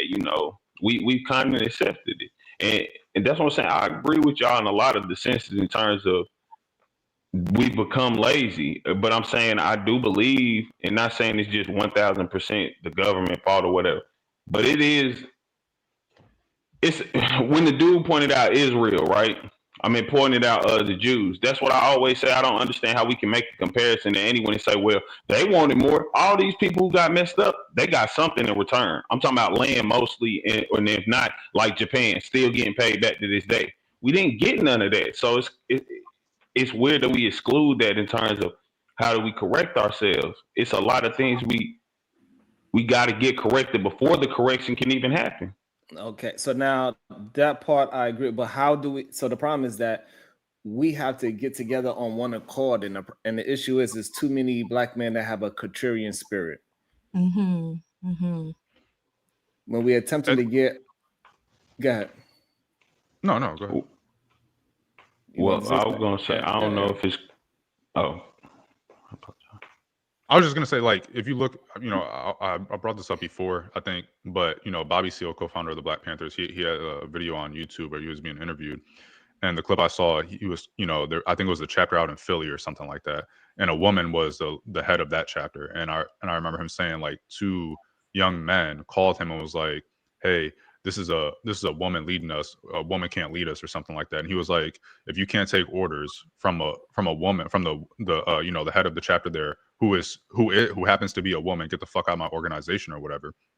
And I think it kind of plays a part in this as well. Is like, I can't remember where I was just going with that, but it was something about the leadership aspect of people. Essentially, same thing I was saying earlier. Everybody feeling like they are on equal footing. There are leaders. There are people that are natural leaders. They're charismatic. They're all these things. Malcolm X ended up being a leader. He didn't start off as, well, I mean, maybe he was a leader as a pimp too. I don't know what he was, but there's just certain people that just have that there's just certain people that have that about them. And I think that you can strive and you can want to be that, but some people are just better at than you. Like, not everybody's a basketball player. Not everybody's a musician. Not everybody's this, that, or the other. You have to recognize what your talents are and what you're best at and try to fit in that goal. You can do all these other things as a hobby or whatever, but at the end of the day, you kind of got to understand your limits. I'm not a parent, so I'm not going to tell a parent how to parent. Like, I can say it from a child's perspective and kind of from like outside, I see, some parents do this, that, or the other. But at the end of the day, like I was just saying earlier, no one to seed. If KT is talking about how he's a parent or whatever, I can only give an opinion from my perspective. I can't give a parent's opinion because I don't have that perspective. So maybe I should just shut the fuck up at the end of the day. Like, maybe I shouldn't give a strong opinion about it. Maybe if he's like, no, that's not going to work, I shouldn't sit here and argue about how that is going to work and tell everybody else, don't listen to KT, listen to me. KT, from what we've heard his kids in the background, so he's there with his kids. So we know he's a present father. So defer to him. I would defer to him about being a present father, because I can't tell someone how to be a present father outside of like just a child's perspective of my father being there for me. I can tell him how good it makes me feel, all these different things about having a father come to my basketball games, teach me how to shoot, all these different things. But how to be a present father and juggle working and all these other things, I have to defer because I don't have that perspective. I don't know what that's like. And I think a lot of people, they don't recognize that it's okay to defer. It doesn't make you weak. It doesn't make you less of a person to defer to other people on specific subjects that you are not a SME at. This is I just want to say something real fast. That he made such a great point. And I think that's part of the issue too. Like, I think you mentioned it, Sharon, when solutions are being given, that contrarian spirit, one of the things is looking for any reason not to comply. Oh, it's a woman here, I'm gonna blame her. Oh, it's somebody younger than me. I see this all the times when I used to have jobs. God forbid there's a younger manager there. Nobody wants to respect the person because they're young. And I always felt like, I don't give a fuck if they're young. This is the title. First of all, I'm trying to stand on manager's good side. I'm just smart like that. I don't give a damn. But I didn't understand why. Who cares if they're younger than you? Are they more qualified than you? And maybe they are, and that's why they're there. But I've seen our people. I've seen women too. Now y'all don't want to respect her because she's younger than you. Genius. She got the power to get rid of you, though. What are we doing? But so I don't understand that. I don't get it. Yeah, it's definitely wild. Let's see what else he said. Let's bring on. It's bringing up some really good conversations. I appreciate the banter that we have, and this is awesome. Do this. Stop being lazy. Stop waiting for someone to hand something out to you. Damn. These men aren't lazy. They were just beaten down. Damn.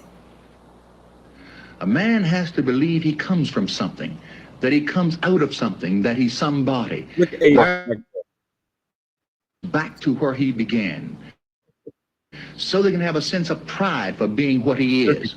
Once a man has respect for what he is, he doesn't have to be better than other men, and we are not. In fact, we are a group of men. We have a genius here. We will have to be viewed as such, and it has to be. The nation must face the fact that Black Americans received a hell of a lot of help getting in the predicament we're in. We're going to need just as much help getting out of it. Told you that was KT. I told you You KT about to was get them there. started, man. That's exactly what KT just said. He might have answered my question. Remember, I said it's something that they need. He just kind of said it. They're not lazy. They're beaten down, and they've been told, like, it's a confidence thing, right? All of the imagery they've seen thus far has been negative, and we don't like to acknowledge this, but those things have psychological effects on people, some more than others, and it seems like men more than women, because for whatever reason, Black women seems to be more like, we'll see that stuff, but it'll kind of trigger something in a lot of us that we really want to do it. But it seemed like with some of the men, it makes them retreat. Like, well, I can't. And that's why you hear all the excuses and the pessimism, no matter how many solutions you give. It's like you're already so mentally defeated, you can't even open your mind to some possible solutions. And it's sad though. But so it seems like what they need is like visual. They need more examples. It seems like visual in front of them. Maybe that's just how they learn and develop their confidence. Yeah. Do you think that That's how everyone does. Do you think that Black women? This is just a question. Do you think that Black women have a easier time or are more able to, or whatever I'm trying to say, relate to seeing a white woman do a thing? Like it's still a woman doing it versus Black men maybe have a harder time relating to a white man doing it because they're like, it's white first, not a man doing it, versus Black women are like, it's a woman doing it and I can relate to that, and Black men have an issue, the counterculture, I guess. I don't know if that makes sense. Exact opposite. Exact opposite. Wait, I disagree. I want to say yes, and so what on the end of it? I want to say yes because I think one advantage Black women have is, if we're going back to that time and we're looking for opportunity, the white people who are giving it will perceive me as less of a threat than they might perceive Sharon, right? To be fair. So there might be a little more leeway with me getting certain opportunities because they don't view me as a threat the way they will view some of you. But the so what part is okay. That's just what it is. What are you gonna do? Kind of thing. Well, like, okay.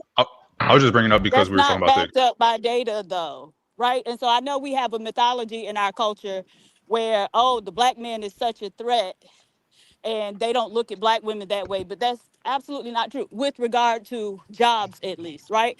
So when I worked in employment discrimination, law enforcement, most of the cases were race-based cases, but it was mainly Black women. It was more Black women than Black men, right? And so again, Black women have race and gender that we are contending with. Bar. And so the other thing is, like, the dominant society is aware of the fact that Black men are more docile than Black women.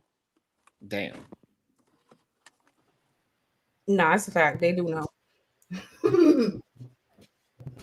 I wanted to ask, is that because could that be because Black men wouldn't come report it, Diva?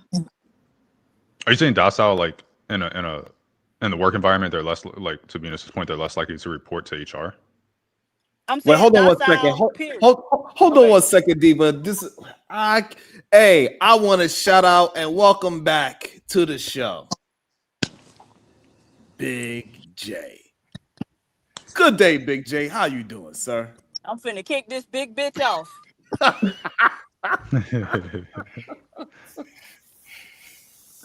Is your microphone working, Big J? Oh yes, it's working. It's working very, Good very day well. to you, sir. How you doing? Now, speaking Sharon, about, I'm driving. I need you to do it. I got you as soon as I get to the house. I'm 5 minutes away. Well, I'm dead hold ass. on. I got Wait. you as soon as I get to the house. Come on, I got credit with you now. Come on, don't do that. I don't know what happened. I'm trying to see before he gets kicked off. I'm gonna mute my mic. I'm trying to see what's happening here. All right, well, you know what you're gonna have to do. You're gonna have to fight Diva there. Hey, go ahead, Big J. You better say it quick. You got 5 minutes. Go ahead, Big J. Well, according Fuck up in 2024. You sound Yo. Diva, you know your credit good with me. No. That fat motherfucker be listening from the clouds all the damn time, and he'll try to come on Bomb Cherry channel to try to confront me about some shit that we was talking about over here, trying to act like he don't be watching and listening. Bitch, go put your bra on, nigga. God damn. Look at Una laughing off the jump.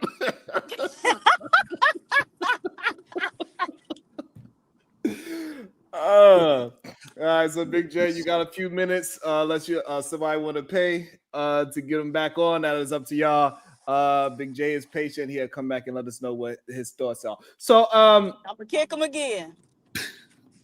So I do think it is very interesting that KT the GOAT is on the panel and he is in 1960 at the same time, because this man said the exact same thing that KT the GOAT said. It is interesting to me. I feel like I must be in the Matrix. It gotta be.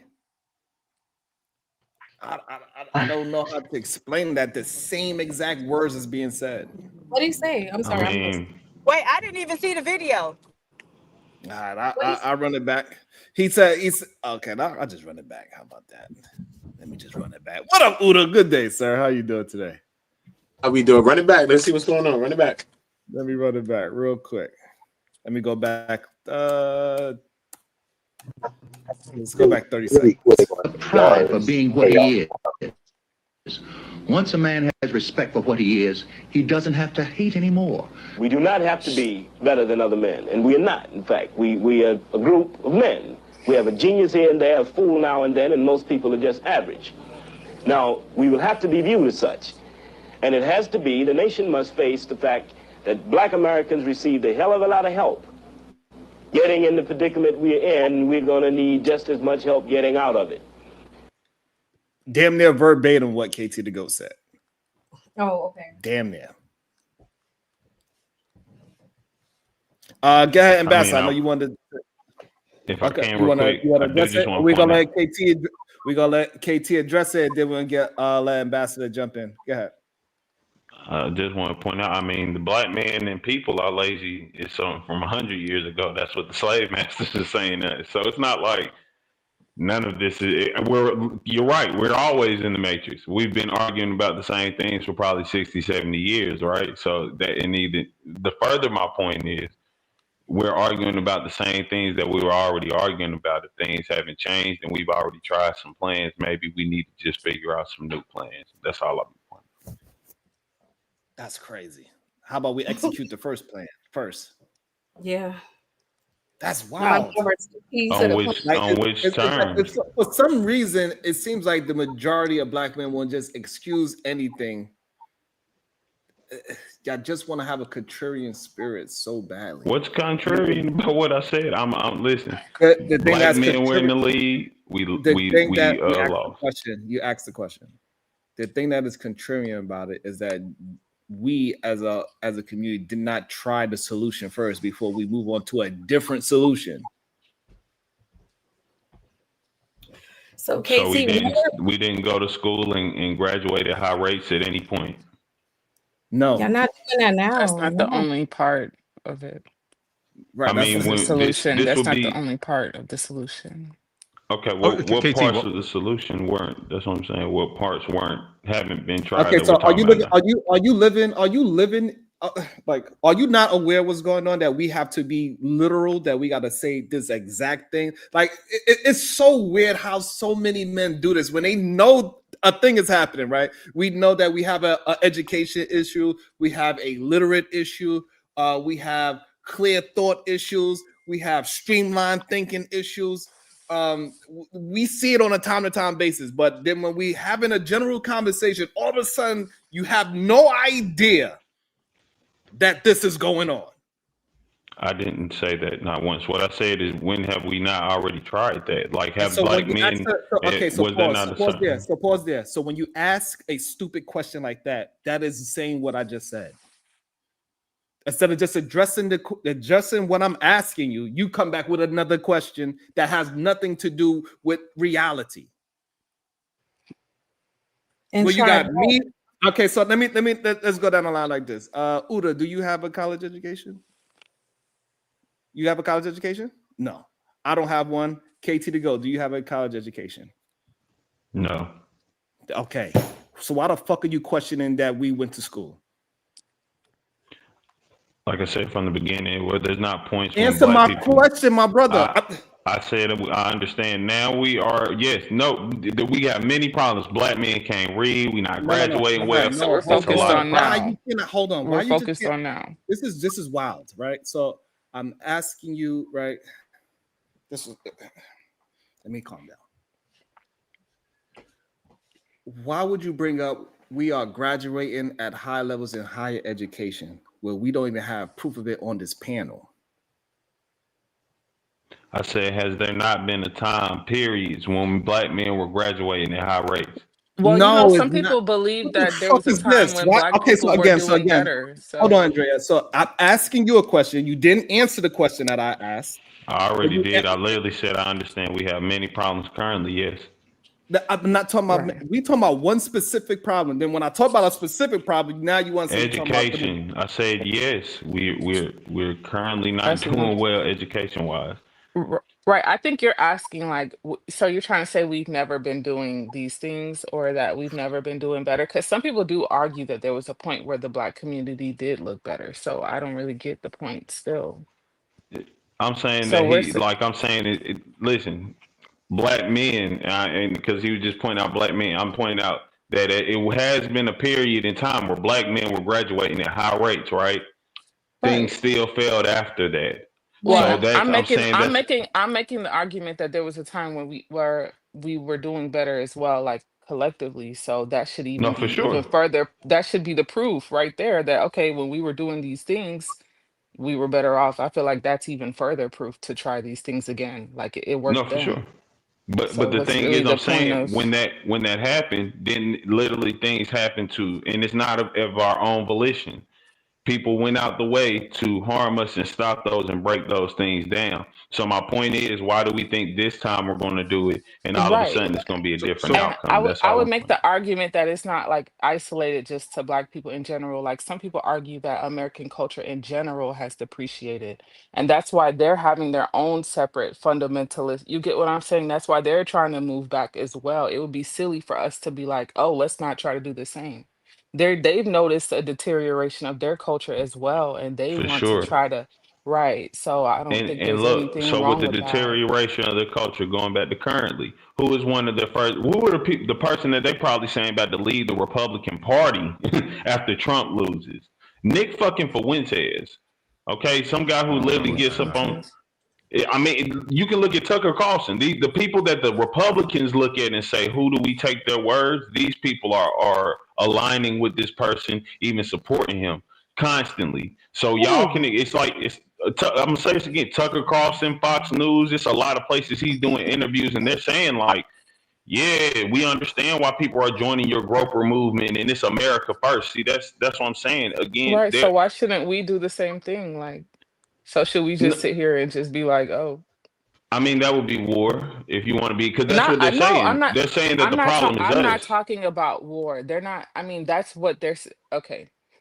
I'm not talking about a war. Their initial problem is their culture disappearing. Now, people get radicalized. However, when a large group of people come together, yes, we've all seen it. Even with when we were talking about the manosphere, things get radical. But their initial like problem is with the deterioration of their culture, which is something we can all see. So Facts. yes, those people may have gotten radicalized. That doesn't take away the validity of their concern initially. I'm not saying it takes away anything about validity or concern. What I'm saying is their solution that they believe is to get rid of the people that aren't them. Correct? Well, we don't have We anything to understand do this. with them. I don't know what you're saying. We don't. If you're saying that Well, we're we're talking agreeing about that what we they're can do. saying the Why does it problem is for always have us. to turn back to them? We're talking about what we Going back can to do for leadership, our we own have to be life. preemptive. We cannot sit Well, there and let's ignore focus on something and wait until that I know, happens but and then say, all let's right, let's focus address it. let's focus on us first. Like you get what I'm saying? Like then we can worry about what white people are doing. But I just think the first thing you should focus on is what you do every day before you worry about I can agree with that somewhat, and I wish white it was people. that way. What I'll say is we have to multitask because it's not enough time for us to just say we take things a step at a Because I time. feel like okay, hold on. Let me. I want to jump in right there. This is the contrarian spirit that you have, and this is why I think a lot of black men are not understanding this idea that multitasking is a good thing. It's not a very masculine trait. It's not. A man is supposed to be, a masculine trait is focusing on one thing at a time. This whole idea of a man that is focused understands that you got to get one thing done at a time to actually get a full project done, whatever you're building. Whatever it is. Where did What it doesn't matter what it is. I don't care if it's trying to you want to get dressed. You got to put your underwear on first. You got to focus on that first, then your socks, and then your t-shirt, then your pants, then your shirt. Like you have to focus. It ain't like you trying to put on all your clothes on at one time. Right. You can't fight a war without the army first. It's like I think what he's trying to explain. Like you're talking about the war, but we don't even get along. Man, that's advanced level talk. If you can't even successfully finish one task, why would you be wanting to do 3? Right. So we got to get men to understand masculinity, right? And it's not a female or male thing, masculinity, right? Are we starting to understand real quick, where did that come as a definition of you? It came from you talking about multitasking. Like I'm saying, where did men multitasking not being masculine? Like where? That's what I'm trying to get you to understand. No, I'm saying who defined? Like, are you just saying that? Or are you saying society, culture defines it. Culture said that men multitasking is not masculine. It doesn't explicitly say anything. We learn it. It's like, you know how you learn social norms. It's like that. That's what I'm asking. Where are we learning? Nobody has to tell you. What I'm trying to get you to understand. What I'm trying to get you to understand. You want to look it up? Go ahead, look it up. See if multitasking is more of a feminine trait or a masculine trait. It don't have nothing to do with female or male, by the way. I'm just asking where let me give you another example. Just like creating things. Creating things is a feminine trait, whether a male is doing it or a female is doing it. Creation is a feminine trait. Yeah. All right. Understood? Even though a male can do it. But so Sharon, all I'm trying to get you to understand is that you pointing out multitasking is important because this is why you have a contrarian spirit. You cannot see one thing through. And we need more men to have a focused spirit. Go down a straight line and think in that straight line. this is kind of what you was talking about the other day when you were talking about, and it was you, KC. I'm not shade, but I want you to not be offended what I'm about to say and just listen. The other day you were talking and it was like, well, we could do this, or we could do this, or we could do this, or we could do that. And Sharon had pointed out like why it's problematic to think in that way. Because what happens is you give yourself so many options to think about that you don't actually do anything. Correct. And it's kind of what you're doing now with the like, oh, we could multitask. And he's saying, no, that's the problem. Focusing on completing a mission and then moving on to the next one is more productive than the or this. And we could probably, and we could, and it's a lot of like, that's not a productive way to think if you want to get things done. Okay. I did want to go back. So I think it was Andrea. How you doing, Andrea? Was saying we were better off before. When was before? Some people argue that. I think we're doing probably bigger things than we've ever done before. But you know, some people say that like before, I think it was like around MLK time, there was fathers, and that's just a talking point I've heard. That's why I said, well, some people make the argument that when we were more family oriented, that it reflected in the community. You know, that's what some people say. I wasn't there for that. I don't know, you know, but I've heard that argument made before. I don't know. Have you heard that before? I have heard that argument before. And to me, it's ridiculous. Okay. Just because if we know the story of Reese Taylor, which the problem is a lot of us don't know, right? If you know the story of, I think her name is Ruby McCullough, there's a book about it, but of course, most of us haven't read it. I think there's even a movie about it. But what was very prevalent? Ruby McCullough. Ruby McCullough. Okay, Ruby, yes, McCullough. What was very prevalent back in that time was black women being essayed by white men. And even though everybody knew who the crackers was who did it, because black men were children in society, our children in society, there was nothing they could do, right? So with Reese Taylor, the cracker lived right down the street. It was actually a gang of crackers, several crackers, but they knew exactly who they were. Reese was married, by the way. Her husband couldn't do anything.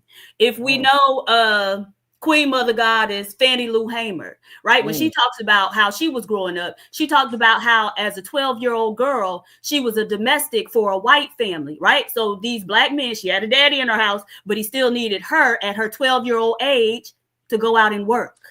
Nevertheless, she talked about how one day the lady of the house summoned her upstairs. And when she got up there, into the room, she invited her into the room where the man of the house was waiting, and he SA'd her. And she said that when she went home, she didn't even bother to tell her father because she knew there was nothing he could do.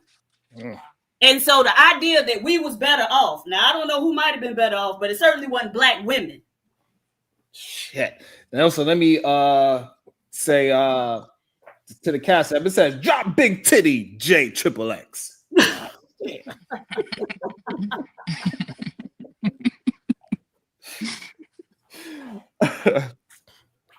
Uda, you didn't say anything yet. What's your thoughts so far? Give me some thoughts. Wait, can I? I got you. I say something real quick? Yes. My grandmother. That was my grandmother's situation. She was, if I'm correct, 14, and she was raped by 3 men, and there was nothing nobody could do about it. You know, and ergo my father. So he was born out of that. You know, right? And so, y'all, I mean, and I get it. Again, I understand what we want to be happening, but that's not the situation. I'm gonna just mute you, Bomb, while you're not talking because you have a echo. I got you. Go ahead. Smitty hopped off mute, so I believe he wanted to say something, and we got Uda right after. Okay, go ahead, Uda. You good? All right. Uda is Yes, Smitty. You can get it, Smitty. You can get it. I'm ready. Nah, bro. I was already. None of the men want to follow that up. Right? Don't do that. Follow that up. Over here getting the vegetables right. I'm getting the vegetables right over here. Oh, you get in there first, Uda. You going up there first, Uda. They said, play the video. They like, play the video.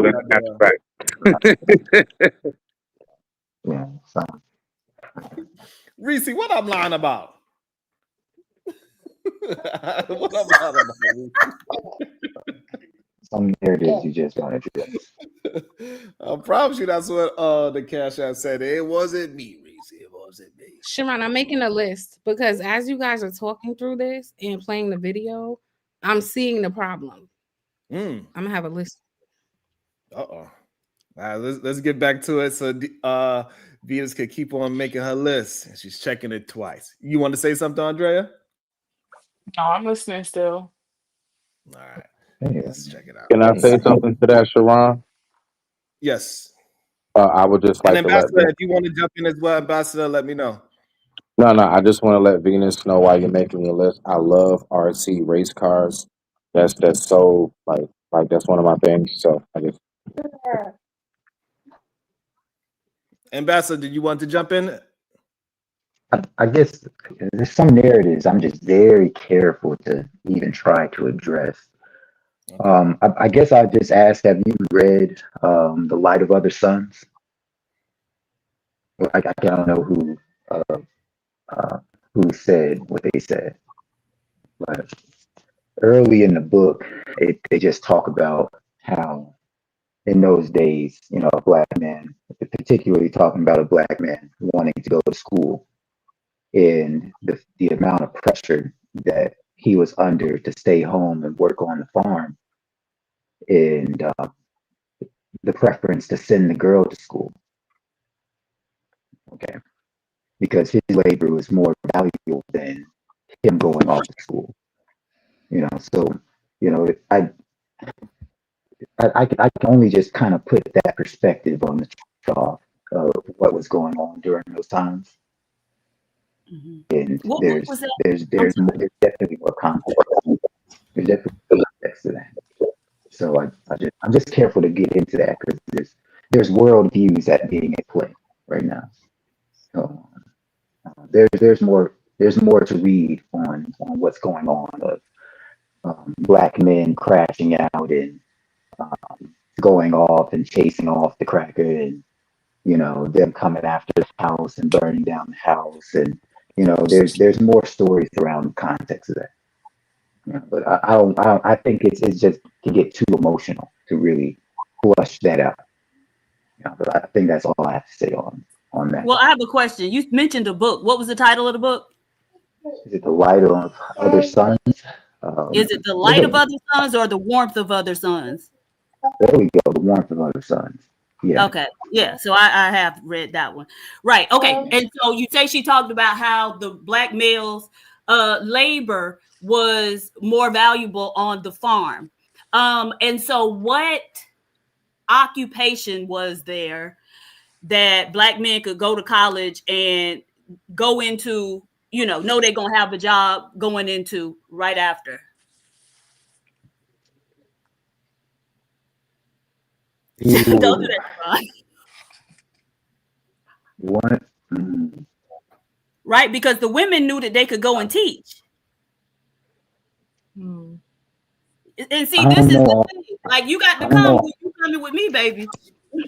No, because you're asking a very specific question, and like I said, I have to be That's really specific It's a intimate. teacher. logical question, though, It's not right? that Unless they It's was specific. going logical. to say Tuskegee, where what's the man's name? Booker T. Washington had a very hands-on and type. So you gonna learn how to be a brick mason or that type of thing. Okay, Yeah, see, but you even said brick still, mason, it was a but little less certain than the girls going to college and getting jobs. And so what we don't a lot of times acknowledge is that black women have always been the financial backbone of the black family, even when there was a man there. Just because black women always had the opportunity to work. And even when she did not need to work, right, them crackers would create laws that would force her to work. see, the complexity, even what you said when you said with a brick mason, you kind of implied the complexity of your question, right? They're going to school basically for a more developed blue collar job. Now, I'm assuming when you ask me that question, you're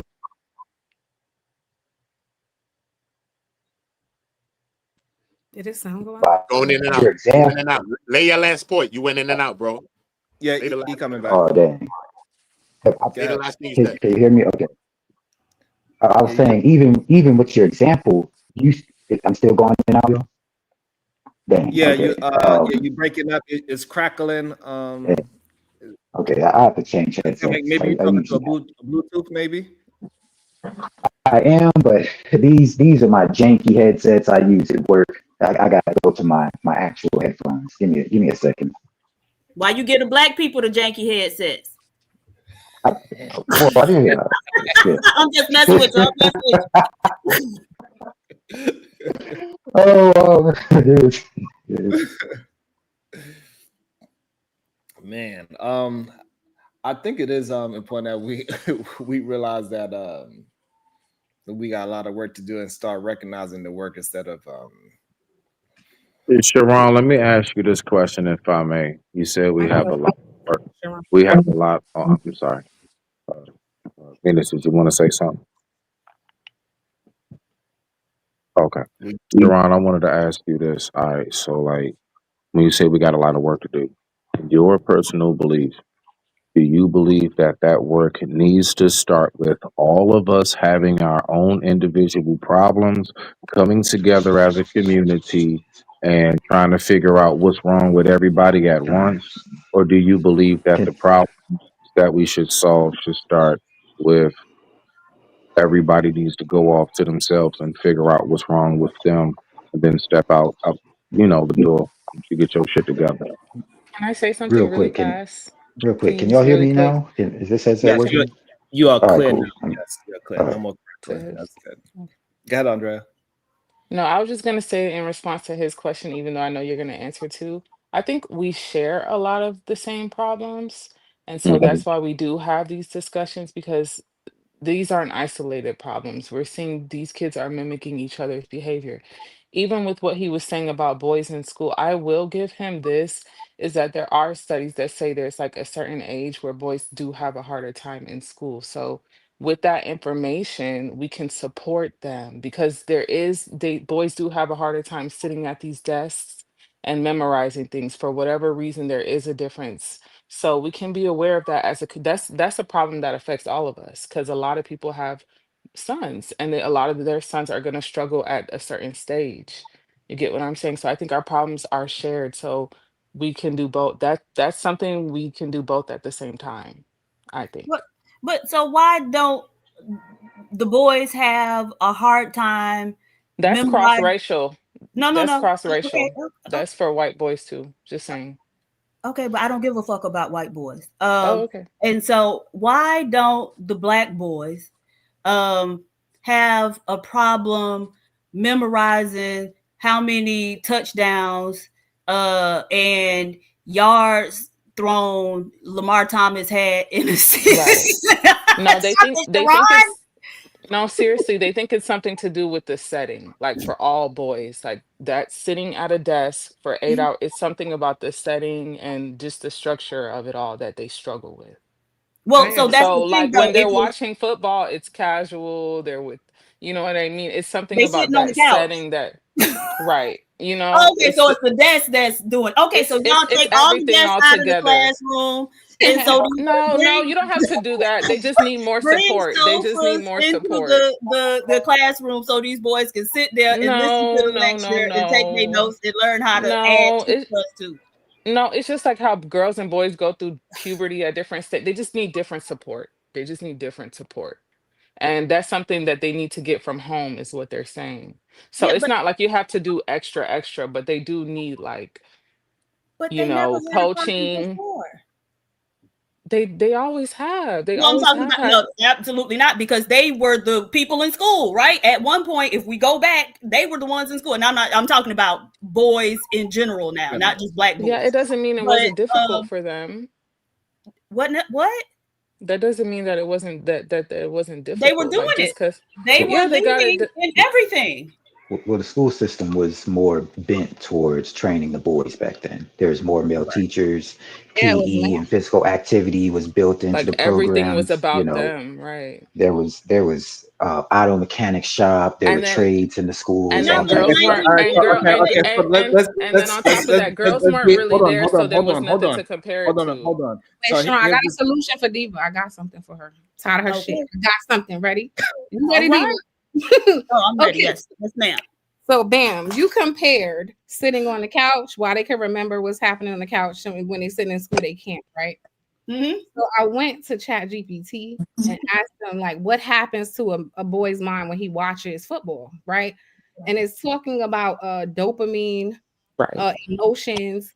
So could it be that the way they memorize and learn things, there has to be like, it's spoke about Dopamine. testosterone being released. So do they need to be in a setting where they're getting triggered to release dopamine and happy hormones and testosterone in order to remember something? Probably. All right. Can I literally somebody who went through the transformation of that process? Like I actually went through that through school. No, I actually went through it in school. So like in the beginning, Actually, is what I'm doing. okay, all right, bet. Oh, Diva, when you done, up the world, boy, I'm from Miami. All we say is cracker. We invented the word cracker, boy. All right, so this is what I will say. So there's a study that has been done, which all of us know that kids have gone through, and that study is how do they learn best? And those three studies are audio, right, visual, and hands-on. Now, what they've realized is that when it comes to the actual audio, as in just sit down and listen, the girls do the best at that. If you ask most guys out of the three, they're going to tell you they're hands on. When I got out of the seventh grade and my grades weren't the best, my parents went on ahead and switched me over into a vocational middle through high school. And I went to basically what was like a trade school. Nah, I'm dead ass. No. Listen. Look. I'm good with all of the laughs. Somebody's going to get what I'm saying right now. We can clown all. I'm laughing at Sharon. No. We can clown Go all we ahead. want. I'm really trying to say something serious right now. So what happened You was still laugh at Sharon. my grades were not my grades were not the best when I had to sit down hour for hour and learn. But what they did was in that course of training was they taught us math through what it was we did hands on. Everything we did was some kind of activity where we can move around and feel and do like actual science experiments and everything. It was a real vocational school. Like and yeah, where I'm from, that shit costs money. My people's had to pay for that. All right. All right. So what I'm saying is that I did recognize how once I got to the ninth grade, I excelled. I excelled so much. I learned so much more math, not from sitting down trying to figure out it on paper in a classroom. I learned it the best when I was able to actually do a real project where I had to incorporate the math. And thus from there, I learned it. So yes, we do learn different. And then you have what is it, audio, visual, and then the visual, that's a combination of us all. So those who learn visual, you're going to find a mix of guys and girls who really do learn that way. I digress. My mic is muted. Thank you for allowing me to share. The only thing I have no pushback for that. The only thing is, if black men know this, then why haven't black men created educational systems to teach black boys in the way that they learn best? What y'all doing? Waiting on white men to create it? No, the reason why. Hold on, let me tell you why. Why? Because of what he just said. What he just said. Money. We don't have imagination to think of something and make it reality because we are not smart enough in the whole in the majority to actually think of something, put it on paper, and then make that a reality because we got to be physical hands-on. So we can't touch it and say this plus this equals 2, and I could turn it. We would never just think of making this jar. That's wild. No. But okay, so look though, you just said something that I have been thinking about for a minute because I do think that black males are more in the material world, and then black women operate more in the spiritual world. Goddamn, I guess I'm a diva. I'm gonna have to concede to all these rim bros calling me a goddamn woman. No. Hey, Sharon, I actually would concede to that. Why? Because us as men, it is our duty and our job to know how to manipulate material of the world, from being blacksmiths, locksmiths, knowing how to build bushcraft, you name it. So I am very physical in this world because I got to know how to build this world so that you all can be comfortable. But I digress. My mic is muted. Respect to the family. Yeah, So, but if you Sharon, can't think up the stuff, if you just the hands of it, the crazy part, they are missing the part that right. If you are in the well, I did kind of say it earlier, right? The creativity is in the feminine anyway, right? And so to think of something and then put it on paper and then put it on reality, that is so powerful. And the fact that my brother, and there's nothing wrong with it. If we are because labor. Diva has said it earlier this week that we are the brawn, and so we're gonna have to just respect the brains of the operation. Absolutely. The women got to think of it and have an imagination. Hey, this is what is possible, and then we got to be like, oh, and then and blacksmith it and make the thing that somebody imagined. So and I don't want Smitty to take it as it's just that it's a realization for me that Sharon, you're gonna say what you're gonna say. Just say it, Sharon. Yeah, so No, because good. that the woman, and this is why we're gonna have to bend the knee because the women have the better, for lack of better words, the women have the visual and the spiritual. They able to grasp things from the Wi-Fi. They don't need to be connected with the physical. They could think of something, and then when they relate it to us, then we would figure out a way to manipulate the physical world to do their thoughts. Mind fucking blown. Wait, and the reason why Diva was laughing, she see me thinking In of real these things in time. real time, and me and Diva was because Diva and Sharon, I guess clearly because we both was women at the same time at this moment. Sharon, that's a He smooth was cover able up. to Shut up, Sharon. understand my emotional Sharon, faces just that I shut was that shit going up, through. Sharon. That's This a is sweet cover up. Yeah, Stop that. I just call. It was This bad. sound like some Umar stuff. Yeah. Sharon, I don't agree real quick because a lot of well, I'm gonna speak for myself. A lot of from what I see, the white men who are the creatives and the people who are doing imagining and then bringing things into fruition, the people who take credit for not all, but most of the creation of industry, those were also men. But notice how they try to make white men seem feminine, though. You get what I'm saying? Like, if you put black men and white men next to each other, they do try to make it seem like the white man is the No, not make it seem they are. It's just true. right. So it That's kind of does go back to what we're saying. Oh, what Sharon is saying. So what Sharon is saying is you need to be able to tap into your masculine and feminine. And black men have a hard time, which I don't agree with because they catty and argumentative. They know how to tap. And they did it earlier. They know how to tap into all the wrong emotions. No, I'm serious. They know how to tap into all of the wrong emotions about somebody and not the right ones. That shit is wild. Well, it's interesting. It's interesting. Everybody' perspective on these black men. I think the first thing is the reason black men have a problem with vision is because their imagination is perverted at a young age, and it stays at an infant level, right? Uh, the imagination of just thinking about women and them naked and like that's a very infant way of your imagination. It's so much deeper than that. And the second thing is, I get what Smitty's saying when he's saying that some guys learn this way. It's just they're not interested.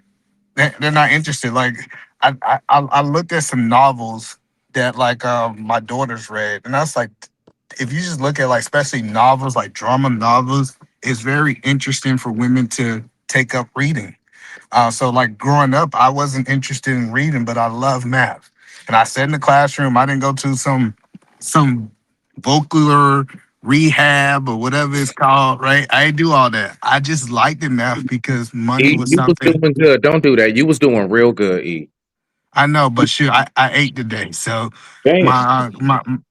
my ketones ain't at the level that they normally is for me to pronounce all the words the correct way. But listen, the point that I'm making is it really comes down to a simple fact of interested and not interested. They're interested in football, so they use their memory for that aspect, and they're not interested in reading because they look at those things as boring. I've been purposely trying to find entertaining books that my nephew would want to read, and it's hard to find those versus my niece. I can find novel after novel for those things, so maybe black And let me men tell need you it. why, E. I mean, we just cracked the code. Men are dumb. And We cracked lazy. the code. And lazy. Because why do you have to be interested? What about building mental fortitude in your children? Meaning, sit the fuck down, read this, and you not getting up till you tell me what the fuck you understood about it. How do y'all sit up here and say lazy and then say sit the F down? Everything we're talking about is hands on and we are being actively Why moving. are That is you the total talking to opposite of me? lazy. No, Can you because what you shut said the made fuck no up? damn sense. Shut up. That I'm not made talking to no you. damn Shut sense. the fuck up. You just saying some Jumping out the wild shit. window. He said, I done had enough. That's some wild shit. The cat He that now the You wants gonna me cat to say that sit came sit down. out. Now Let's down leave and that say hold we on. lazy. Hold I on. You To a gonna say I special we can't school. take lazy Now he and then mad I sit because down. you mad look, because I man. just sent you to a Why would special you school Look, where say you learn that, how to dog? talk and read. You mad? look, man.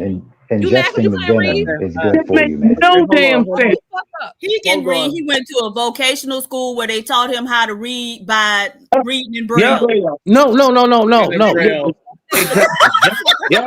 Yep. That's the However hands-on y'all want to reading. make fun of He that had the shit, I hands-on promise you. reading. But I promise you though, don't ever none of y'all try to sit up here and talk about no Sit type of down, solution. Lego. Listen, Get the fuck y'all up and talking about solutions. okay, We Lego. speaking on some real stuff, but this is why nobody ever want to share shit.